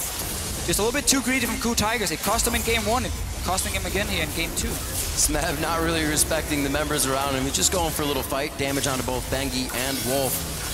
looks like they may want to commit here. They have good vision, but it's being cleared out. Double wards go down. The ward war definitely won by SKT here inside Aku's jungle, and they're so split up. They can't really engage if they want to. A lot being done in defense. Smeb actually puts himself in a spot where he dies. That's a double kill for Bengi. They're not stopping. Bang jumps over the wall for another kill, and it looks like it's going to be an ace in the base. 22-13. When SKT takes over, they start to steamroll. And just like that, they still have Baron buff, and Marin's going to grab the minions. He actually still has Equalizer. He uses that to clear the minions. SKT, just like that, it's over. The game is open for anybody to take. Moments later, SKT wins a few fights, and it is all theirs for the taking. The first Nexus turret goes down here in Game 2. That's the second one.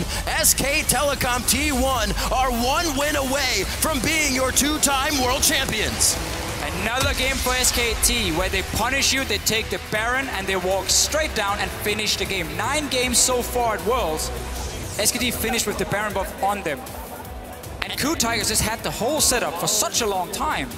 And it gets so scary for KOO Tigers now. This was the game where Marin and Bengi made the big mistake early in the game, and then made another mistake by not changing their playstyle. This breaks you. If there was a game to win or get back into the series, it was this one. And KOO needs to prevent being broken by SKT. We see such a big difference just in shot calling though between the teams. The way KOO Tigers are set up in the early game are like, oh, we're winning 1v1 top lane. Fiora is having a great start, a level above the Rumble. Keep playing around. We have the Shen. We picked it early on because we want to split push. And then they keep joining in for fights with this teleport from Fiora, so she loses all her pressure in the mid game. Late game, they have that one opportunity where Rumble had no ulti, they set it up really well. And what do? They greed for the Baron, they rush in, trying to 5-man, just take it down as fast as possible. Ends up going completely wrong, and they lose the game. They had so many openings. So many. Yes, exactly. I mentioned it in the beginning, you can beat SKT in every facet, but you have to be able to get on their mentality. You have to be able to break them down. And never once in that game did it look like they didn't want to engage. They didn't want to take another fight. They were always going for it. And so much of this just kind of speaks to the magic of SKT, because we as observers and people watching, we get to see the whole map, and we get to hindsight 2020 all of these decisions. And this is why it's so hard to be SKT. It's not like other teams are even close to being on the level of turning things around, because down in gold, still win. Usually up in gold, making the right decisions time and time and time again. One game away from being the first team to win 2 world championships. Absolutely crazy. We're going to go ahead and throw it over to our analyst desk to see what they make of that decisive SKT win. Thank you, Riv. Still undefeated for SKT there, although it looked... that was the game. That's the thing. It didn't look good there after those few early plays. How can you lose faith, Monty? But how dare you, Mozzie? Yeah, but, you know, the thing is Jat said it, that was the game to win there for KOO. Things only get more terrifying from this point onward when you see yourself set up, literally set up within the first 2.5 minutes of a game for victory, and then it slips away from you. Yeah, I mean, we kept talking about KOO's punish game and how they're waiting for all these mistakes to happen, and then they punish you so hard, and they're able to... The mistakes came too early in the game, maybe, and then they didn't know what to quite do with an early lead, because it looked like, while, yes, Marin and Bengi were making a lot of early errors, and they were, you know, sort of tilting themselves, Smeb also, then he kind of took that and went too aggressive. They were overreaching in a lot of places, and SKT slowly built their lead back up from these small skirmishes across the map.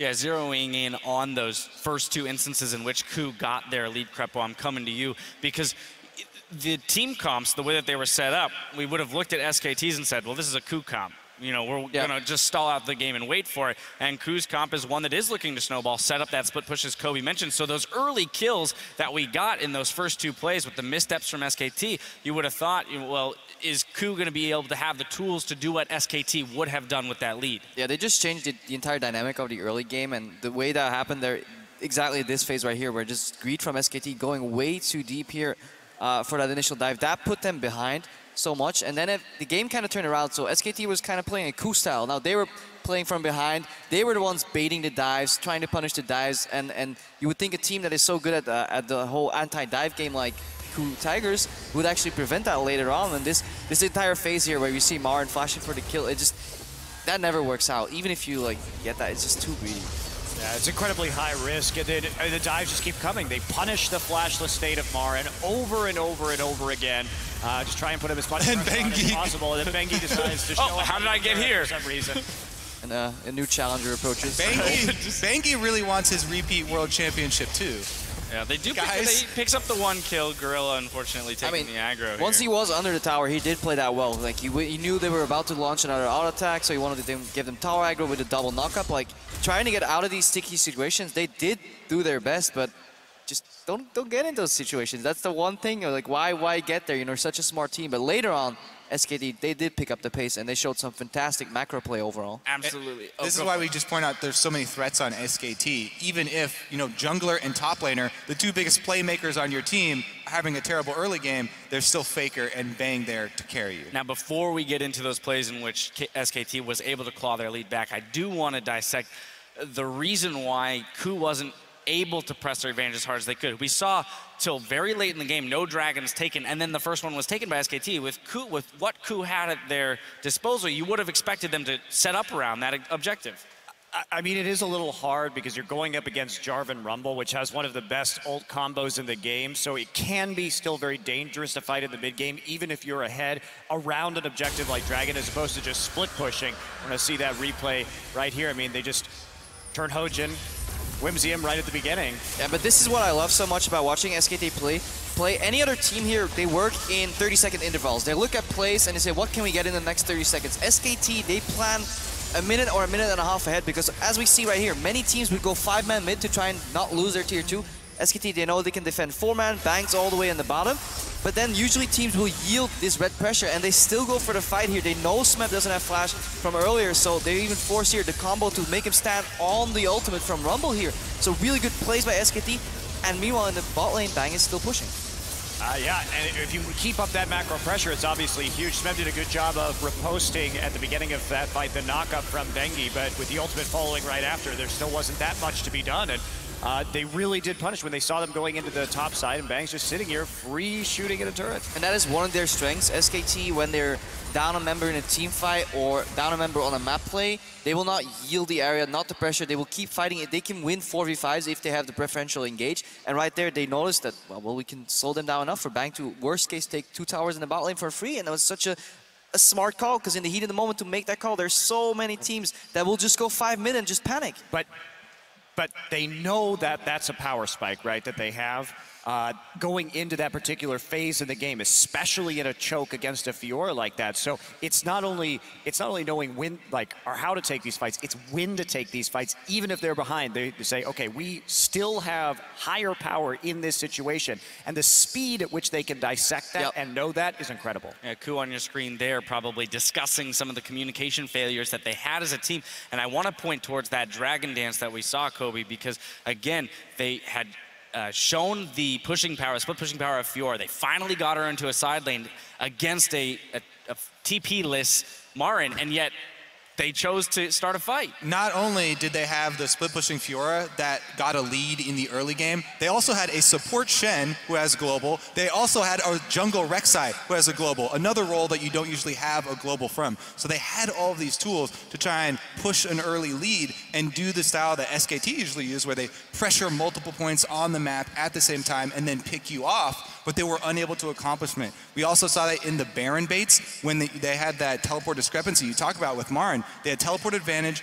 They spent so long trying with the Baron bait over and over, trying to work with the true side. And they finally pulled the trigger by actually teleporting him into the Baron and losing it. That was just complete disaster. So this team really, they need to completely restart after this game, because they've got to be a bit dejected after that, and they just need to look at it as a fresh start. I mean, the most disappointing thing about that Baron dance was they had executed it so well for a few minutes in a row, and then they just decide to commit to it instead of continuing to put that inhibitor pressure down or waiting for SKT, because they definitely were dictating the tempo at that specific point in time. All right, well, with that win, SKT are just 1 win away from an undefeated world run and the Summoners Cup, so don't go anywhere. We'll see if KOO can come back in Game 3 in just a few minutes.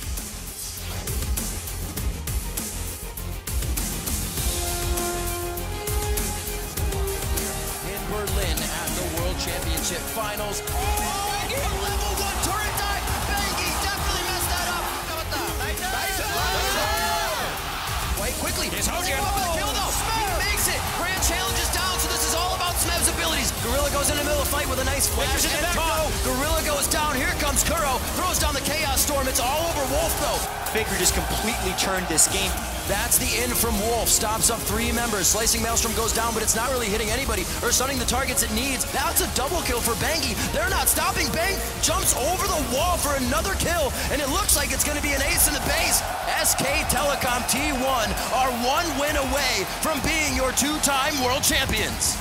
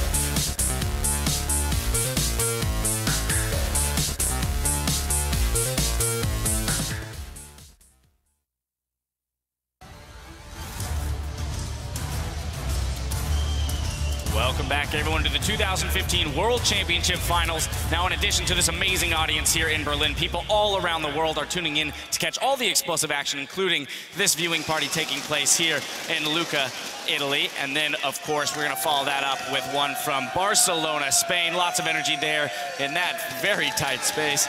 And then, not to be outdone, the fans have assembled en masse at Le Zénith in Toulouse, France. And then, of course, from there, we're going to check in with another Coke viewing party. This one is taking place in Bellevue, Washington. And I'm sure all of these fans across the world, as well as the ones here in the venue themselves and myself, want to see more than 3 games. I'm hoping for 5 games. So, gentlemen, this is where I turn to you. It's do or die time here for the Coup Tigers. So in one sentence, or no, I'm kidding, not in one sentence or less. No, you just one time down the line. Sorry, starting with Haiku, money. go. What do they need to do? Yeah, and in a haiku. I think they just really need to keep their heads cool, stay calm and collected, because they were so close to taking that last game, and then they started overextending, were misplaying that Baron after doing seemingly everything right for a few minutes. So I think they just need to take a deep breath, remember what they know about this game, and just slow down the pace a little bit in the next game. All right, Kobe. Definitely want to reiterate, Smeb specifically needs to keep his composure in this game. I'm also going to be looking at the other big star for the team, Gorilla. They need him to make some plays now. The early home guards, get up into Smeb's lane, go for one of those lane ganks that we've seen him do it before, and try and get something going. I think the biggest mistake KOO made was not predicting the counters to their own plays. They went for a lot of plays where there were obvious counters, whether it was like somebody's missing, I mean, I can't dive here because they could show up during the lane, or we suddenly see a good call mid, but we get out-rotated by SKT, so they need to think more about what happens in a bigger picture overall. They have some really good clutch, like, shot calling in the moment, but then they lose sight of the big picture, and I think that's really hard. It's easy to say. I could never do it. Much easier said than done. Especially when playing against SKT, because SKT does it so quickly. So much information denial. Right, SKT known for outthinking their opponents. Now KOO has to outthink the outthinkers. Well, it's time to head down to the stage where Shox is standing by with one of Europe's finest. Who will be? Hi, thank you very much, Dash. One of Europe's finest, indeed. Top laner for Origin. So as, well, we're going to talk a little bit about the games coming up. First, I just want to talk to you about a week after getting knocked out and actually having a fantastic tournament with Origin in your first year, semifinals of Worlds. How do you look back on everything after a week thinking about it? Well, I still feel pretty good about our performance overall. We didn't expect much coming at Worlds, so it was a good performance for us, even though we got through by SKT, which is, we could have maybe take one game or something, but they are the better team in the end, so I didn't really feel bad. I just like take the experience as it is, and that's it. Well, definitely nothing to be ashamed of, and the people here are always cheering for you. Talk to me a little bit about this series in particular. You guys were exactly in the same situation after game 1 versus SKT. You had a close game that you could have been able to win. What happens to you after that versus a team like SKT? What position do KOO find themselves in now? I believe their second game could have gone either way, like the game they just played right now. They just need to take it slowly. As Crepo said, they need to rethink about like everything everything they are going to do in the game overall, and yeah, they just need to take it slow because they tend to be a super active team overall. So yeah, they need to think a lot more about like what they're gonna do for the next step. Always like think about what enemies can do and what they can do, and I think they can probably take one game at least. Yeah. All right, well, then looking at maybe the top lane specifically, when you say they need to take a step back, we were looking at Smeb and Marin a lot. What have you made of the matchup so far? With Smeb going for those playmaking champions, but it doesn't seem to bring them the rewards. It looks like Marin is like, they completely shifted the play overall. Like Marin is more going for like teamfight champion, played Rumble 2 games, looking for lane swap, so it can be more useful in teamfight overall compared to Fiora and Riven. I think it will be different games if they face 1v1 2 versus 2, because in this game they had Rek'Sai against Jarvan, which is Rek'Sai is the stronger matchup, so I think they could have snowballed a lot more if it was 1v1. So in my opinion, they should probably try to find where they want to go since level 1, and depending of jungle and top lane matchup, they can probably snowball from there. All right, so you say they can take one game. Can they turn the whole thing around, or is it SKT win? I think it's always really hard, especially at this level, to actually come back from a 2-0. From the last game, it looks like they can take one game, and it depends like about SKT mostly, like, or if they stay calm, if they want to change their play or anything. Obviously they are 2-0, so they're probably not going to change anything. So it's cool that have to bring something new or something else to actually take one game. Well, the pressure is on KOO. Thank you very much, Soaz, for talking to me here. And we're going to go into the next game, Game 3, with our casters. Thank you very much, Shocks, and awesome to hear from Soaz, a player who recently felt the pressure of SKT on him, and they are one game away from raising the Summoners Cup once again, which puts even more pressure on the KOO Tigers, and they've been feeling it since game one. It's a scary thing when some of their parts of the game we felt KOO Tigers could challenge SKT in. They haven't been able to. Obviously, shot calling wise, late game, it's gone horribly wrong for KOO Tigers. They've not been able to win the split push war either because Smeb has not been performing. In this match here, he had such a good opportunity in the last game and he missed it. And then Marin just picking team fighting champion, saying, I will out team fight you now. You can't win 1 versus 1. I'll just go on 5 versus 5. And I think that's the scariest thing, is that Marin isn't even needing to play the matchup against Smeb that you thought maybe you'd have to neutralize him. Smeb's been crushing everyone, but now Marin's playing team fighters into him and still finding success. Yeah. And there's no way, in my opinion, that SKT makes the same type of blunder at the start of Game 3 that they did in Game 2. So KOO Tigers really has to step up their game if they want to take one. And now you have a problem for if you're the KOO Tigers. We expect Rek'Sai to come in for SKT like they did in Game 1. The thing for KOO Tigers is, I don't think they really want the Lulu pick. Because we've seen Faker can play like Kassadin into it, and Kuro didn't really do a whole lot. They might be forced to take it anyway just because it's open. But they would most likely prefer to go something like Shen and Fiora and try and do what they did in Game 2, have that setup at least, but this time around execute it better. You just had like 10-15 minutes to talk about what went wrong, why didn't we win the game. So far 1 for 1 at least with that one, because Fiora has been instant locked. KOO Tigers needs to find a way to go back to what worked for them when it comes to Smeb being a split pusher. And you just have to try and make less mistakes. I know it sounds easy, but... Yep. And they're not going to go with Lulu. I think they want Kuro and Victor. I honestly think KOO Tigers just want all of their individual best champions. Smeb, Fiora, Kuro, Victor, Hojin already on Lee Sin. His name used to be Lee.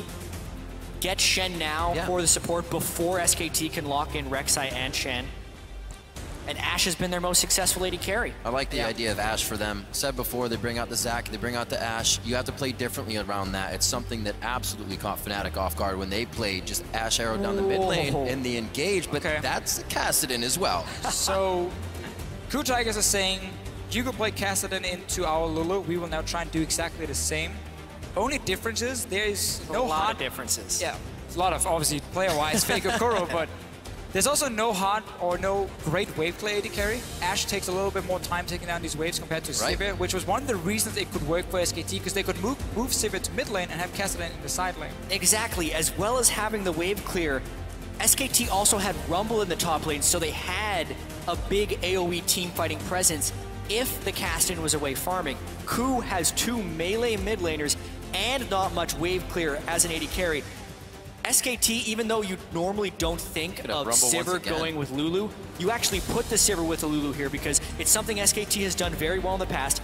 They have incredible wave clear, great team fighting, and a high early power spiking team. This is exactly what SKT should do. You know what feels good? When you can play the same champion 3 times in a row. He's already feeling good on it. He's been making great equalizers.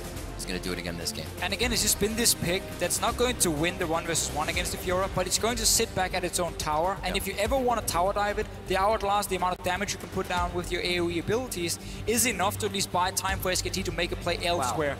But KOO Tigers is going full pick composition right here. We are going to look to catch off targets with Ashe Arrow. We're going to have the hook from the Thresh, Lee Sin, single them out and one-shot them. And they have to play it so perfectly because they are at such an immense disadvantage as far as wave clearing is concerned in this game. Like, this is 100% a pick composition, but the question will be whether or not their turrets are collapsing around them as they're trying to get fights, because every time they commit to a kill, 3 or 4 people, where is SKT gonna go? And that will be the story of this game.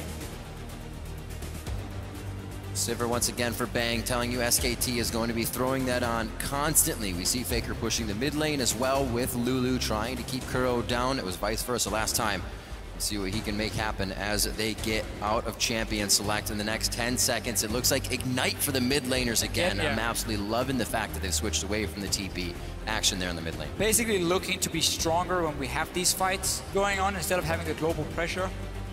Even though I still like it on a Kassadin to have that teleport, especially now when it's so hard to execute your composition. Like, credit to KOO Tigers for saying, we just lost 2 games in a row.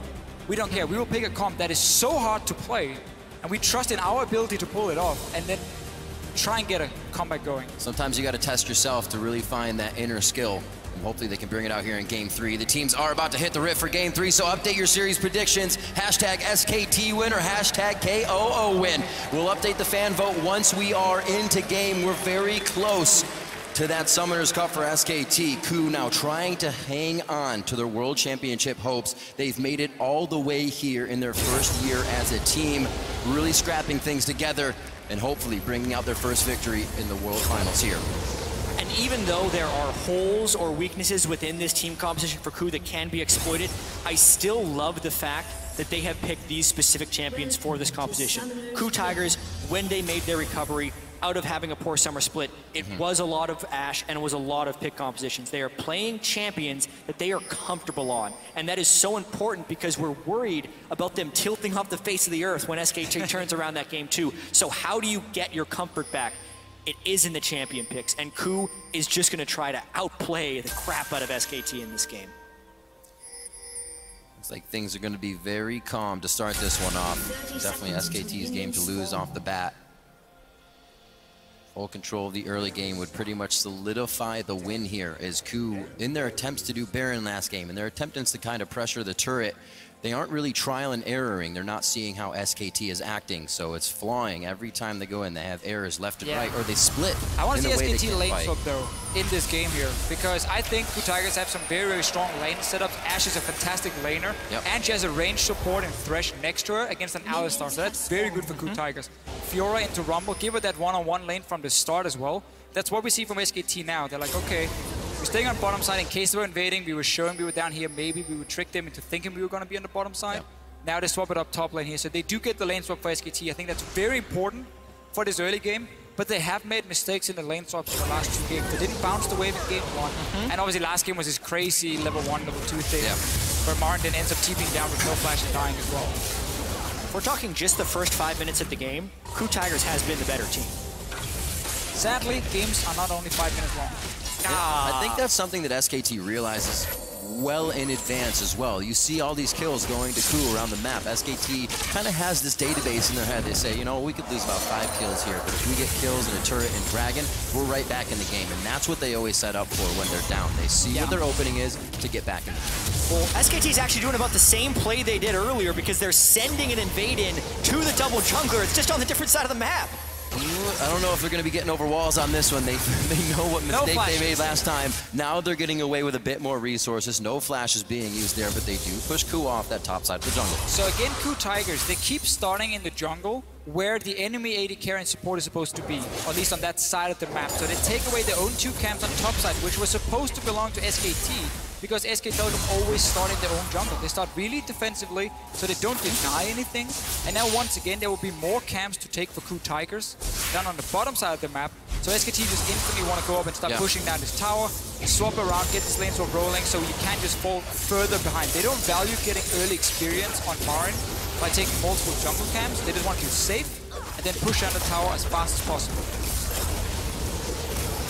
This top lane going a bit faster. It took Smeb some time to get down to that bottom tier turret, so SKT are going to be able to move a bit quicker here. Those few seconds they get to themselves to back first, get in position, get their wards ready, and start being aggressive on the bottom side of the map is really what puts them ahead. Smeb being late here leaves still a third of this turret up. Yeah, and they're going to teleport in and actually try and save this one. This will be a big question of how quickly Alistar gets down there. And KOO took enough damage from the minion wave that they can't actually threaten a dive. Also a weird move up top. Bang didn't bounce the wave into the top side. See what Hojin does here, but the reason they didn't bounce the wave was because they realized they could TP down bottom lane. So they just wanted to push it out, get some farm going, and then force someone for KOO Tigers to recall and go up to top side and catch that wave, so there's not going, these minions are going to waste. So because they saw how slow KOO Tigers were at the bottom side of the map, they felt like we can defend it. Bengi moved all the way down, TP in as well to stop it. Hojin should have been in a position, in my opinion, where he could either threaten then the 4v2 dive super quick, or just go down and realize we were behind him pushing the tower. I need to join in as well before this play even happened and just 4-man kill this tower, because you never want to fall behind when it comes to fast pushing. Well, they have all the pressure on the bot side. They have to watch for Prey to come up in the bottom side of the jungle here. Kuro in a bad spot. He walks right in with Faker on his tail. They're on Bengi, though. The flay back, very nice from Gorilla. Ignite and Flash used to make that happen. Faker now in a real sore spot. It looks like he'll be the next to go down. A bit of a fumble Ruski here coming in from SKT. And Ku are going to pick up some very nice kills all around the board. 3 assists to Gorilla. It's working out perfectly. Distributing the kills, nice. Bang trying to come in now. A huge, I think I can situation from SKT to pick up the little outside experience that would ever happen. They just got 4 kills for Hojin in the early game. 1 goes to Prey. One person and another person, and who wants to die next? And who wants to die next? SKT. Another early game fumble here against Ku, and they pick it up big. 4 kills onto Hojin. So what will he do now? Warrior Enchantment completed 5.5 minutes into the game. I feel like we've seen this before in this series here. SKT makes a lot of mistakes and Hojin picks up all the kills. Yeah, Gorilla's not actually level 1 in this fight, so the rest of this here, Hojin goes in big, level 3 Lee Sin spike. They kill Bengi right at the start. Faker was low on mana and actually had no business stopping that either. Prey, again, not level 1, is able to come in and finish those guys off. And why do Sivir and Rumble come up here when their entire team is already dead? Additionally, Fiora doesn't even have to be involved in this. This was 5 kills by 3 people on the Ku Tigers. This is, you know how we said in the first game, there's no way SKT falls as far behind early game as they did in game 2? There is a way. That's the way. 4 kills on a Hojin and a Warrior Enchantment already. Not calculating the HP bars quite well in that situation. Possibly a bit of a play. He's got no flash. This could be the finalizer. Hojin holds the resonating strike to cancel out the rest of Faker. And every time we have some of these extremely weird plays where there's no real reason for them to make it, we've got to look at what could be the objective. Why would SKT move in there in the first place? Well, in this case, it was to place a deep ward. And then they realized Gorilla face checks onto Bengi, and they're like, oh, maybe we can take a fight here. You know, support just face check. We could get 1 kill. But they don't realize how Faker has no mana. They don't realize how everyone from Ku Tigers could move so quickly there. And really just such a sloppy decision. And also, SKT didn't have the wave clear advantage. So this is exactly what Ku wants to do. They want to find fights in neutral territory when they don't lose objectives. SKT's way of stopping those things from happening is to keep the waves managed. And this becomes extremely volatile for SKT now. Ku already set up to take down Faker behind a second-tier turret, but they want to go to the bot lane, looking now at Bang and Wolf. Marin's going to clear top. Smeb's going to have to respect that and stay for the TP. It's down anyways, but we're going to see something happen in that bottom lane, possibly, as teams disperse a bit. It doesn't look like anything came out of it, rightfully so. Ku would have had to make a pretty big dive. Ku can just sit in the lanes and wait for Hojin to show up on his Lee Sin. Because he is so far ahead, he can take any fight he wants. And he can burst you down as soon as he hits level 6 and this Lee Sin. So wait for him to make that play.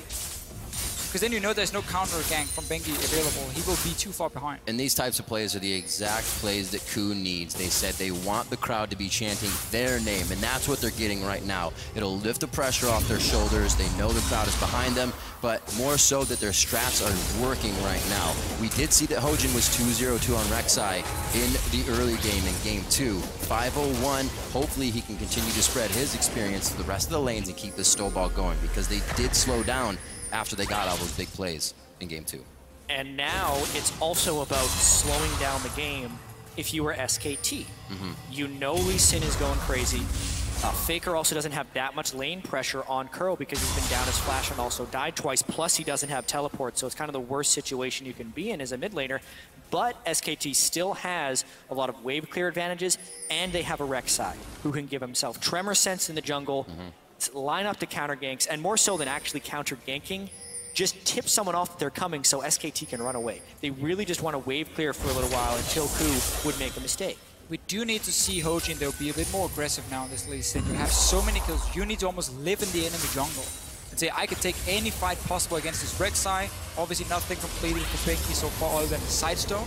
SKT right now though have been able to push the top over and over and open up to just take the Raptors. And Hojin's going super aggressive. Not only did he complete his Warrior Enchantment 5 minutes in, he had enough gold for a Sightstone, but instead started building Hex Drinker components. Now he's got no wards left. 1 ward there, Trinket ward to jump out. He actually can't ward jump to pull any type of trickery off. really would have liked to see Sidestone. I think agree. One of the best ways to kind of snowball a jungle matchup is not necessarily by trying to kill the other jungler, but by getting wards in his jungle so you can spot him. Arrow onto Faker though. This is a play we're going to see quite often from Prey. He's very good at leaving his own lane in this Ashe here, moving towards mid or top lane, set up a possible pick. This time, Hojin gets into the jungle though. This is what we like to see. I just wish he had some wards to be placed in here as well now, so he can spot the Rek'Sai next time. Relying a little too much on Lantern Escape. I think Lee Sin's one of the best champions who can turn utility into offense. Sightstone increases the offensive capabilities of Lee Sin. Really disagree with this buy from Hojin. They've been loving their Hex Drinkers. Game after game, they continue to grab it. Against the Rumble. Well, you're usually faced up against the double AP comp so far. We had the Kassadin Rumble, now Lulu Rumble. Once again, SKT definitely knows where to put that power once the mid game comes. This time, 2,000 gold lead to KOO, 6-1, full control of the game. Haven't really been able to keep their deep wards in the side of SKT, so that's slowing them down a little bit. But we know SKT, the Vision Denial team, the Flash play as soon as he gets it again. Hooks in Faker, the Dragon Kick back, and that's going to be a dead Faker once again. Nobody's in the back pocket to help him this time. Faker tried to save his Flash until all the CC were down first, but then obviously Lee Sin shows up with the Thresh here, kicks him back, and then it's too late for him to do anything. They keep trying to gank this mid lane. You know you have a Kassadin sitting there, and you just keep leaving this bottom side. Roam up through the river, go for the gank. I think it's also critical that they were able to get the kill on a Kassadin here. So much of the kill distribution is on Hojin, which is why he needs to snowball the game right now, because otherwise his gold at the end of the game will not mean that much, and that's why SKT needs to stall this one out. So using the Lee Sin, Thresh, the power of the chain CC right there to punish Faker's greed of not using Flash was very well done. Now, to question a bit of this, do they start spreading some love to Smeb in the top lane of the Fiora, or is he perfectly fine holding off Marin for as long as possible? I mean, at the moment, if you want to gank Marin, you should realize Bengi will be nearby, because every time Marin pushes up, Bengi shows himself, gets a ward in the jungle, and she's kind of there for safety. So they're just going to say, no, we can just keep camping this mid lane. We have double CC, we have the Astral and the Arrow in case we need that one as well. But yes, they could definitely also go and gank Marin. It's just easier to rotate from bottom lane with your support straight to mid lane. That's a quick one, easy gank to set up. It's so hard for KOO to create picks, though, because they're still running without a Sightstone on their whole team. He didn't even buy a ward when he went Gorilla didn't buy Sightstone, he built Boots Mobility, so they're trying to go in blind and make plays with superior combat stats right now. It is absurdly aggressive and incredibly unreliable, but KOO is going all out right here, trying to pull this off. Big change of strategy from KOO Tigers in this game than in prior. It's very clear in the pick and ban phase. Coming into this game, KOO Tigers said, okay, it's all or nothing. Just pick some champions where we can pick them off, skirmish really well, and go crazy. I feel like in the game, though, once you get the 5 kills early on, you can then adapt that and say, okay, we don't have to go all in crazy now. Because we just got 5 kills. We can play it out normal and just have a big advantage. Get the 5 kills, place the wards, and make it easier to pick with all of your pick abilities. Instead of KOO, what they're trying to do is run through SKT, force, run into someone randomly, and get the kill. Well, but they have so much brute force. Blips of vision, right? A Hawkshot will go out here, a Hawkshot will go out there. They'll have somewhat vision, and they'll work off of that bit. But you're right. They don't know who's around the corner after Hawkshot's gone. This is why coaches really want to be able to talk in-game. And see the Arrow misses, but Nofa's been like, guys, go crazy, man. Go all in. We're going to do this. And then when all this happens, he just wants to stand back and be like, okay, slow down. All right, get vision, then we play it out. No way to tell them to slow down right now. Nope. And the wave clear will be punished eventually. They're continuing to keep the pressure on mid lane, and because they are so strong right now with straight up item advantages, Hex Drinker completed, Tiamat completed, they haven't been punished yet for this craziness that they're doing. Oh, they're definitely employing a new strat for this one. Wolf finds he's in a bad situation in the box. Do they have enough to get to Gorilla? Smeb actually teleports down here, but it's called in as well. From the other teleports onto Bengi now. Looks like they should be able to get out. Bang does not want the grand challenge. Wolf goes down immediately.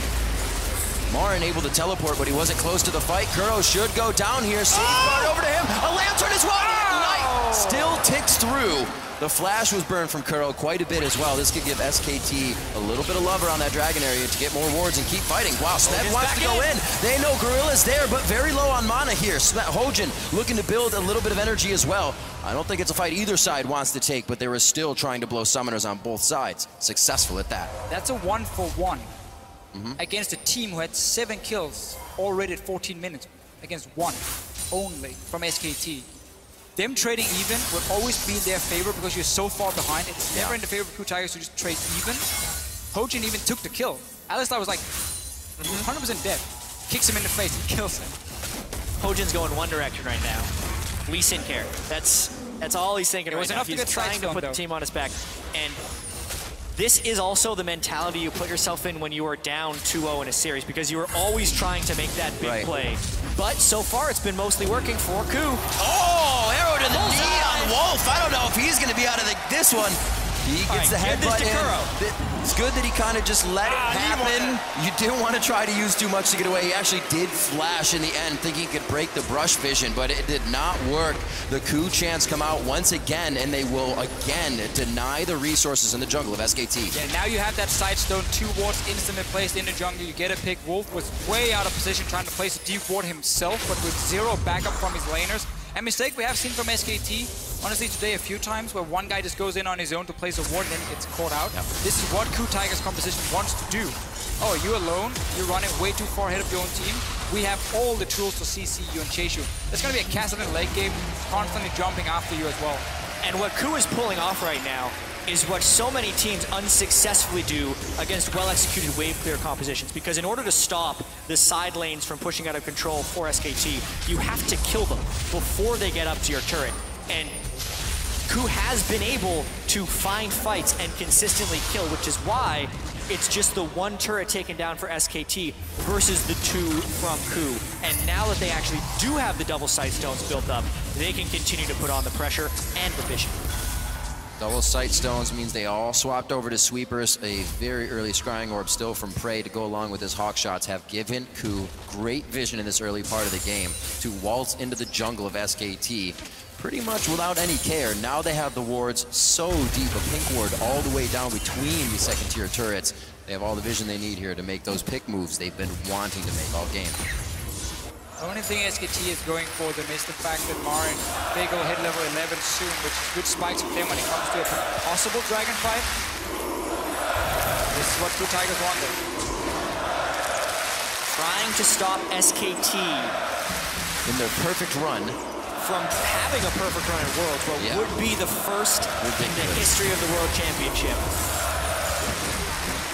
And SKT has been positive. They said, if this team doesn't beat us, we're more than likely going to go undefeated in the entire tournament. We feel better about it every win. Here they come.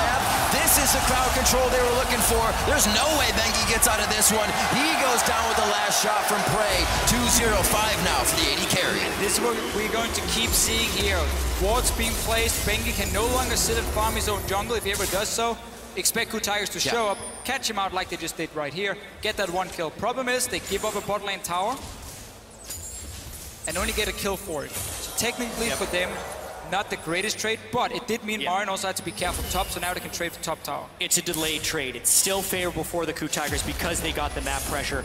Kill Squad, Hojin and Gorilla, they have been successfully creating these picks. 100% kill participation for Hojin, 90% kill participation for Gorilla, and it's allowed Smeb to not have to carry. So much of this entire world and of the first 2 games have been Smeb carrying, and he was pushing too hard in the first few games. Now the weight is being taken off of Smeb's shoulders in this game, and it's actually been Hojin. I was just going to say that one of the biggest changes from both of the games we've seen is that Ku is not focusing top. They're not trying to get things for Smeb. They're not trying to stop Marin. They've stayed away from that, and it's working perfectly for them because SKT turns those fights around.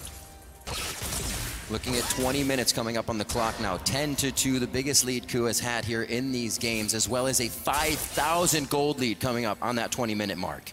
And Dragon coming up in 12 seconds. It's what a pick composition lives for. Not necessarily doing the Dragon, but killing someone when they're trying to get vision or contest the Dragon. It's dinner time. Fortunately for SKT though, they've been able to get a lot of wards preemptively around the Dragon Pit since Ku just committed so many people to killing the other side of the map. So the picks will be harder to come by. Every time Ku has killed them, one other guy snuck in behind them and placed 2 or 3 wards in the river, and then they had to escape. But they always gave up a kill for it. So Ku Tigers kept getting further and further ahead in terms of gold. We're still only 19 minutes into the game. There's plenty of time for the Ku Tigers to use all this gold here to their advantage. For now, they're gonna have to fight for vision, and SKT gets at least an entrance. And I have to reiterate how difficult it is to beat SKT because they've been able to get those wards here. And they actually have a power spike here with Marin being level 11 on Rumble. A well-placed equalizer at this Dragon fight, even with the 5,000 gold difference, could win a fight for SKT. One of the problems though for Marin, and that's also why he's down on the bottom side here, is if he goes top now to catch this wave, which he probably will to defend the tower, when you're against Kassadin, Ashe and so on, they can hard engage in and pick off one target. Your teleport becomes very difficult to use because obviously there's this delay on the teleport casting before you arrive. Two Tigers might have picked off a guy before Marin even gets to TP in. So him sitting there means Two Tigers can be the proactive team now. Look for that one arrow here. Look for Kuro to catch out a guy. A lot of damage on Gorilla though. If they start the Dragon, that's going to mean even more damage. They don't necessarily have someone who can tank the Dragon without taking any pain. Maybe this turns into a steal opportunity because Bengi would be able to tunnel in and try and get something. Ku is forcing really hard to try and get a fight. Ku Tigers chants resonating through the halls of the Mercedes-Benz Arena here in Berlin. Hojin takes the Dragon. Smeb TP's into the backside. They're still getting out. This is where the picks come in. Wild growth onto Bengi. The focus is Marin. He's away from the team. Smeb wants to keep everybody in range, but he's gone on a one-man mission over here. Bengi gets out. Smeb lunges back. Gorilla is a one health from being taken down right now, and Ku doesn't get enough of the picks that they want, but Marin does go down from being in the thick of the fight. Wow, and how close this fight really was. It is an advantage for Ku to get the Dragon and the kill. Absolutely. But if we're thinking about total damage dealt in that team fight, SKT actually did more. Pretty much everyone on Ku took 80% or more of their health bar. They can absolutely bring the pain, especially if SKT funnels in like that, chasing kills. See it again. You can see how SKT knows they don't want to risk someone going down before Marin arrives, so he goes in fairly early with teleport and beautiful ulti on that was three huge. guys from the Ku Tigers. This delays everything. They're trying to chase, but they're so split up now. Smeb doesn't even get Bengi down, but in the end, they win the fight. They get this Dragon here like they're supposed to. Bang was very, very close to suddenly being able to get a few kills. Absolutely. Bang maybe could have played that a little more aggressive, but still, when you're down 11 kills to 2, your aggressive moves have been biting you time and time again, and Ku is really looking to take this series back. Gorilla surviving that fight with 6 HP, some thick skin there to keep him alive. Ignite still up, kill pressure from him to come into the next fight if necessary, and this may be that time again. Ku starts to taunt Baron, but more of a trial and error here. See how SKT reacts, and then act on that. It's the time for Ku Tigers to start getting the pink wards, upgrade your sweepers here, both on Gorilla and Hojin, because you need to be able to deny vision at the Dragon, at the Baron, force SKT to face check in, and then again, create this pick where you just shoot an arrow in their face. SKT have all 5 members nearby. Kuro taking a bit of damage, but you can see how they're fighting, because SKT knows if they give up that jungle, it's over. Because then the Baron will be started, they're completely blind, and then they will die in the next team fight. So that's why they're here so early, to fight just for vision. There's always these pre-fights before the big team fight where you fight all the small advantages. Who can see who? Can they start the Baron safely? There's no tank in the lineup of Ku Tigers. That makes it tricky, and that's why they need a kill first. A little game of cat and mouse here. Are you going to approach? How do you approach? Can we cut you off? Can we get that pick when you're rotating towards the Baron? Ku have a lot of room to work with right here, outside the vision of SKT. Marin should not be on the bottom side of the map at the moment. He has no TP. This just gave Ku Tigers the jungle, and they're pushing him for top tower. Yeah, because now SKT can't actually hold this turret with wave clear in fear of a dive. The wave going through, the crowd has been cheering for Ku, and it looks like the arrow hits Bang. The spell shield was on, he does not get crowd control. That's the grand challenge on Bengi. Thrust, thrust, parry, and he gets the kill. 13-2 as they start cleaning up SKT without losing any members on the side of Ku. Ku Tigers has successfully put an element of chaos into this game, which is making SKT make bad decisions. That was a bad decision. Marin wasn't able to defend. The dive is very real with an Ashe arrow initiate plus a Lee Sin with flash, and they are rightfully punished for that move. And now with 2 death timers looming, the Baron becomes another problem. Crowd started chants, people standing up and creating these chants for Ku. It's exactly what Ku wants. Oh, Faker flash into the wall. Wall's gonna go down now. Gorilla has gone down to Marin, but it's Kuro and Marin now. Marin knows he's not gonna get out of this one safely. Slowed once again. I don't believe the volley just yet, but they're gonna be in range. Who are they gonna give it to? Merry Christmas, an early Christmas to Prey. SKT managed to stop the Baron, but that was about it. 3 kills again for Good Tigers. Summoner spells used. This is looking so bad, and really this game exploded. I'd say it's looking good for Q. It's looking great for Q, obviously. Bad for SKT, but really, we had the 5 kills early on, and then Good Tigers got a few kills here and there, but it really exploded when they started getting to that jungle, get down the vision, and been able to create these picks here. Faker, even Faker, can flash into the wall. When you have Faker failing a flash over wall, you know something is amiss within the SKT team. They've been making bad calls. Faker, I can't remember the last time I've seen him miss a flash. Just reminds us that he's human. And if there's ever a time for SKT to drop a game, guys, it's now. 8,000 gold down, Ku continually finding team fights again and again. And I'm going to have to question, if Ku's able to win this game, do they actually completely turn the momentum of the series? Because remember, they were winning, they were in a position to win game 2. Yes, but then we saw some of the problems for them late game with the shot calling. Right. This game, that should not be an issue when you're so far ahead now. Your composition at this point is going to be straightforward to play because you just keep baiting around the Baron and then you just fire that arrow from Prey and you take that team fight. It is hard to get to this point for Good Tigers due to the fact though they got so many early kills. It made it a lot easier for them. They've been able to execute it properly now and we're just waiting for that finish. Because right now SKT is hurt. They're not dead yet. They're not dead yet, but this is finally Ku breaking through that mental barrier that SKT puts up. We saw Faker go down twice to West Door alone in lane, and Faker was almost smiling, laughing, knowing that they would come back because they have the confidence. Here, that seems to be broken. SKT always turning tail to these fights to see if they can assess and go back in, but it has been for naught. Yeah, and actually SKT going for a big fight in the mid lane. Arrow straight to the face of Bang, stops Gorilla from going down. Initiations on both sides on the hunt. Crystalline Arrow and Box are down. And something we actually have to talk about, SKT ran Lulu Sivir frequently throughout the regular season, and they use as a mid-game power spiking team that got picks. But when it falls behind, it is really difficult for it to come back since it has to move as a unit. Now that Sivir ulti is gone, it could have opened up for Good Tigers to maybe make a play on the bottom side against Marin. Send down Hojin, just 2v1 dive him. Instead, they're returning to the Baron. Back the ways from the bot lane here with Smep. Ku has not hesitated on any of their calls this game. That's a risky call though because they are on a scrying orb. And now the teleport's coming in. Marin down. Their target is actually to stop Ku and their flank back. We see Faker and Wolf messing with Meb down here, but it is not working out for them. Lunging over the wall. Ku is instantly back in position. This should not hurt them too much. A lot of ultimates are already being used by SKT. Remember, Wolf's ult is down from that second tier turret in mid, so they can't afford to go back in. Remember that this team does not have a tank who's going to stack armor that can safely stand in front of this Baron here. It was Kassadin and so on. Try and bounce it with Hojin. Both of them took a lot of damage, and you're against the Rumble. You never want to start a fight low against the Rumble because that's just gonna be terrible for you. Here's a fight. It's a bit of a flank here. Prey very low on mana, but you don't need that to auto attack. That's gonna be Wolf down. We also lost Meb in the fight. Marin holding tight in the middle. They get the turret, so they'll be able to fight under it now. Hojin doing what he can with such an awesome score in this game, and it looks like it's gonna be a lot for the team. That's a double. Faker gets hit by the arrow. That's gonna be a kill for Prey as well. Is there a triple coming in here? No, it's a double-double for Kuro and Prey. Another ace on SKT. Team fight win there by the Ku Tigers. And honestly, if there was ever a fight that SKT is going to win there, it would have been that one. Ku was so low on resources beforehand, but SKT had such a gargantuan gold deficit, and Hojin is playing out of his mind on Lee Sin with a beautiful kick on to Bang back into the team. This gives him Baron too. Hojin is a jungler that's been criticized for a very poor early game coming into this final.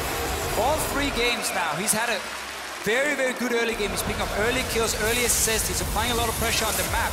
Obviously, there's a few things maybe he can still change, but after all, he's playing a lot better now in the early game. You see the fight, Smep goes down very early, but this kick from Hojin is massive. 1, 2, 3. Tower is still alive as well. And it's just straight into Koro. He gets that kill, and now they can start chasing.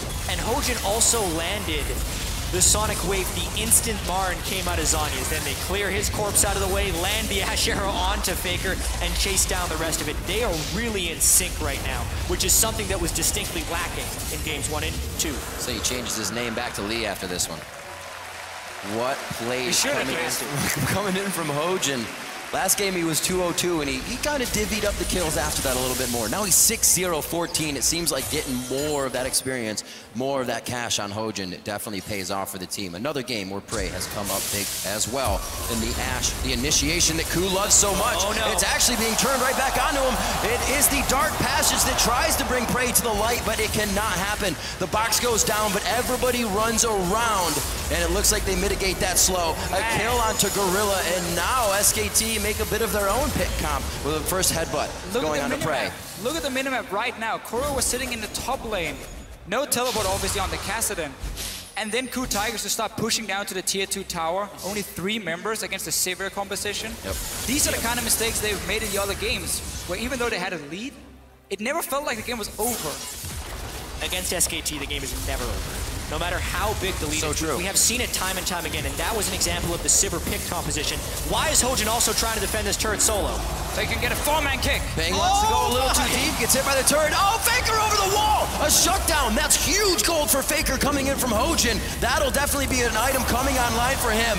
Hits Arrow, but Arrow's not going to stop this one. Kuro goes down as everybody inside the base does what they can with the globals they have. Smeb still putting pressure on the bottom. If Marin had been there, that would have been detrimental for Ku. Well, they already got all the kills, and all they had to do was defend the bottom side. Smeb got 1 tower, but SKT suddenly picking up, I believe, 5 kills. 2 kills first in the mid lane, or 4 kills in total here for SKT, and that is massive when you're so far behind. Especially because both Kuro and Hojin had maximum bounties, which means 500 gold for the kill and 300 gold for the assist. 800 total gold for the team amongst both of those. Let's see what happened here. Thought Bang went a little too close, but they knew what they were doing. Yeah, at this point I was expecting Kuro to just jump back into his base because he would have been safe. But with the Ashe arrow coming in, I think Kuro was thinking he could convert a kill. Faker saved his ultimate for just the right time, saves Bang in such a close fashion. Wolf takes the arrow, is tanking the turret. Nothing could have gone better there unless they ace the team. And those were members of Ku with Baron. Now, not having it, it's going to be much harder for them to get these waves in. Still onto Smeb, and try to still work that side lane. It's time to relax a little bit if you're the Ku Tigers. In your communication, you're probably still screaming, you're super hyped, you're about to win this game, everything has been working for you. Now is where you calm down, your shot caller kind of tells the rest of the team, okay, what's our next objective?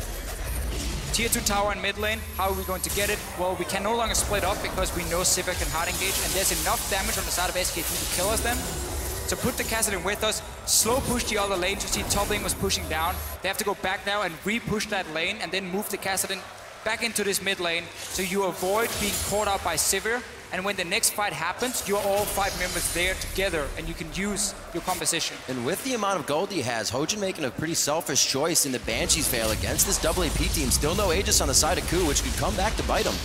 Yeah, I think the way Ku is approaching this game mentally is skirmish. Yeah. And if they're trapped in a big team fight where they're sitting on an equalizer, they're probably thinking they've lost anyway. I still would like to see the Aegis in there for Hojin, but with the Banshees veil, when he jumps in and kicks someone backwards, it's much harder for them to get him out of there. Wolf can't headbutt him with first spell. Faker can't polymorph him. They have to burn 2 spells in order to stop him from doing that. So it's actually kind of an offensive pickup as well. It's still so greedy though, because Banshees is one of these items that look good on paper and It's then so one great. ability hit you before the fight starts and it does really nothing for him. Lockett would have been way better for the rest of his team, but Hojin, he's been on a mission to carry this game. It is the pattern of the game. That's exactly what he's been doing. Hex Drinker over Sightstone, Warrior Enchantment Oh yeah, in 5 that's minutes. true. Good call in the beginning It's there. a one-track mind here for Ku Tigers. They're going all in on this specific playstyle, and it is leaking into every single facet of their game. You got a pocket full of money. Impulse buys happen more than not, and looks like Hojin has been grabbing everything up for himself here. Still looking at a 10,000 gold lead, and possibly a Bengi going down, knocks him out of the tunnel. Arrow hits Wolf once again. Unbreakable Will completely stops the crowd control, and that was worked perfectly with the tanks on the front line for SKT. They have a chance to go back in. Kuro finds himself in a real bad spot, and Smeb is kept at bay. Why are they still going in? Prey was on the front line there. They're going to have Gorilla here. He tries to bob and weave, slalom the minions to slow down SKT, but they're giving back the game inch by inch here. I was just about to praise Ku Tigers for having that slow push on top side and have the Kassadin sit ready in the mid lane to create a pick, but then they dive on the tower with Kuro tanking the tower as well. And we're 34 minutes in, so this could actually mean the inhibitor going down. Crazy. If you are Ku right now, Who does SKT remind you of right now? A team down, holding out with some nice team fighting. I was gonna say Bob Ross. Feels like dead. the I was gonna be like, this game is ruined. Oh, Whoa, Smeb bringing out the plays. He had a bit more to offer. He is just tanking the turret with happiness, a smile on his face, a few more hits. Smeb coming up with a 2v1 very nicely, and this is where SKT has to turn back alive. They are back. They are on Wolf. That's the, not Unbreakable, that's a Wild Growth coming out. Unbreakable Will is up, but I don't even know if he uses it to try and get out here. They're gonna try to walk Ku around as much as possible. Face of the mountain is all he's got to offer there as he holds the ult for the possibility of a very big fight in their base coming up.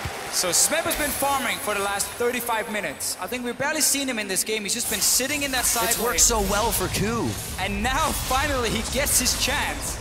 1 versus 2, kills them. That was so huge because SKT were pushing in the base. They were gonna get inhibitor, get more kills, get back in the game, and then the outplay happens. After such a turning moment, this is what Ku Tigers talk about when they talk about their team chemistry, honestly, because how many teams at Worlds this year have we seen go down 2-0 and been able to bounce back in the third game? Absolutely nope. And then after making multiple mistakes in the third game, be able to still go for the play and have it work. They have the trust in each other, and they've said even when they make a bad play, they can move on from it. That is a perfect example of it working in the game. But still, they're yet to close, and they still haven't taken a single game off SKT.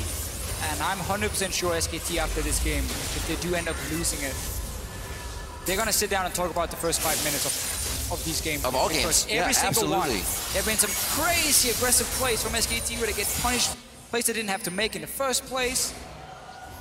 Why set yourself behind, or why risk setting yourself behind when you have shown that shock holding wise, late game, you are the better team? That is something they're gonna have to change for the next game if they lose this one. Think of what would happen, though, if those plays had worked. Your mentality to be crushed that hard in the first 5 minutes of the game. Luckily for Ku, it hasn't for SKT, and they have been falling behind, which is really giving them a chance to be in this game. And they're not even on a thread right now. They are in the lead, pretty much just walking down the road. It's been plays that you couldn't win. Flashing forward on the tower to get a first spot is just you trading a kill for kill, but using your flash. So like, you're basically lost no matter what you do. You talk about trying to be calm as well on a stage like this, World Finals, even though SKT has been there before. It's Marin's first Worlds as well. There is a moment of the spectacle. Here we go. What a hit on the Faker. Eyes focused onto him. He's forced to flash over the wall, but it doesn't save him. Kuro gets the shot necessary. A double kill for the Kassadin, and this spells very bad things for SKT. The bottom inhibitor is already broken, feeding super minions into the base. This is going to be Marin going down as well as he's too far from home. Over the wall. Bang's going to go down now. The fly in. The lunge from Smeb. A few more hits. The parry is great. The thrust is better. And he goes down. Huge kills for Kuro. They're on the Nexus turret, and it looks like they could thwart the perfect record of SKT at Worlds. The first Nexus turret to go down, the ace of SKT in their own base, and the Ku Tigers will break the perfect record at Worlds for SKT. We're going to a Game 4.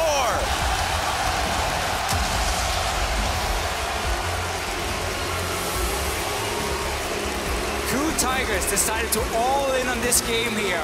All the way back in Champ Select, we talked about how risky the comp was, but if it starts to get rolling, how powerful it can be.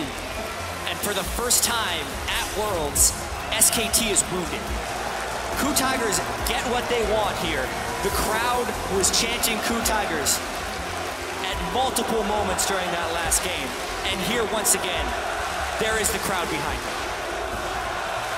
Absolutely amazing. Nobody thought it could be done. So many people saying a 3-0 coming into today, but now we get to see what a broken SKT looks like. Do they come back even stronger? Have you angered the beast on this one? Or are they trying to figure out what happened? I mean, there's very, very clear things for SKT to work on. And Absolutely. again, we're looking at those first 5 minutes where they keep taking some of these fights they don't have to. That's obviously going to be the main thing for them to change, but also they learned a little bit here. Ku Tigers showed they didn't want the Lulu pick. We mentioned how it doesn't really benefit them because of the counter picks we have seen against the Lulu. They didn't take it, gave it over to SK Telecom, to Kassadin instead. Ended up getting 10 kills on the side of Kuro as soon as we got to these fights, and he kept picking up the kills. They picked up the pace of the game. Coup Tigers, something they haven't been able to do for most of Worlds. They've been sitting on the back foot. It was very clear that wasn't going to work against SKT. And yes, SKT made missteps, but the pace of the game was increased. So the chance for errors was greatly increased. And with that, SKT made more errors. Huge credit to Coup Tigers for going all in with their back completely against the wall. One of the biggest things coming into every World is you see the Korean teams will always do something different. They'll always try to change up the strategy so they're not setting a precedent. You don't know what they're going to do next time. Coup went off of their books that time. That was something we really have not seen from them at Group Worlds. stage, Coup Tigers, right there. Yeah, they're coming back very, very strong, and now SKT has a lot to think about as they come into Game 4. Right now, we're going to throw it over to our analyst desk to break down Coup Tigers' win. Thank you, gentlemen. And we have ourselves a series, finally. And before we get into anything, I feel like we just have to rewatch this 5-for-1 craziness that happens at the beginning of the game. Now, bear with us. The Ashe spectator bug is still going to be in this, so please ignore it as we go. Yeah, as we see here, it just starts off with this little bit of a skirmish. Kuro makes a little bit of a dangerous play, but Pulverize is already down. And then Hojin going to come in and start to clean up this fight. And Faker goes a little bit too deep. And Mother Faker, you can't act like you forgot about Prey. Comes over the wall, takes the kill in the end. And that's going to be the end of that team fight. Yeah, for me, just two Not yet! Yeah, it's not the end of that team Two fight. very big mistakes here. Wolf failing the combo, and then SKT still continuing with the play. You could bail there. You can sacrifice your support. Alistar did get changed, so it's really hard to land that combo consistently well. But the fact that here at the end, 2 more SKT members like, well, our team is dying, we are team players, let's just walk in and die too. That for me is the most confusing part of it. That's the discussion that we had about the sunk cost fallacy and con men. Yeah. People continuing, you talked about SKT actually being good at trying to make something happen out of a losing situation, but that is a situation where it all went down the drain. Because this was Coup Tigers' Hail Mary. This was everything on this game. Everyone go full offensive champions, screw sight zones, everybody just try and get as many kills as you can. SKT on your screens here. After their first loss at Worlds, and as you mentioned, Monty, they were 17-0 coming into the day, 19-0 before this loss. I mean, that's got to be quite a blow, taking your first loss in a long time.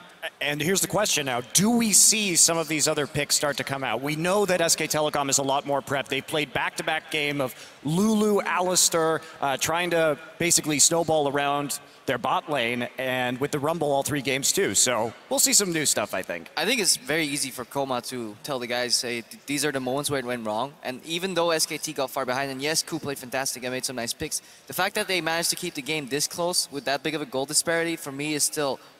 It is just bonkers. It's just nuts. It should not be allowed to happen. You should not be able to keep a game this close with that large of a lead at the World Finals. That being said, SKT's early game has gotten worse and worse and worse each consecutive game. Faker needs to stop greeting. Like, he may be the best player in the world, but he could have flashed out of at least 2 deaths and then he later flashed into a wall. Like, there is a frame when a Thresh goes in and flash flays you for a hook. There's a frame where you can flash out of there. Holding your flash there is just ultimate disrespect, and you should never die there. Well, to your point, though, about Coma, the coach, being able to right the ship to a degree, though, there's an element of this is the first punch SKT has taken, so the players are the boxer here who have finally got hit after throwing 19 consecutive punches that have landed. Coma can only do so much to shake them out of the actual physical pain of being hit for the first time in a while. Let me tell you about a little something we have in North America called the reverse sweep.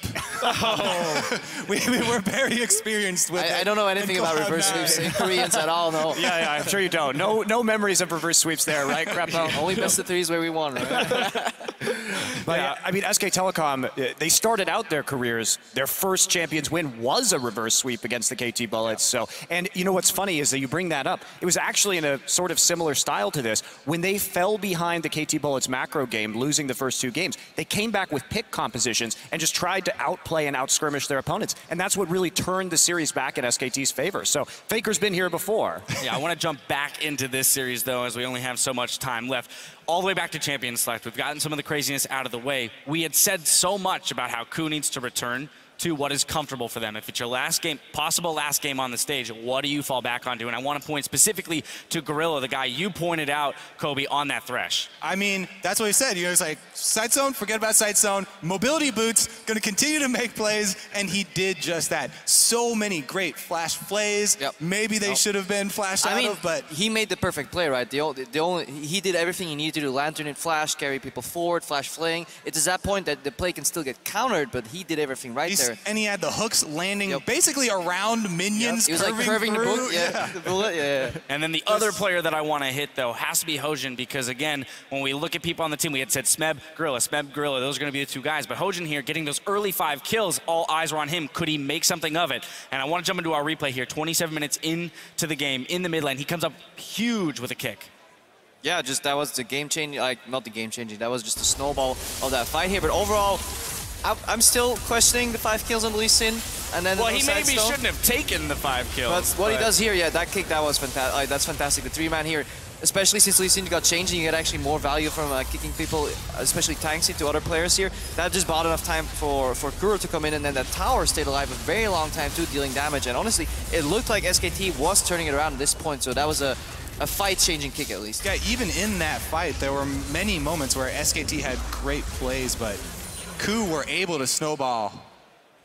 I mean, after that fight, too, we actually saw a couple examples of SKT coming out on top. We saw that push for the mid-inhib. If it weren't for Smeb's outplay in the bot lane 1v2, that would have been a huge People loss. were starting to get worried. They were up 10,000 gold. Like, oh, okay. It got a little rocky, but Hojin, we criticized him a lot about falling behind in the jungle early. And one thing about the KOO Tigers, their first big streak in Korea came with him playing more aggressive junglers. Cinderhulk really threw this team for a loop for a while. And I think that the changes to the jungle and the disable on Gragas has really helped Hojin, because now he can go back to that Lee Sin. It's becoming a more viable option again. And he's certainly demonstrated what we've always known, which is that he's a great Lee Sin player. Well, I don't know about you guys, but I need a breather after that game. The KOO Tigers have kept the series alive with that win. We'll see if they can build on that win in Game 4, coming your way in just a few minutes. Stay with us. KOO now trying to hang on to their World Championship hopes. It's working out perfectly, distributing the kills, nice. Bang trying to come in now. A huge I think I can situation from SKT to pick up. The spell shield is on, he does not get crowd control. That's the grand challenge on Bangi. Thrust, parry, and he gets the kill.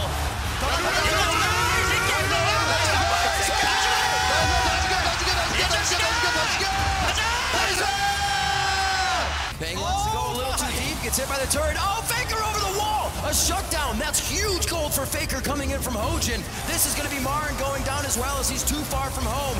Over the wall, Bang's gonna go down now. We're going to a Game 4.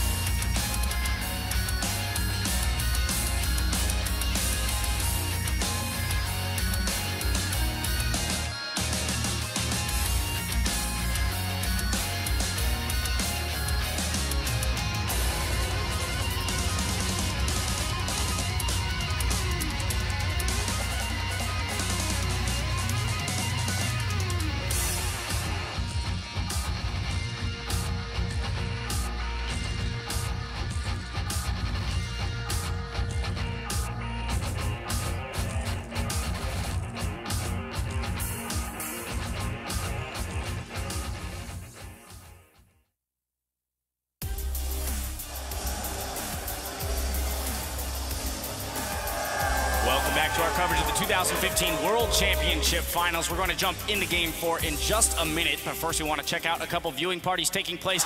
And we start in the Philippines, where they're doing the wave in between team fights. We were doing those here too in our audience, so it's nice to see some synergy between audiences. Then we'll head to Poland, and the crowd are fired up and following every gank and wombo combo of the showdown taking place in Berlin. But let's get back into the game. You know, I want to focus in on the KOO Tigers. Earlier in the day, we saw a video clip where all they said was, we would like to see a crowd cheer for us just once. Well, they've done it.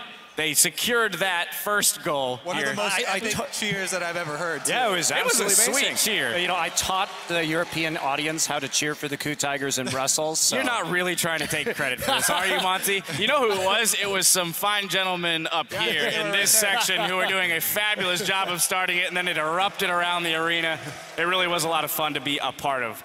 But if we do turn our attention back to it, 2-1, KOO still has an uphill battle to climb because it's game point for SKT.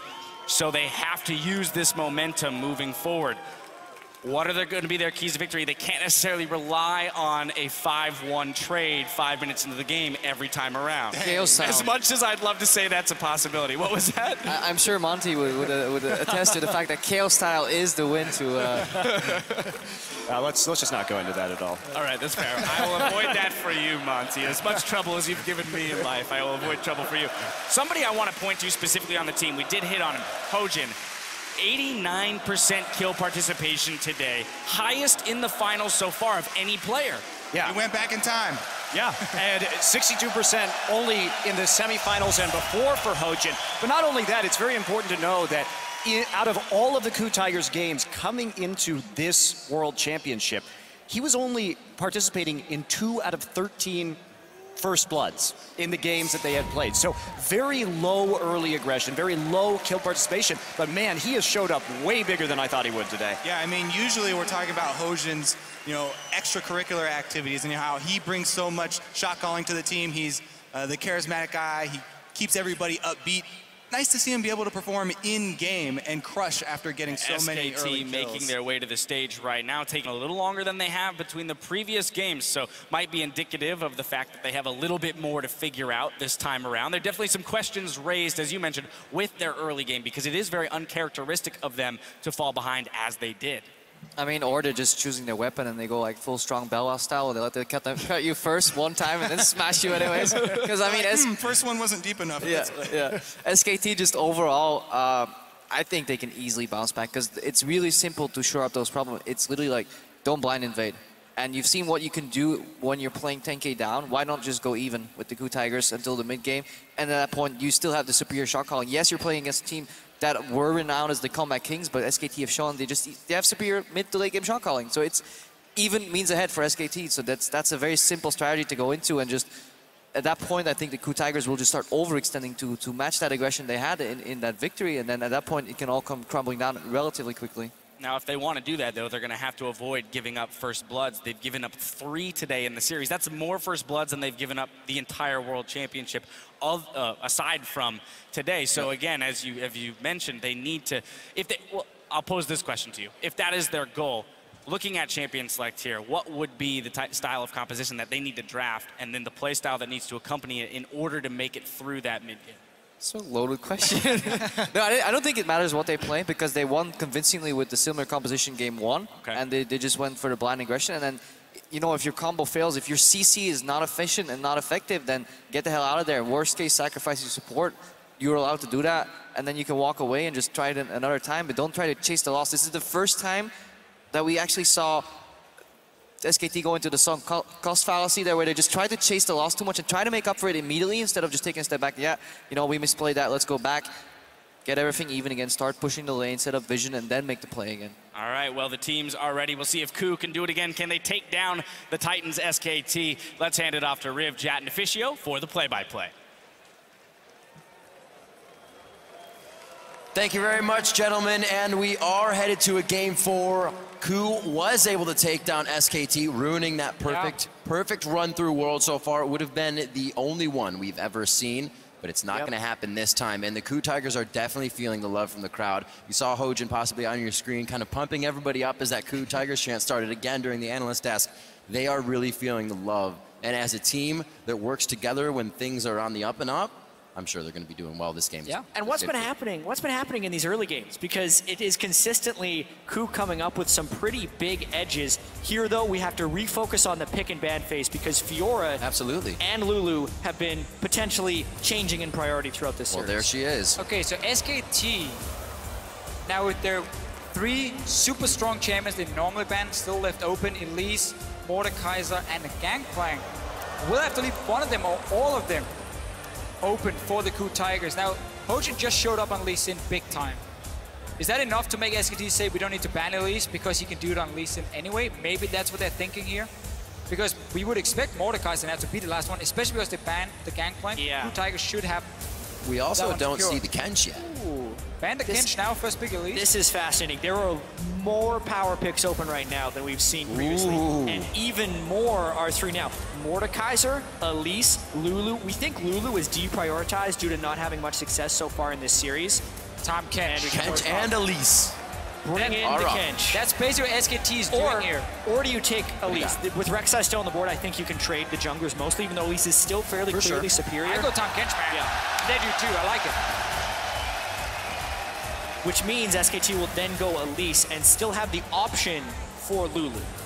Only thing I would have seen change from the KOO Tigers is instead of maybe banning the Rumble, obviously because they see the Fiora ban, they're like, okay, we want to keep target top laners.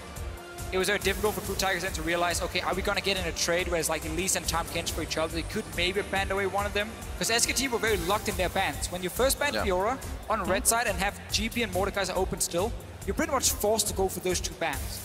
KOO Tigers could have played around it. Instead, they are apparently happy taking the Tahm Kench, who is, in my opinion, a step above every other support. Same for Elise, obviously, when it comes to junglers. But man, Tahm Kench can make so many sick plays. We've seen it so many times with Jinx. Bang has 0 plays through Summer or Worlds on Jinx, so that's pretty much falling into the hands of Prey if they actually want it. Alistar also picked up with that Elise. We'll see what they can put on the table. They've got a bit of crowd control to start off some fights if they can grab somebody from afar, but it's still the Ashe pickup. The arrows just too strong. This is the KOO Tigers' favorite bottom lane. Because what you will do is you will push out your lane, you will recall, and then you have an arrow and you have the Tahm Kench ulti to gank whatever lane you want. And suddenly 5 members appear behind Faker or Marin. That's a kill, that's a tower. Something KOO Tigers love to do, and they can do this with this comp. And they also save their solo lanes until the very last pick. So the Gnar's not going anywhere but top lane. Smeb gets to try and counterpick that, but without Fiora on the board. You can still take a Riven. Yeah, I'd expect Riven into Gnar. Into the Gnar if you want to. I mean, you can play an Olaf something into Gnar as well, but obviously he doesn't have to set up with his team, so Riven would work fine for him in this matchup. Overall, just the KOO Tigers are getting comfort picks across the board, and I felt like in Game 2 as well, they got a very good composition for the KOO Tigers. They're doing the same thing here. SKT obviously can still be happy getting Elise as your first pick here. Bengi needs to show up in this game and out jungle Hojin, who's obviously been giving a lot of kills in the early game. It's made it easier for Hojin to show up today. Hojin's eruption in Game 3 was kind of the least expected thing we have at Worlds. He was so walked over in so many of the bracket stage games already. Not gonna. It could. I mean, would we see Lulu Smeb, top? Smeb on Lulu top? That's actually true. I was gonna say no, they have a support, but Hasn't been the case for a long while. But you have the tools to the team snowball composition top for lane, SKT also does fit pretty well with the Lulu, so it could be a denial pick. Cassidy and Lulu, are they looking to make the AP happen that way for the team? It is locked in, so Lulu is going towards that top lane for Smeb. Gorilla is going to be giving that Cassidy over to Kuro. We'll see what SKT has for their counter pick here. So it now is you going also to be for just, Faker. You just blind picked Cassidy as well. Yeah, that. I'm just gonna throw it out Glad there. you pointed that out. Faker is the guy who wants to play Riven mid.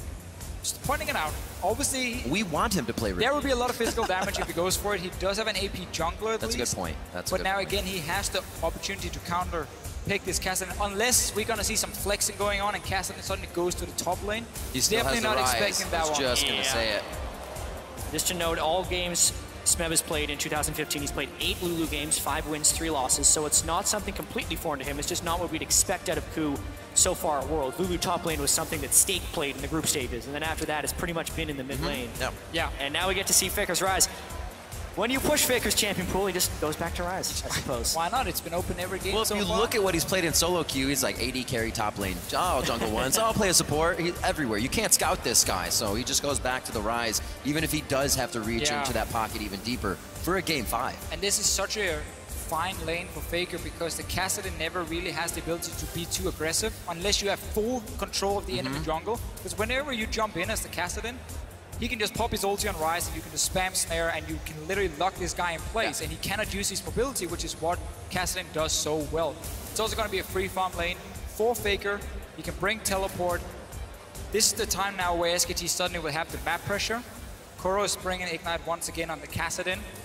So they cannot start falling behind because they will not be able to stop what's going to happen in the side lanes. We know Gnar is going to be really, really strong as well as a spec pusher. And this is another one of these matchups, though, where KOO Tigers brings global ultimates in support and jungle, whereas SKT will then bring the extra teleport in the mid lane. It's the same juxtaposition we saw in Game 1, just swapped for which teams had the globals. We're going to see what happens loading up for Game 4 with the Summoners Cup on the line. Tweet hashtag KOO win or hashtag SKT win to @LOL Esports. We'll be tallying your votes up throughout the game to see where you stand on this one. I'm sure coming into the game or even right after the game, maybe one of the first things Coma said was the perfect record doesn't matter. The win still does. Shake that off, get into game. KOO, however, riding a wave of momentum coming into this one. It's exactly what they wanted from the crowd and from themselves. And they stand in a very good position to take another game. If they say that most players don't care about these 18-0s or 13-0, whatever it is you're aiming for, they just want to win the whole thing. Yep. It's more the casters who care about who you're undefeated. All that will matter is which team hoists the Summoners Cup. That is so beautifully on display on the stage right there. And SKT, just like they were in Game 3, are one game away it still hangs from in the that balance. moment. And for Faker and Bengi, it would be their second time doing such. And they would be the first people to ever have that privilege to do it twice. And now we get to see, I think I didn't expect, Smeb on a supportive champion. Because the whole reason this meta fit KOO Tigers so well was that Smeb could take Riven and Fiora into the top lane. He would outduel the enemy top laner and do really, really well. We haven't seen him show up too much this time around. Last game, he needed 30 minutes of farming. Then we saw a big play. It was massive and allowed KOO Tigers to win the game, obviously. But now he's on supported champions that can't really snowball. That's one of the problems about Lulu. TP ganks are not very effective for her. Ganking her lane doesn't do a whole lot. You'd rather want to leave the Lulu alone and just let her sit and farm up. It's true, and actually before the last game, it had been a really long time since KOO Tigers had defeated SKT. I mean, you mentioned the summer split that they were 0-4. Yeah. They were 3-0'd in the spring final. They were 2-0'd later on in their second best of 3 in the spring split. But in doing that, how much will that get in the mind of SKT? They need to be able to bounce back. Speaking of records, the last time SKT even dropped one game in a series was in August against Naj and EM Fire, so it's not something they're really used to right now. You can see KOO's momentum wave flowing right into the crowd as they wave around the Mercedes-Benz Arena. SKT has done this before, where they leash for either Bengi or Marin to get him quickly to level 2, and then he can go to his lane, and he kind of has a small advantage. You see him get the Grump now.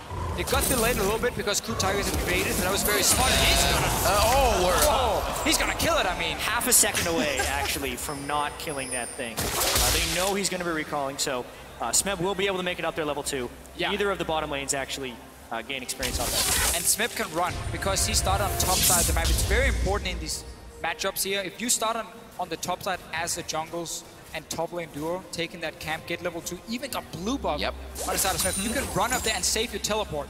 Because Marin had to do this play around the Grump, wanted to try and rush it down and then TP it up. He's now down a summon as well, and that's going to be key when it comes to poking away. You can always go back in return. And even though Smeb has been performing so well on carry top laners, it's not like he hasn't been effective on utility or tank type top laners in the past. 5-3 this year on Lulu. He was a good Maokai player. He was a great Gnar player. He can still play those styles. It's just more throwback for KOO Tigers and kind of a mix of the old and the new with this team composition. A lot of Korean players, when you are on Incredible Miracle, you don't really perform too well. But when you leave, a lot of the players tend to do really, really well. Smeb is one of the guys. Didn't have much of a name before he joined the KOO Tigers, and then slowly but surely got better. Was actually considered one of the worst top laners previously, so a very big step up for him. We heard the Korean casters saying it was almost impossible that SKT themselves slumped, but each player on Coup Tigers has faced that individually and then come back to be fantastic players here at Ballot Worlds, aiming for the summer spot. And this game will also be so much about how SKT can recover from the early game. You can see Bengi missing his cocoon on the Scuttle Crab. Not the best start, losing some early pressure there because that revealed him to Gorilla and Prey as well. SKT really needs to kind of reset, make sure they're safe in the early game, and then make Coup beat them. Have to keep an eye this game if they do kind of forego the sight stones again, use the hawk shot, get their vision through different means, or if they go back to kind of a regular play. The aggression they had last game took SKT off guard, but I'm sure SKT's ready for that another time. Yeah, for sure. They've been talking about the first 5 minutes. We haven't seen SKT rush into the enemy jungle all of a sudden and take a stupid fight. We just saw a jungler miss on the wrist guard. Much more patience. That was about it. That's about the amount of action we've seen so far. So it's a lot slower pace now for SKT. There is a lane that's going to be annoying for them. I always liked Ashe into Sivir because of the fact that you can just constantly trade it with her. It's very hard for Sivir to trade back these quick trades. You're just going to boomerang you step to the side. But when that happens, Tahm Kench will eat the Ashe. Then suddenly the trade damage is really going. There we go. Thank you very much, by the way, Coup Tigers, for showing it. So you can have these very quick trades. Then you get that level 6 and you can start making plays across the map.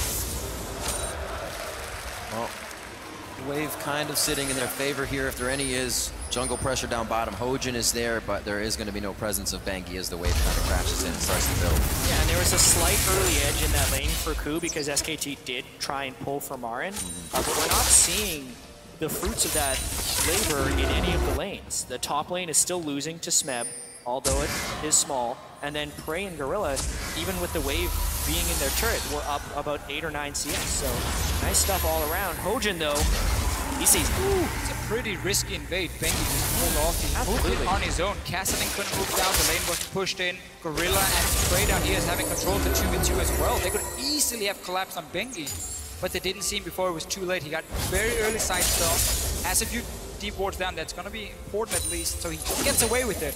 Yep. That could have been very, very risky.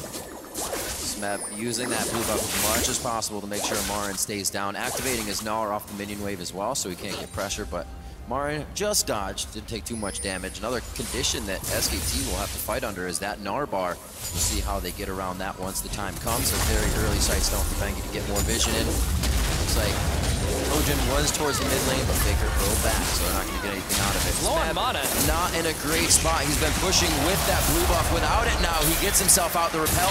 Does not hit. That's exactly what Smeb needed to do right there. So often you see Lulu's greed and not successfully flash the cocoon away there, but he knew he couldn't speed himself up very well. You knew he was low on mana, and it's just, aside from getting caught in the first place because you're pushed up at 6.5 minutes without wards, the gank escape was perfectly done.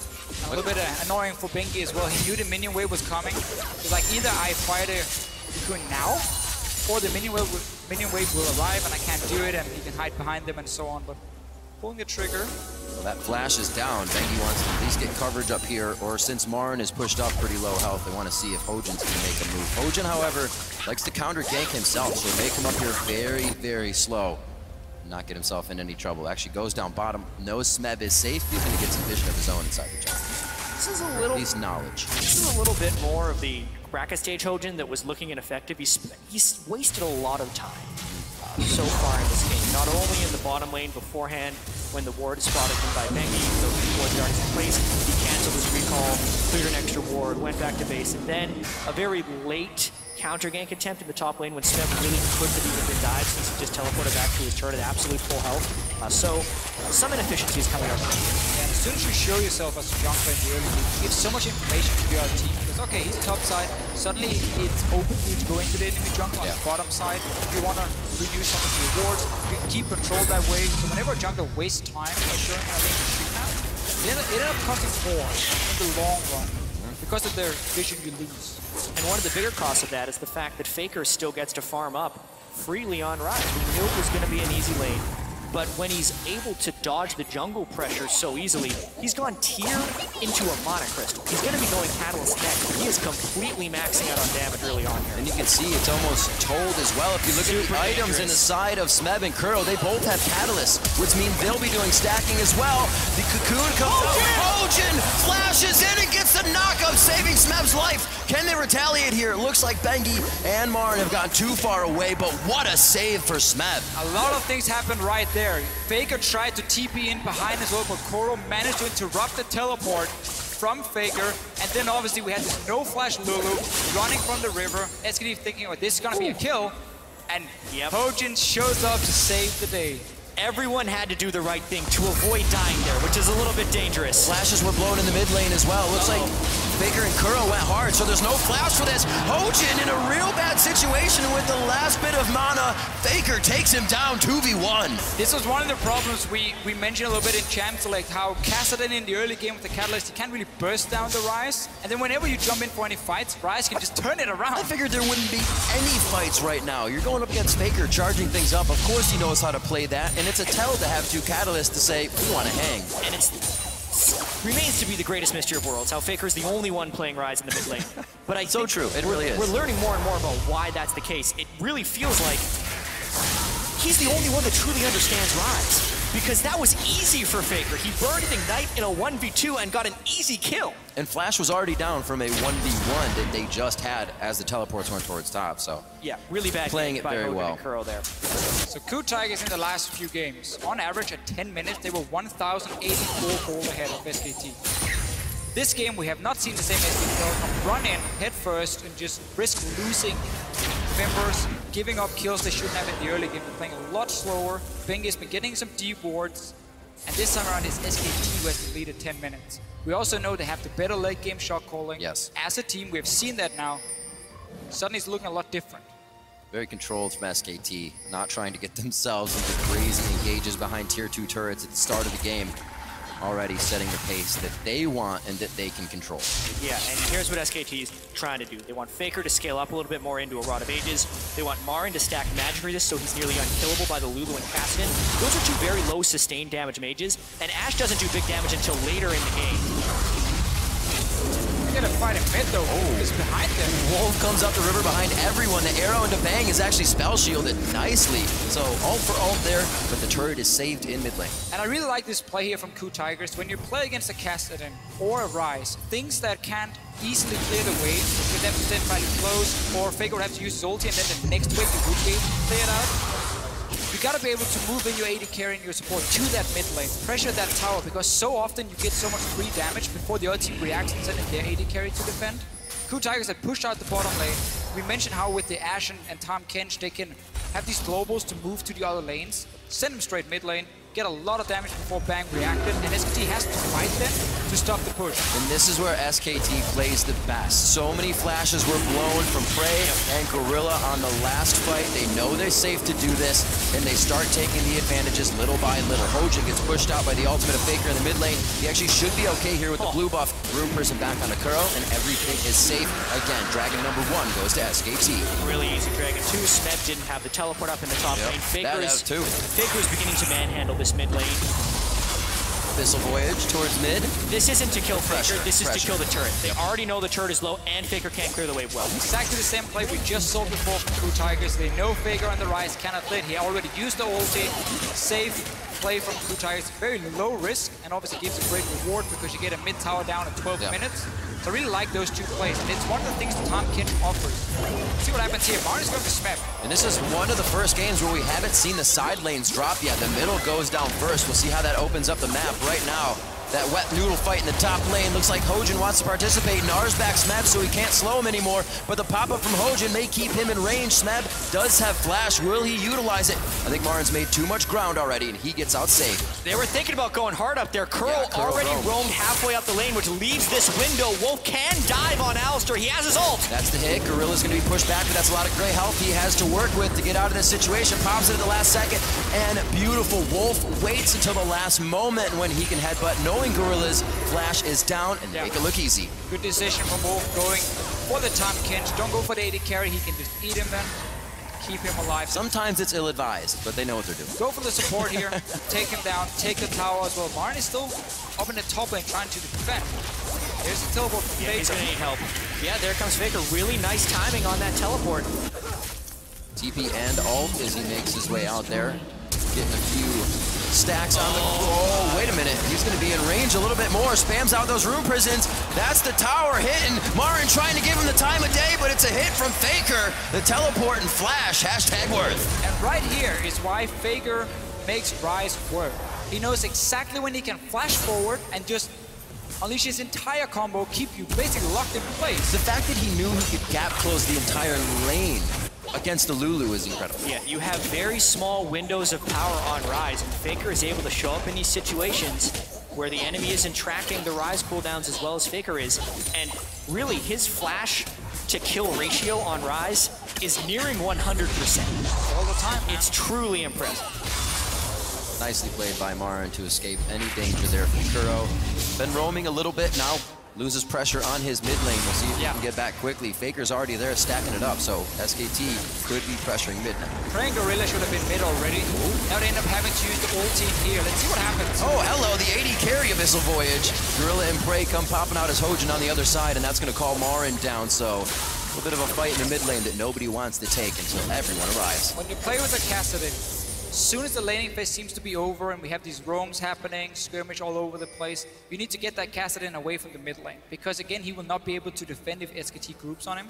So you have to move Ashe and Tahm Kench earlier to mid lane, so you didn't have to use the ulti here from Gorilla either. And you have that now global pressure because Tahm Kench can go to either lane with his ulti, and he can take Prey with him or Hojin with him if needed.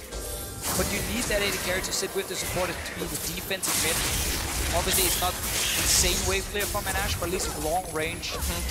Bang now gets a lot of time upon him because Cool Tigers just had to move Kassadin top, then move AD carry mid, very delayed. They were constantly a step behind, and that's what SKT has used. Exactly. Kassadin Ashe, when you compare that to just to Sivir and Ryze. Ryze and Kassadin, Ryze would actually have a little bit better wave clear than the Kassadin, but Sivir's much better than the Ashe. Yeah. They're playing the pressure game. This is the game that SKT had a huge compositional advantage in Game 3, but then we're getting picked off too many times. But the conservative nature of what SKT is doing with the windows of aggression is more the SKT that we saw in Games 1 and 2. And you're going to see SKT move Ryze down to the bottom lane and then keep the Sivir in mid lane. So you now have 3 lanes basically pushing for you.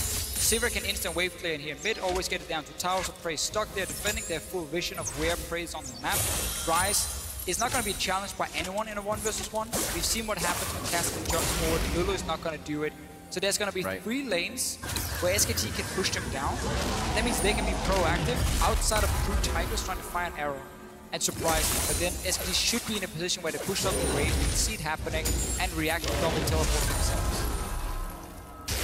If any mistakes are made at the same time, they'll get way more than just one turret in that situation. SKT takes a mile when you give them an inch. 3-0 already. This time they have the 2,000 gold lead, and we did see the early Sightstones coming in from Ku this time. It wasn't just the run into the jungle, find a target, and make it happen. They don't have that pick anymore to work with.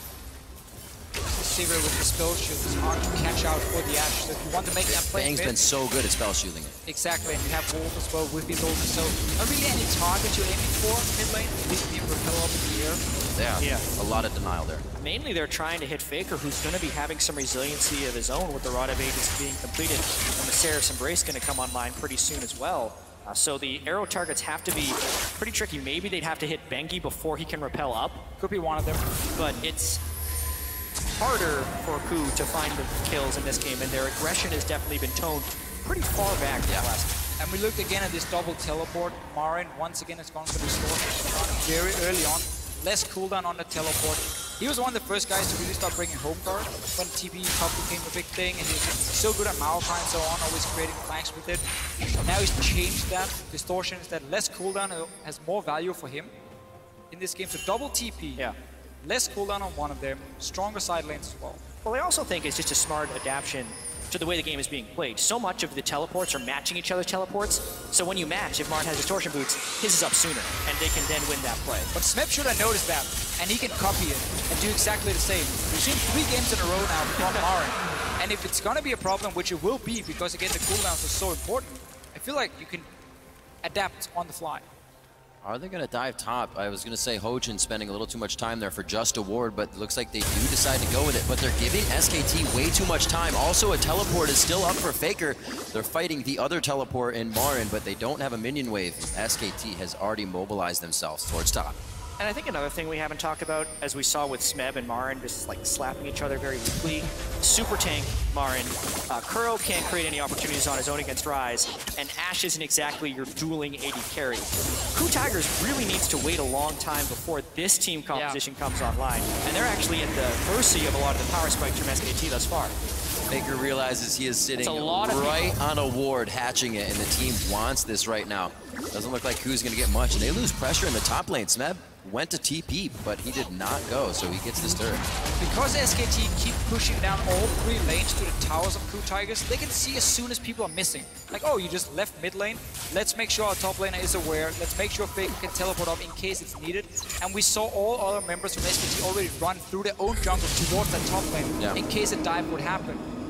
I would like to see Prey instead recall, run from the base and then fire an arrow down the lane here. That's very hard to dodge unless you have flash up. And it's also a lot harder to predict. Okay, where is he going? Is he going top? Is he going bot lane? If he moves from mid lane after playing a wave, SKT sees it.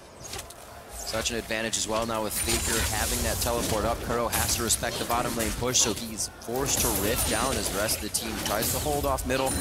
Marin's going to go ahead and pick up red, and that will just create more of a possibility for SKT to kind of reel in these kills. Just farming it up. Marin against the blue buff Lulu, still up in CS there in the lane by a few. He's doing what he can to stay in this game. Strong Gnar play, good build in this situation he's in too, because he knows it's going to be a very long time before Prey can sufficiently hurt him. Nice steal by Bengi right now. That hurts. Yeah, SKT is systematically kind of just taking away KOO's win conditions. They're keeping the waves pushed up, the teleports from Smeb are failed, the Tahm Kench, if he ever goes missing, SKT's able to fall backwards. And they too scale very well. Faker on Ryze will be a late game monster, so they're really making KOO commit into these pretty risky plays in which they haven't been willing to. And honestly, Prey is still sitting on Infinity Edge components, so it's going to take a long time Marin for KOO Tigers to make this play. Not really worried about those fights, worried about being a tank. Sterix Gage, first item. I think it's great when you have a Sivir, when you have an Alistar, something that can set up the fight for you and help you stay in there, give you extra mobility, because you become such a monster once you're in the middle of the fight, and obviously the shield pops, you get the extra AD for yourself. That's going to make him really hard to deal with in the fights. And obviously, again, he's not afraid of the Lulu killing him. He has enough magic resist. I have such a weird feeling with Lulu top lane, because again, it can't really snowball, it can't really assert a whole lot of pressure either. It just wants to go into team fights, but you want to have a split push right in this meta. So it's always been a bit of a weird pick, and that's why we've seen it a lot less here this World Championship. I definitely didn't expect it to expect. Backs against the wall, Fiora not in his champion pool there because it was banned away, so I understand why they went for it in this situation, because they had so much success in Game 3 by going with something completely different, a full pick composition. And they are stalling this game out as well. SKT as well as KOO Tigers are kind of playing the slow game. Yeah, simply just not been able to create the pick in this game, because Prey is always spotted where he goes. He's not been able to roam around in this Ashe here. Double teleport makes it so difficult, because all 3 lanes have always been pushing down, slowly chipping away on the power. Faker hitting that Saris Embrace as well. He's going to be even harder to kill now. 10 stacks towards Kuro's Rod of Ages. Smeb is almost there, so those items coming online now as they put a few more in their pocket. Faker almost at 10 stacks on his. This is going to get very, very volatile quite soon. Level 11s are on the board. That means they have their second ultimate. Dragon is going to be up in a minute 40. It'd be a perfect time to get more summoners or ults out of members of SKT here. 22 minutes in, it's a 3,000 gold lead for SKT with 2 dragons already in their favor.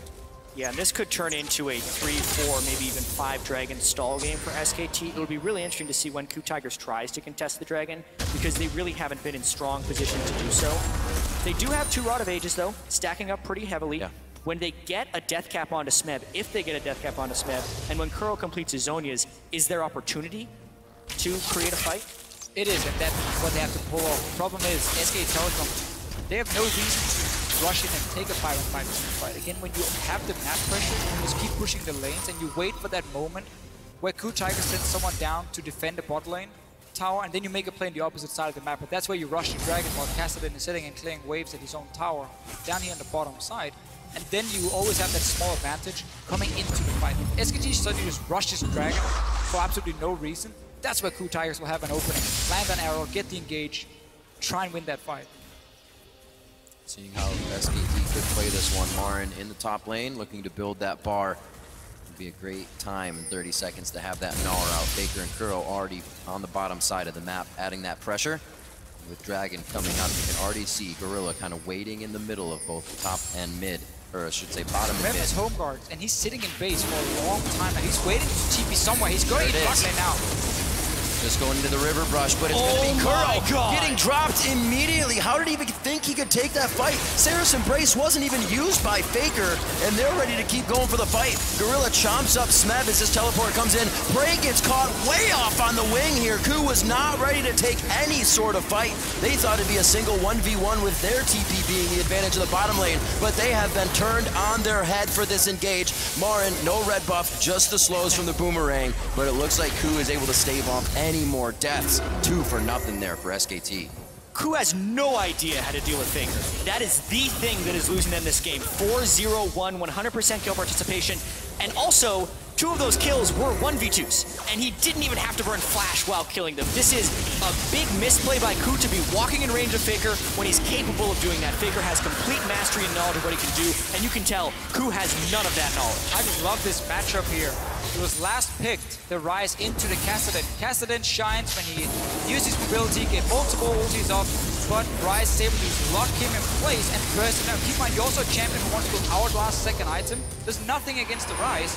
He just got completely destroyed. Tom Kench was trying to come in for a larger flank. That's why the Castion engaged. Oh, yeah. He was interrupted on the other side of the fight. They had Homeguard TP coming, they had Tom Kench coming, everything was set up. But you need to get that arrow in first to stun that Rise, because we see what Faker can do. The amount of damage he's pulling off already. Can't let him freewheel like that. And again, a game they're building. The face of the mountain Foley, it looks like, on Gorilla. Merc treads around, so they have what they need in magic resistance instead of building that Aegis. The Locket's already completed for Bengi. They're not worried about any of that AP damage, so Faker can still wreak havoc on these members of KOO. It's not looking good, and we've said Faker, Playmaker really hasn't been here this world. He was just waiting for the final place. I think he's been having a great final so far. That's what happens here. Gorilla, he's caught. The Gray Health is there, a flash over the wall possibly. Doesn't even get a chance to Gray Health on that one. A good crit from Bang and the execution from Bengi. And it looks like a little too far into the turret as they're getting flanked by Kuro here. SKT still knows their limits, and they get one kill there and have mid pressure. The walls are crashing down around KOO Tigers right now. Playtime is over. Yeah, Marin is also unburstable for the most part with the Sterix Gauge as well as the tank items. The team is engaging in the right moments. The waves are crashing down on KOO Tigers. They don't even have Ash Hour right now. SKT is in complete control and look to be on their way to their second world champion. And this is where SKT does their best work when their opponent's being smothered. They don't know how to assess a fight. They don't know where to go once the fight starts. And SKT continues to pick you off one by one, grabbing a little bit after that. And it looks like they were looking for a few more kills there as they enter the jungle with KOO Tigers. Coming up empty-handed, they're still happy to be in the lead with all the map pressure right now. And what a mental recovery by SKT. They died 29 times in Game 3 to the KOO Tigers, and 26 minutes into this game, they are yet to suffer a casualty. Undefeated throughout all of Worlds. Play kind of badly in Game 2, early game, come back. Play even worse in Game 3, get beaten. The crowd is completely against them at the end of that game. KOO Tiger chance coming in, and they are playing close to a flawless Game 4. Very, very clear after the game. Sit down, took extra time before they even returned to the stage. Yeah, they did. And just talked over and said, okay guys, we have absolutely no reason to risk this early game. We know what we can do later on in the game. Play it safe. Doing it this game here.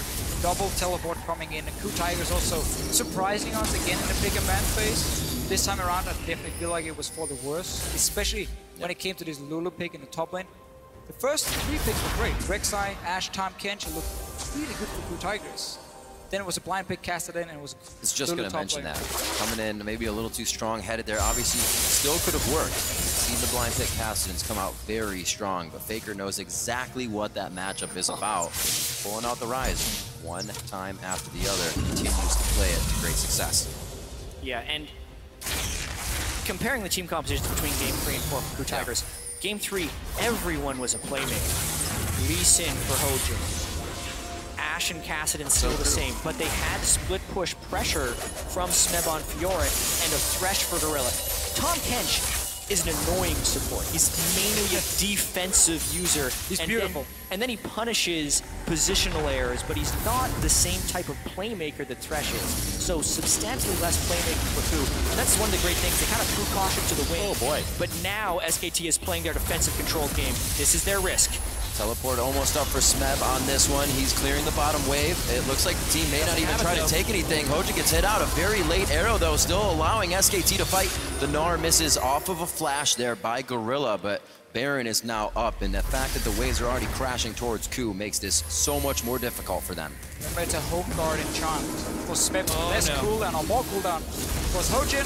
Again, where they take different roads to exit. The exhaust is there, but I don't think they're going to have the chase on that, even with Faker's ultimate coming in. It looks like they stay back. Ku now trying to hold off mid. The flash was used by Prey, or I'm sorry, heal was used by Prey. The TP coming in to save the minion as well as engage in a fight. Smeb gets the wild growth on himself. What a static shiv crit. And it looks like that could be a final kill. Nicely done coming in. The Toxin from Bengi picking up a kill onto Prey as he had already used heal. He could not get himself away. And Gorilla also falls after flashing previously. And SKT is going to take a lot after this one. The wave clear is gone for Ku Tigers. They had to go back to base. They have Baron buff and 5 people alive for SKT. How hard did they push this in? They don't have many waves pushing the side. It could be towards the top before Prey and Gorilla get up to get that second tier turret. They have a pretty good minion wave halfway there, but I don't know if they'll have time. Maybe they just have too much money to spend at this point. 11.5 thousand gold in the lead right now, and still a flawless game of 8-0 as we just hit 30 minutes. Yeah, no reason for SKT to risk anything. Just go back, return out here, take another dragon, get 4 for yourself. And really, just the way they've been sitting in this 1-3-1 as Marin is trying to run away, Hojin comes in. Bit of a hop. The whimsy from Smeb could get him there in time, but it's all about Kuro being there. That'll take him a lot more time. This gives SKT time to move out on the map. Marin staying alive for quite a bit. Yes, it's going to go to Kuro, and I guess SKT did not get too much out. Thought Marin might make it a little farther, but that was a good pickup. First small sloppy mistake we've seen in this game from SKT. Yeah. Marin shutout. Just being a little bit too greedy for trade, I think, against Smeb. He's getting Baron off of one member. Very good here for Ku, but still quite a bit of Baron to be used by the rest of the team's Faker to the bot lane, but he's got to be wary now. Yeah. He does not have his teleport up, and you can see that's just take Dragon. And I'm looking at this Ashe pick here for Prey. Normally he's a fantastic Ashe player who's able to set up a lot of picks for his team. That's 4. Obviously one of the reasons Ku Tigers value it so highly. But what SKT did in this game, that was very smart. First of all, Sivir, who can spell shield the arrow. Ashe, Alistar, who can obviously pop his ulti. We talked about the Elise who can propel up into the air. There was no easy target for Prey to hit. We mentioned this earlier. There's no easy target for him to hit in the mid lane. And that's normally how you stop a 1-3-1 with Ashe. You say to the other team, if you split up in side lane to be hard engaged mid and you die. They're setting up a play. This has to work. This has to work. Faker onto Kuro. We've seen this before. He dodges out. The minions in the mid lane gave him a bit of vision here, and it looks like he's going to be able to stay for the full fight.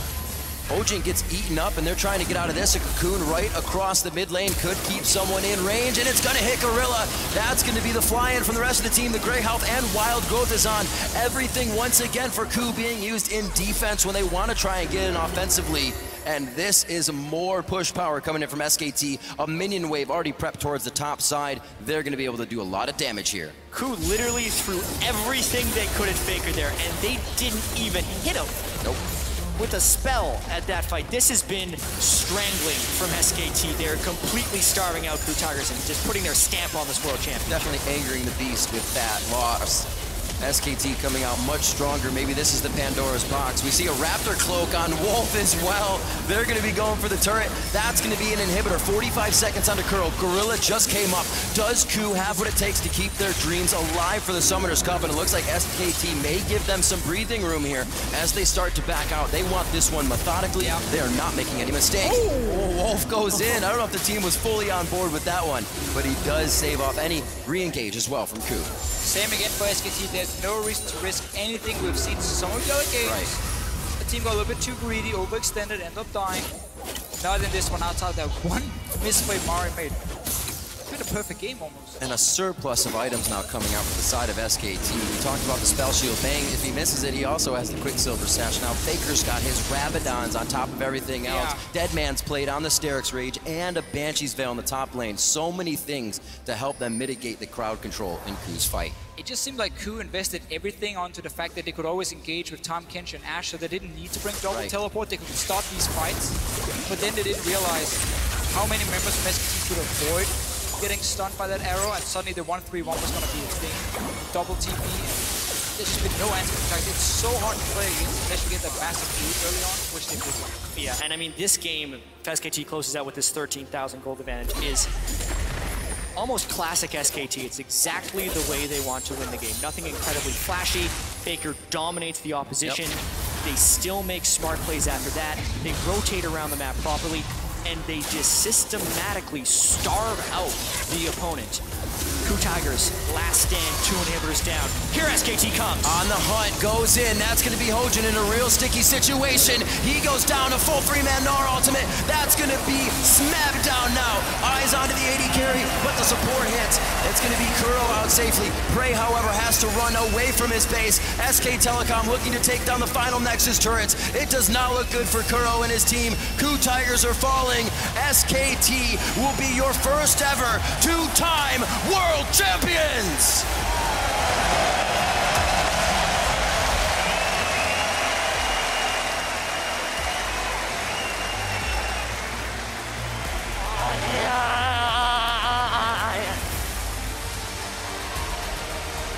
In an almost perfect run, the emotion on the team being felt. You could see it on Faker's face. An almost perfect run here for SKT.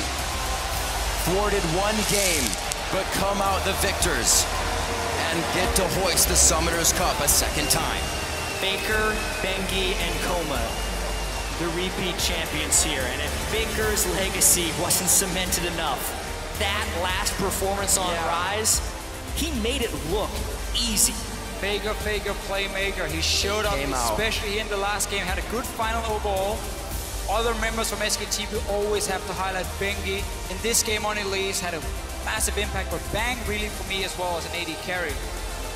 In these fights here, he's never the guy you talk about. When you look at SK Telecom, you look at the big names like Faker, Marin in the top lane.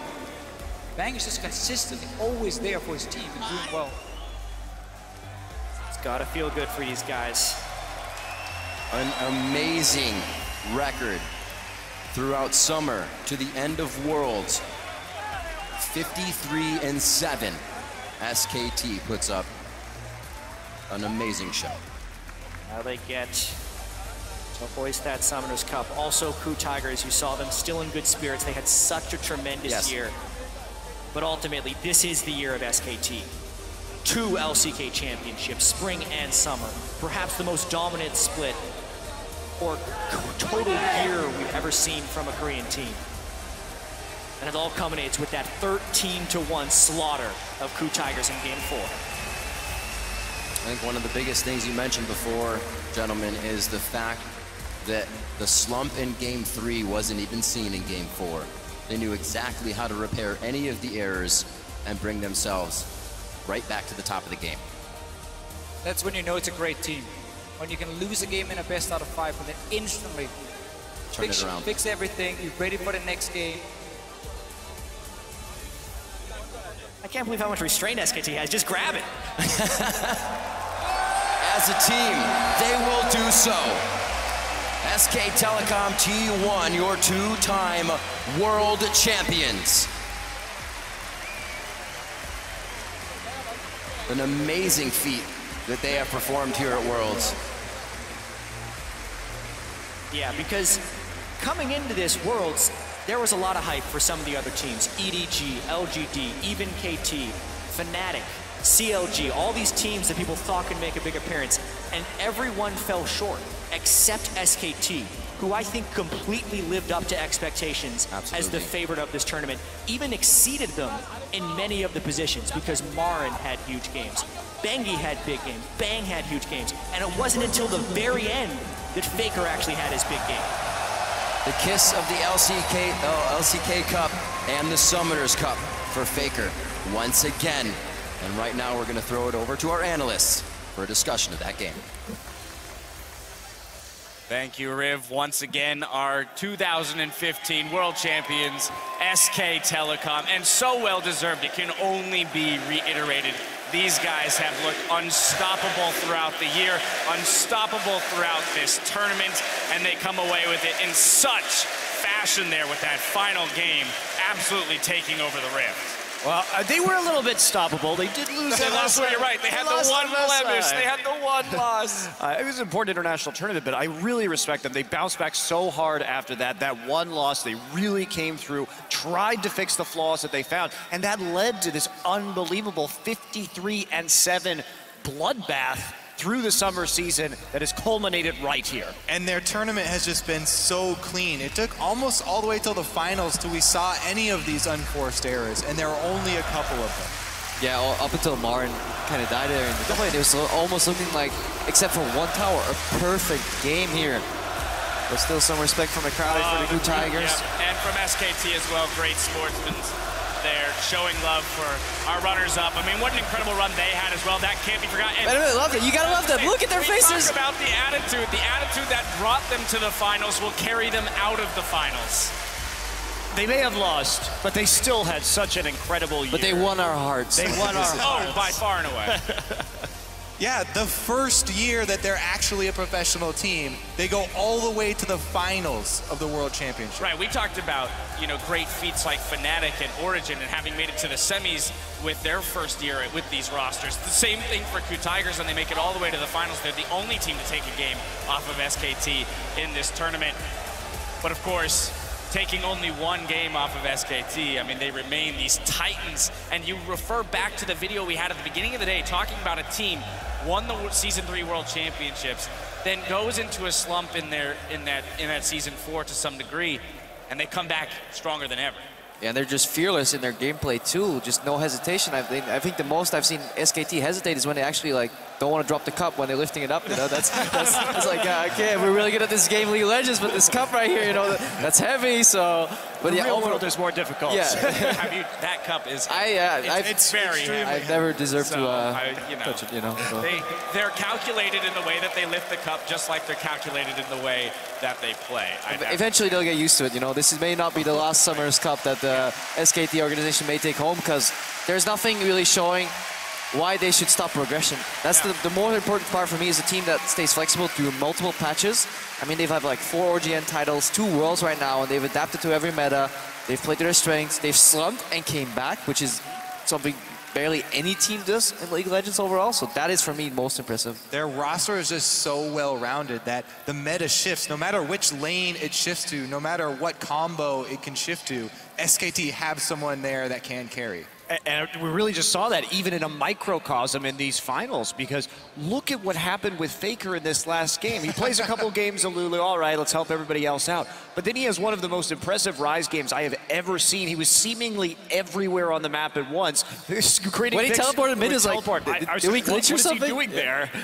SKT getting their swag on right now. Got to get, decked out in all of that World Finals gear as the newest champions. But I do want to return to what you guys are saying. This microcosm that we saw in the series itself, and I do want to point again towards Coma and the coaching staff, because we've talked about, one, these are the guys, yes, who are out there doing the work, individually and as a team, but behind them they have this backbone. They have SK Telecom as an organization which is so well established, and it shows in the way that they can rebound from their first loss in Worlds and then have their most dominating game of the series. It helps when you have Faker. So. That as well. It's a large advantage. Another fitting way for this series to end was with Faker playing Rise and still nobody having an answer for it. The best part is that so many people, even in that game, underestimated what Faker could do on Rise. There are so many moments where people are going to try and kill Faker, and he just turns it around in 2-versus-1 scenarios. That is something, multiple times. yeah, when you watch SKT as an analyst, very often you see the ideal plays and you just want the teams to make them. Very often when I'm watching SKT, I'm trying to understand what they're doing with the average viewer. Like, even as an analyst, I'm like, that's actually, yeah, that makes sense. It's really smart. And they do that in the moment with only half the vision on the map, shot calling it, everybody on the same page. It's just, it shouldn't be possible. It's not allowed, you know? You shouldn't be that good at League. And Monty, you must find solace in the fact that no team was able to find an answer for Rise. So as I asked you that question, what is the counter? It is still unanswered. Yes! Of course. Now when we look at the tournament holistically, there was one player that distinguished himself from the rest of the field, and that was SKT's unstoppable top laner, Marin. He had a 4.4 KDA over the tournament, the highest GPM of top laners, and the highest average CS lead at the end of all starting players. So really just, you know, being that rock for the team in general, being the shot caller, but two, creating these huge advantages for himself and leading the charge individually. I gotta be honest, this guy does it all. In lane, in the early game, coming into this game here, he had the highest gold advantage of any player at Worlds at 10 minutes. And then he transitioned that into a massive macro game where he's constantly denying information, shoving waves, coordinating with his team when and where to pressure the map and earn these early leads for them. And let's talk about Marin as a player over the course of his career, because when he came into SK Telecom, he was such a hyped solo queue player. This is going to be the Faker of the top lane. He likes to roam, he likes to come into the mid lane and help out the jungler with ganks. But then he came in, and he was a great Rumble player, and he was a great Renekton player, but he didn't have a lot of depth. He frequently overextended in the split push and got himself killed. But this year has really been the birth of Marin as a top-tier top laner, where he really deepened his champion pool. He was just in his cocoon before, and now he's a beautiful Marin butterfly. That's very good. The growth for him has been phenomenal, and you know, as much as we put weight on the fact that Bengi and Faker have achieved their second World Championship, we have to look at those individuals who, you know, have just hit their first, and Marin being a huge example of that. Well, we'll continue this discussion in just a bit, but first, we're going to send it over to Shox for a word with our newly crowned champions. Well, thank you very much. We will talk to them in a second, but first, join me in welcoming Trevor Henry, Brandon Beck, and Mark Merrill for the presentation of the championship medals.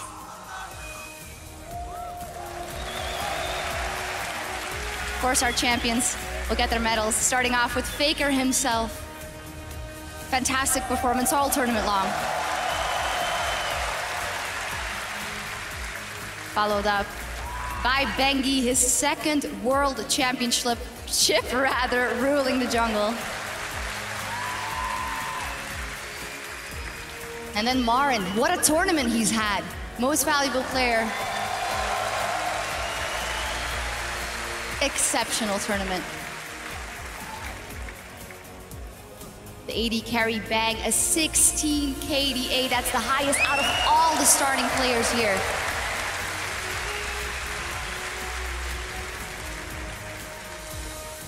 And his support, Wolf, and honestly, the backbone of SKT in their run to their second World Championship.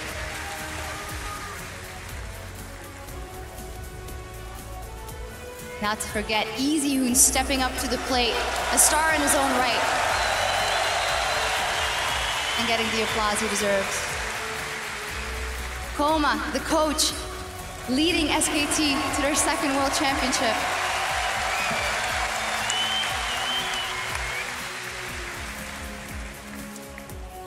And Carter, the head coach of SKT, behind the scenes, making it all happen.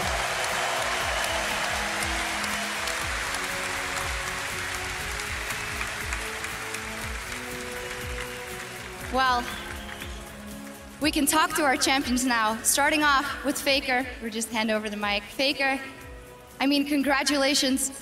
What a fantastic run. Can you try and explain to me, after all you've been through with this team, what it means to now be able to hoist the Summoners Cup for the second time in your career? 페이커 선수 우선 우승을 정말 축하드립니다. 정말 멋진 대회를 이제 기록했는데요. 지금 현재 있는 SK T1 팀과 이제 여러 가지 일들을 정말 많은 일을 함께 같이 겪었는데 이렇게 두 번째로 소환서컵을 들어올린 소감이 어떠신가요? 어떤 의미가 있나요, 페이커 선수한테? 제가 이전에 우승했을 때는 그렇게까지 큰 기쁨이 없었는데 지금은 정말로 기쁘고 또 그때는 과거였지만 지금은 현재라서 더 기쁜 것 같습니다. So back when I won my first Summers Cup, I wasn't as happy as right now, and past is past and this is present, so I feel much happier right now. Well, Faker,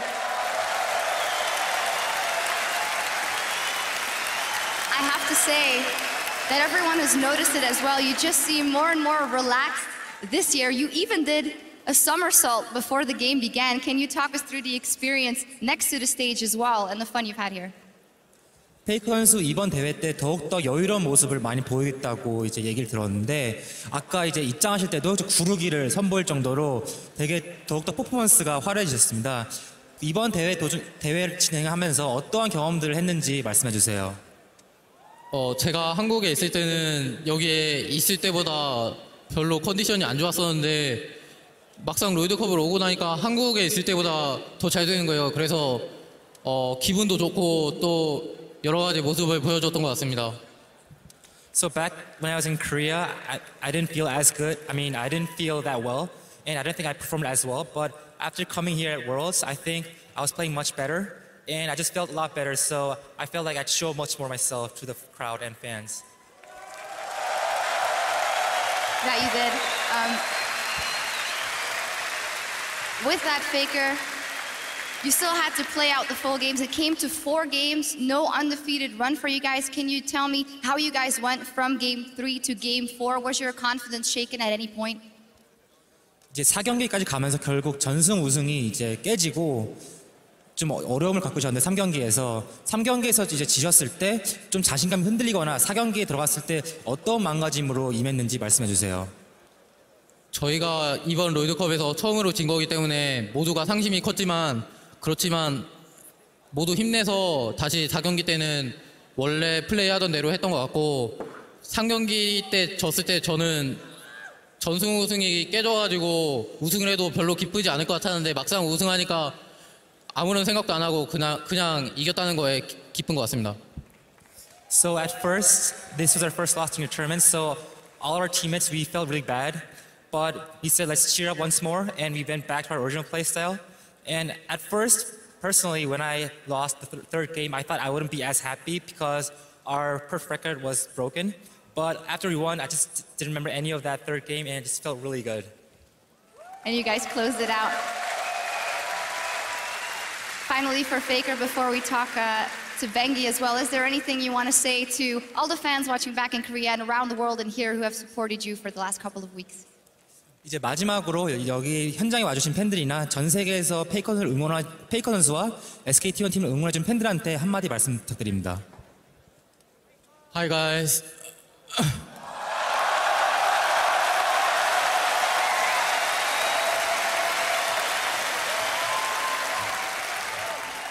I have so much to tell you, but my English is not good. So thank you and thank you for cheering and always love me.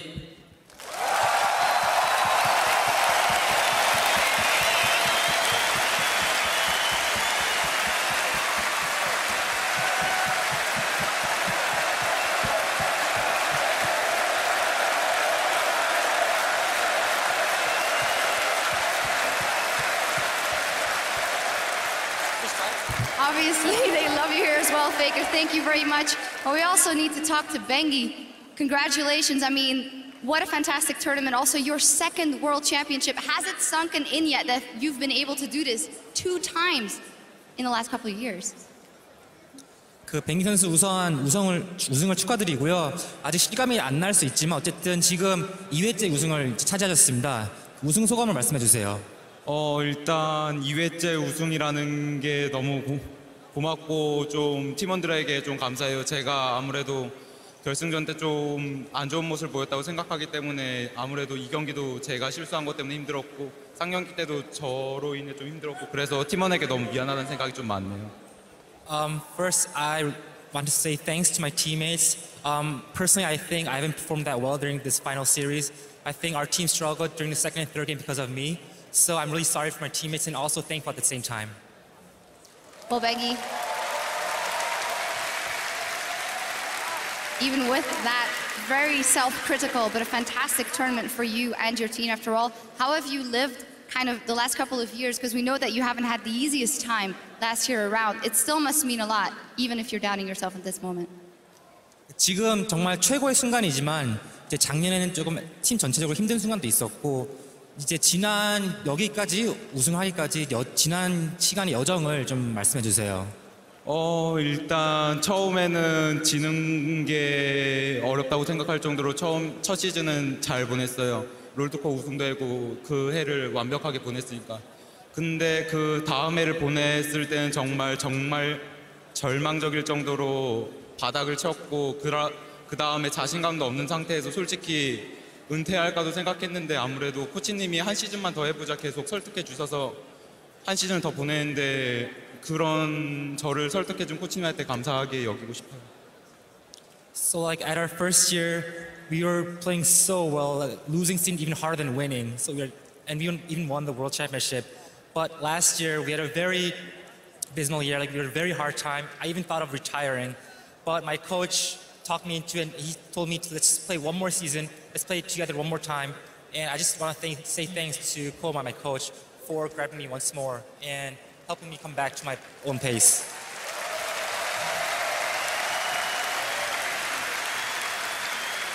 With that, Bengi, is there anything you want to say to all the fans that have been supporting SKT through bad times and very, very good times?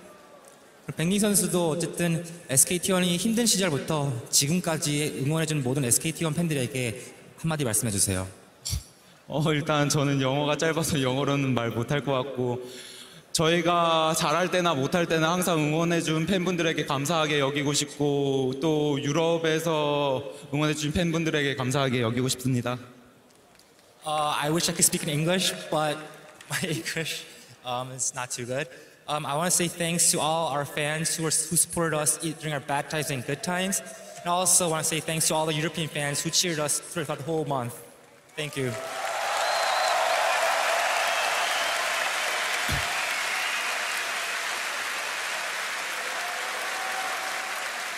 Well, thank you very much, Bengi. Thank you very much, Faker. We'll be talking to some more members of SKT in just a little bit. But ladies and gentlemen, one more time for your 2015 League of Legends World Champions, SK Telecom T1.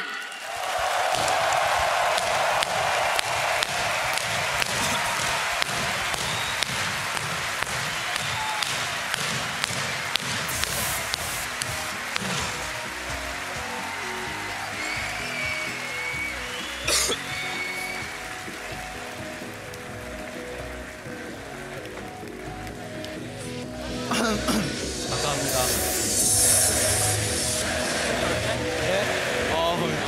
조금 약간 힘들게 해서 너무 기분 좋은데. I have to say, what a winner's mentality, a champion's mentality there for Faker, or from Faker rather. You know, for him to say that the last one didn't mean as much as this one. The past is the past, the present is the present, right? That is a champion's mentality, looking forward to this series and putting as much weight on it. So many people would be willing to say, well, I've won one before. I can rest on my laurels there. And he doesn't do that. He comes back in and wins it in spectacular fashion.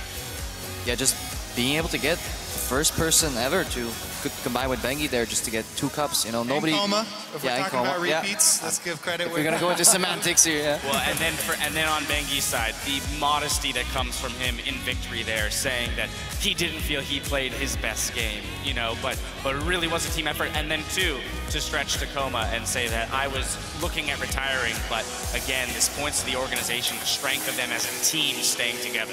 Yeah, and SKT just as a lineup are very modest. You know, when they have winning matchups, they don't really go the style on their opponents. They just play clean League of Legends with the necessary amount of respect, and then they just end the game. Sometimes it's not as exciting because they could go for all these weird picks and still win the game because they're so good at the game. But and now, of course, it's time for a celebration. Swag time! Swag time! As the players of SK Telecom get to finally celebrate with the rest of the people here in the arena. I'm sure things are about to get wild and crazy. Can I go down there? I did one of those shirts. You want to just stream out the desk real quick, and I'll just peace Yeah, out? you know what? I'll hold down the desk rep, but you go join them down there for the party. Seriously, I gotta get my hands on one of those shirts. What's going on? Easyhoon and Wolf getting in on it as well. Easyhoon, great performance from him as well. It's got, I mean, some people might think it's hard to be on a team where the person with your spot on the starting lineup is Faker. Well, that was a great interaction there. He pulls it off so well.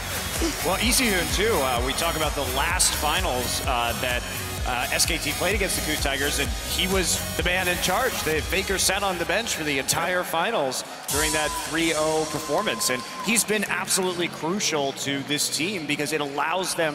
It makes it so hard to prepare against them. They can play Easyhoon, and he's so good at these control mages that it really changes up your pick ban strategy. And they're spearheading the trend where teams are starting to get really inclusive with their substitutions. At the start of League of Legends teams, subs were only people you put on the piece of paper just to have in emergencies. Yeah. You know, sometimes they were Diamond 3, but SKT, they take that a step further, you know, have their subs ready to fill in. You know, they have players like Easyhoon who could easily be rated as top 5 mid laners in the world on their bench, you know. So unluckily for him, he has Faker to go up against there. So that's really cool that they're so inclusive of him, even in the post-game celebration, for example. They're a team.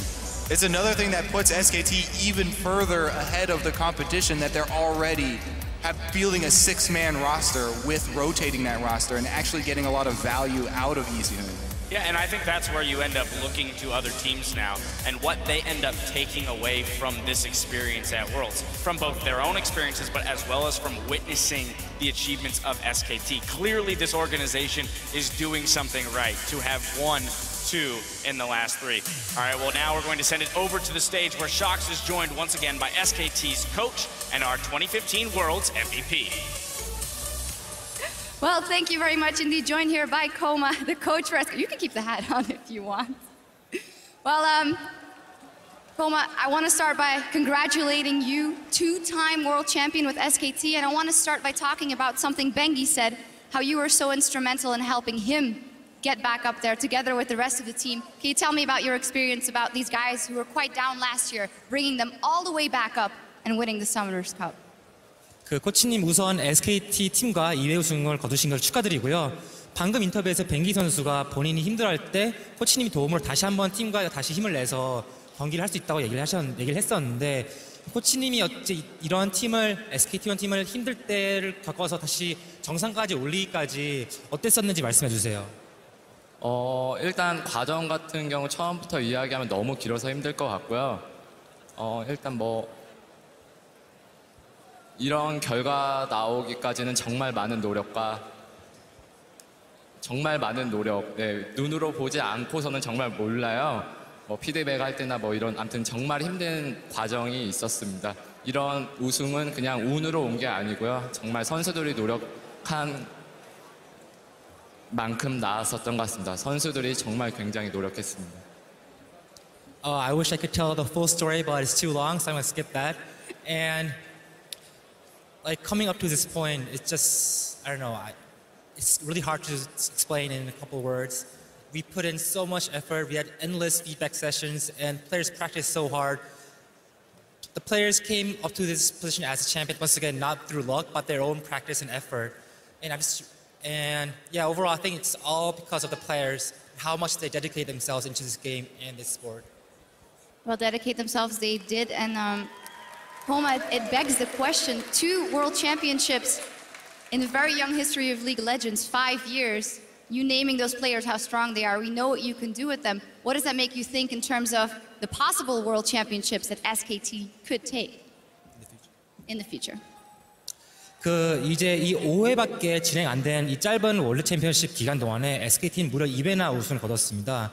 근데 이제 코치님 말씀하신 것처럼 이렇게 연습 열심히 하고 정말 강한 선수들이 팀에 있는데 이제 앞으로 미래에 SKT형이 다시 한번 월드 챔피언십에 결승 우승하기까지 어떤 가능성, 어떻게 될 것 같은지 말씀해 주세요. 예, 재작년에 뭐 윈터 전승 우승하고도 했었던 말인데, 물론 내년에 뭐 떨어질 수도 있긴 하지만 팬분들이 응원을 해주신다면 이 무대에 언제든지 올라오겠습니다. 팬분들 항상 아낌없는 격려와 응원 부탁드리겠습니다. 팬분들이 계신다면 이 자리에 꼭 다시 올라오겠습니다. So after we won Winter 2014 LCK, the perfect record, during the winner interview, I said that even though we're at this top of the mountain, we might fall and we might have some hard times. But if we have the fans there to cheer for us during our bad time and they keep on rooting for us, we can climb back up. I want to say that again. So we're at the top of the mountain right now, but I just want to say that, ask for our fans to keep on cheering for us and keep on rooting for us. So we can, even though we might have some hard times in the future, with those fans, we can also once again bounce back up.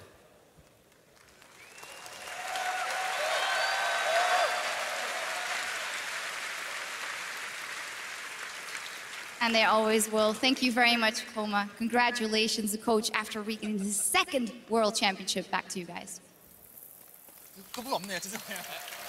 Thank you, Shocks. And that's a guy right there that I want to sit down with for a couple hours and really just get his full philosophy and thoughts on coaching, because the work he's done with this young crew of guys has been just phenomenal to watch. Gonna need a translator though. I will need it. I have actually had the joy of talking to Koma in like an informal setting rather, just while getting some translation, and he's like hilarious. He's a super nice guy. Every time you meet him just outside of the venue, he's always smiling. So Koma is just actually so good of a person that it makes you annoyed. You know, why can't I be more like Koma? You're a good human being, you're successful, what is this? You're good at League of Legends. You're everything Crepo isn't. What is going on? Comes full circle. I love you, buddy. But, you know, again, we have to reflect, and he talked about it there, the organization itself. You know, looking forward, the future of SK Telecom is such a young esport here, League of Legends, and they've already got 2 of the 5 World Championships. I mean, that's quite a trophy case, but they're also building up quite a bit of expectation for themselves now moving forward. Yeah, I mean, there's one more thing that they could do. They could actually not drop any games. They only dropped a single one, so at least they left room for improvement. I think that was the idea. Yeah, it was. Yeah, so now when they go back to the team house later, they can be like, all right, so we clearly have things to work on. Yeah, what are we working for next season? Yeah, less losses. Yeah, exactly. Don't go run 5-man into the jungle and give up 5 kills in the first 5 minutes. But if we can avoid that, we'll probably be good. I feel like, you know, aside from that, when we look at the run that this team has made throughout Worlds, you know, they really should walk away, though, even with that blemish, ignoring the fact that it wasn't perfect, because that shouldn't be what they, you know, end up hanging their hats on. It should be that dominating fashion that they won. I mean, they messed up a couple lane swaps, you know. But right. at this point, I'm not sure whether they messed them up or whether I'm too dumb to realize what they were actually doing at that point. I'm like, you didn't bounce the wave, SKT, you made a mistake, but maybe it's, you know, they've shown the late game shot calling is so good that I'm starting to question my own sanity when it comes to like watching them. You're not like, making a good case for yourself for a new coach. I don't know, man. I'm not looking to coach. I'm looking to stay here. You want to stay right here, where it's okay to be wrong? Yes. So you're just not seeing the long game of the 3-minute setup of the wave bounces back and forth 2 times, and then that's where the play comes in. Of course. It's all calculated. It's the 25-minute setup till the Nexus explosion. The entire plan. Well, one last time, we have another interview back down to Shocks, who's standing by with SKT's man in the top lane. Thank you very much, once again, Dash. Woo. Standing by with Marin, as said, the MVP, and well, for Faker and Bengi, their second World Championship. It was his very first World Championship, and immediately you win. Congratulations. What are your first thoughts after hoisting that cup, being here for the first time and going all the way with your team? 마린 선수 우선 첫 월드 챔피언십 우승을 축하드리고요. 우승 직후에 이제 소환사컵을 처음 들어올렸을 때 무슨 생각을 하셨나요? 네, 일단 저희가 페이커 선수랑 벤기 선수들은 이제 2회째 우승이긴 한데 나머지 선수들은 이제 첫 우승이라 정말 더 기뻤고, 그래서 소환사컵을 들었을 때 이제 우승했다고 실감이 들었어요.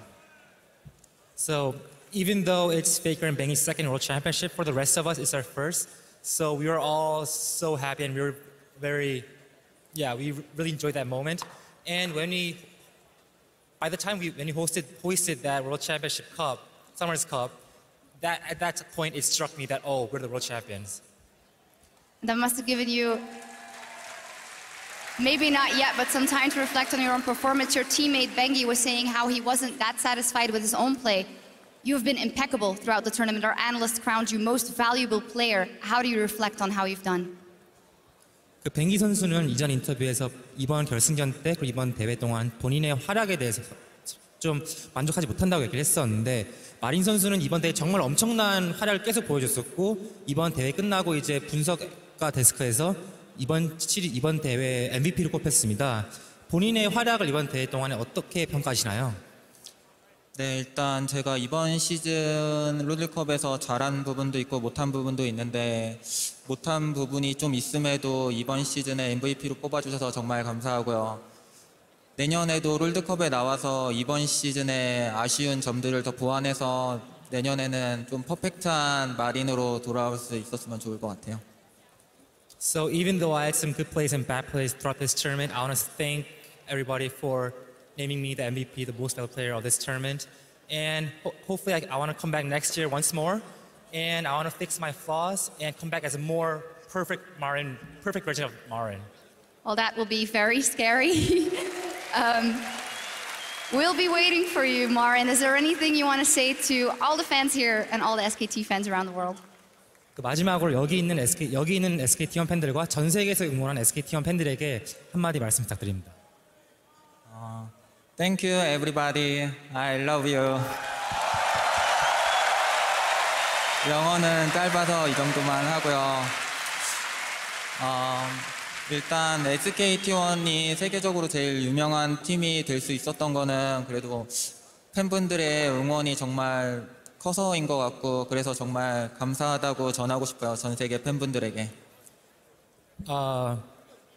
Except for the English part. Yeah. I think without all of our fan support, SKT wouldn't have become like the world top esports pro team. So I want to say thanks to all of our fans.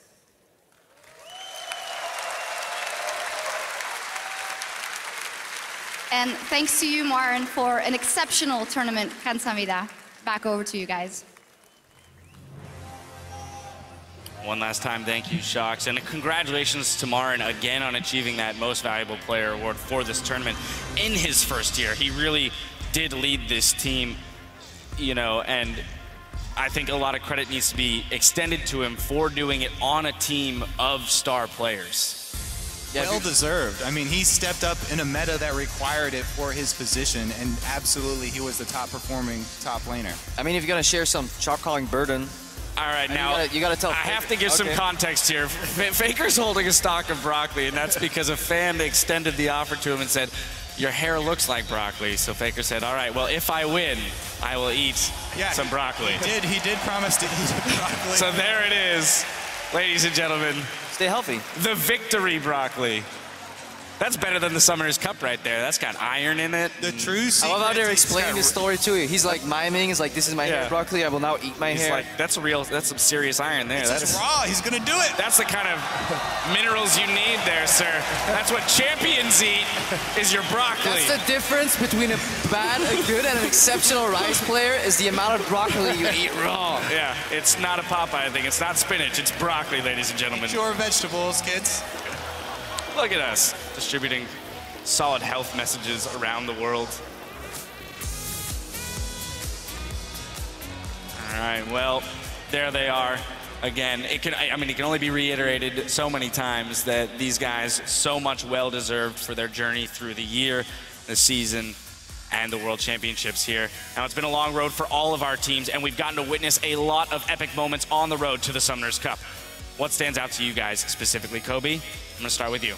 Being from North America, I'm going to have to go back to week 1 when there were happy times for us. And I have to point out Cloud9. They brought to brunt the power of the Morgana, Veigar, Tristana, these siege comps from North America where we really found success. And then it all culminated in this amazing pentakill from Balls after he got so much criticism leading up to this. For him to accomplish that play on the first week and for them to go 3-0 was just sort of a magical moment. Yeah, it was magical. And then they got super reverse swept, and that was the end of NA 0-10, the dream. You live by the reverse sweep. All right, Crepo. Well, in classic EU fashion then, where are you pointing your finger for your favorite moment. I wonder. I'm in Europe. Wales is in Europe. You know what else was in Europe? 2 European teams in the semi-final. No NA teams there at all. That was for me fantastic. I got to cast one of the games in Brussels, home country for me. That was just,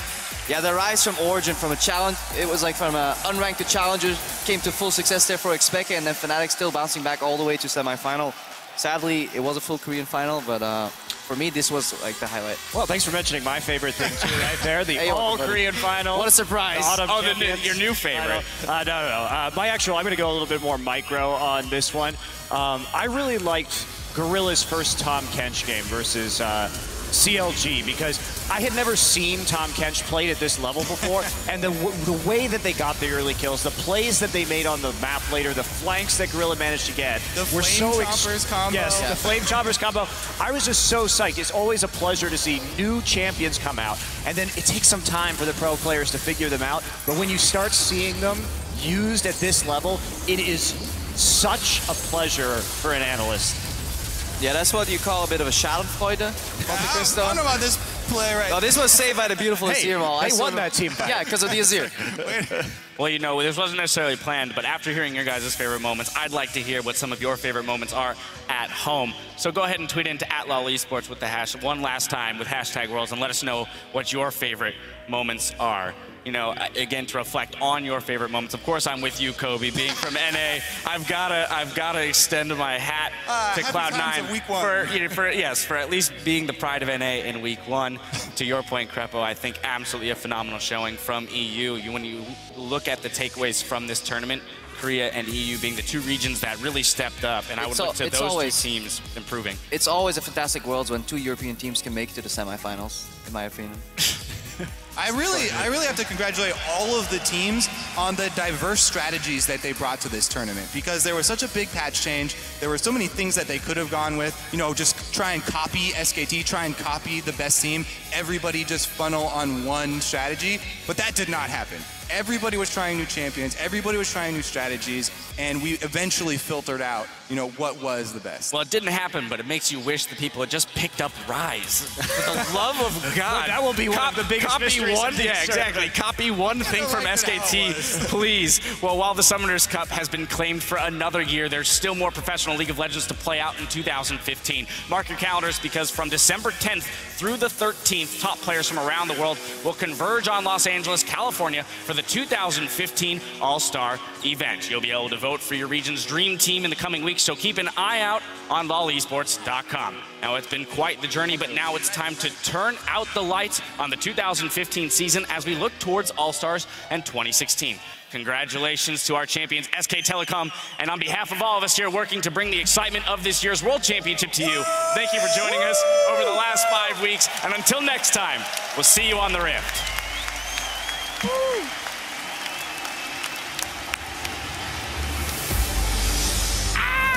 Good cast on a day.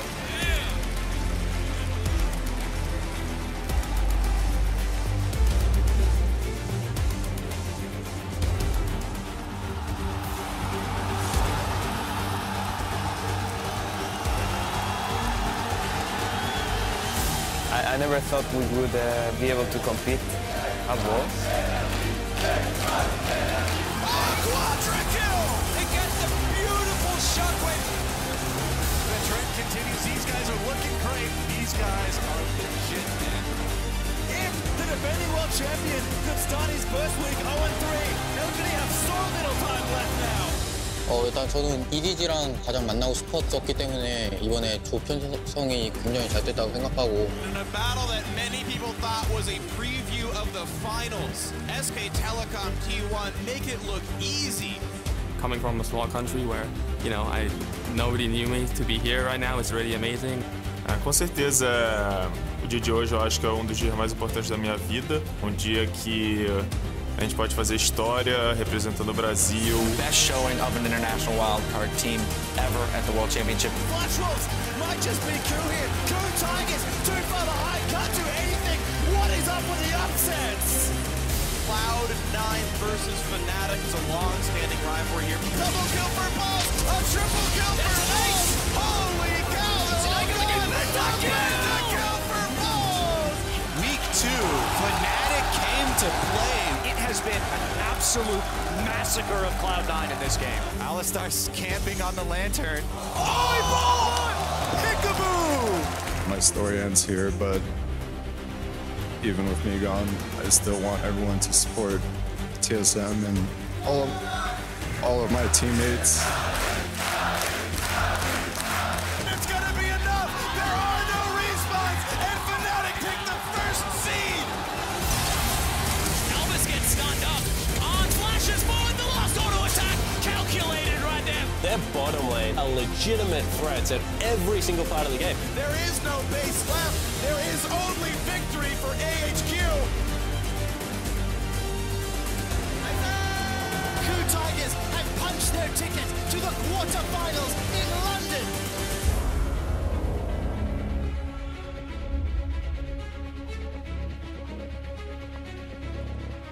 Me on one side and Deft on the other. Cannot possibly see it becoming anything less than a great game. 너무 빨리 만나게 된 것 같아서 좀 그랬어요.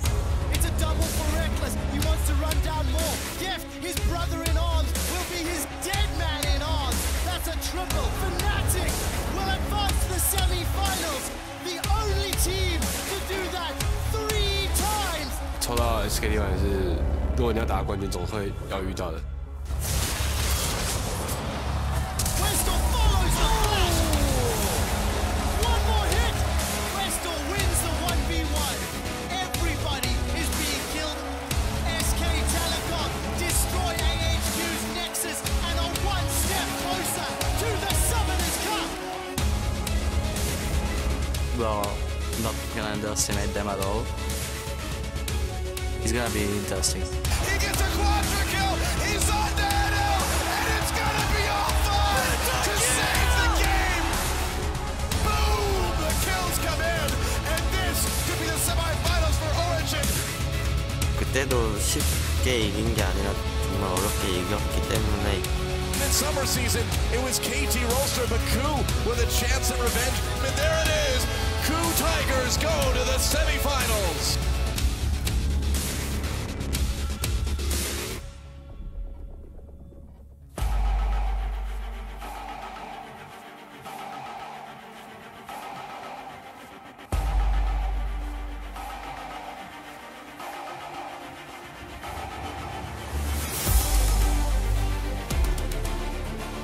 SKT definitely looks like the best team right now. It's the best team, like being the underdog, because you have no pressure. Soaz has to burn it preemptively, and he guesses right. Bingy goes the wrong way. There's no one around right now. He's still running away through the wards. Pops Summoner teleport, and oh my god! Soaz makes the great escape! Is a god! 그 경기에서 많이 잘해서 우리 좀 도서관처럼 만들어버렸으면 좋겠네요. Rooney gonna pick a fight once more with Smith. The Grand Challenge throws down Smith. Flashes away from the third proc of the Broken Wings. Rooney will find a stun, but fails the flash. And Smith will be smiling with that one. Are you kidding me? Fnatic pulls out a miraculous fight. And it was a European eulogy as both EU squads drop at the semi-final stage. We are gathered here today to mourn the death and celebrate the life of the European teams at the World Championship. I think we had the potential, but not enough experience. We have a lot of stuff to work on, and maybe next year. I'm really proud of them. Faker wreaking havoc inside the base. There's no stopping him now. It's time for SKT to make it to the finals undefeated. Will get themselves the ace, will get themselves the base, and will earn themselves a shot at the Summoners Cup in Berlin against SK Telecom. 정말 동경 어린 눈으로만 보던 곳인데 They're well on track to become the most dominant Worlds performing team. And the scary thing about it is how easy they have made it look. They have a chance to be the first real League of Legends dynasty. And they take down Prey, they take down Gorilla, and it's just chaos. SKT is 2 wins away from the Summoners Cup. Bang jumps over the wall for another kill, and it looks like it's going to be an ace in the face. SK Telecom T1 are 1 win away from being your 2-time world champions. That's the grand challenge on Bangy. Thrust, parry, and he gets the kill. For the first time, SKT is wounded. We are the ones to ignite the darkened skies. SKT, is it bringing their A game? Have they even opened up Pandora's box? Baker and Kuro went hard, so there's no flash for this. Hojin in a real bad situation. He goes down a full 3-man Gnar ultimate. That's going to be Smackdown now. SKT will be your first ever 2-time world champions!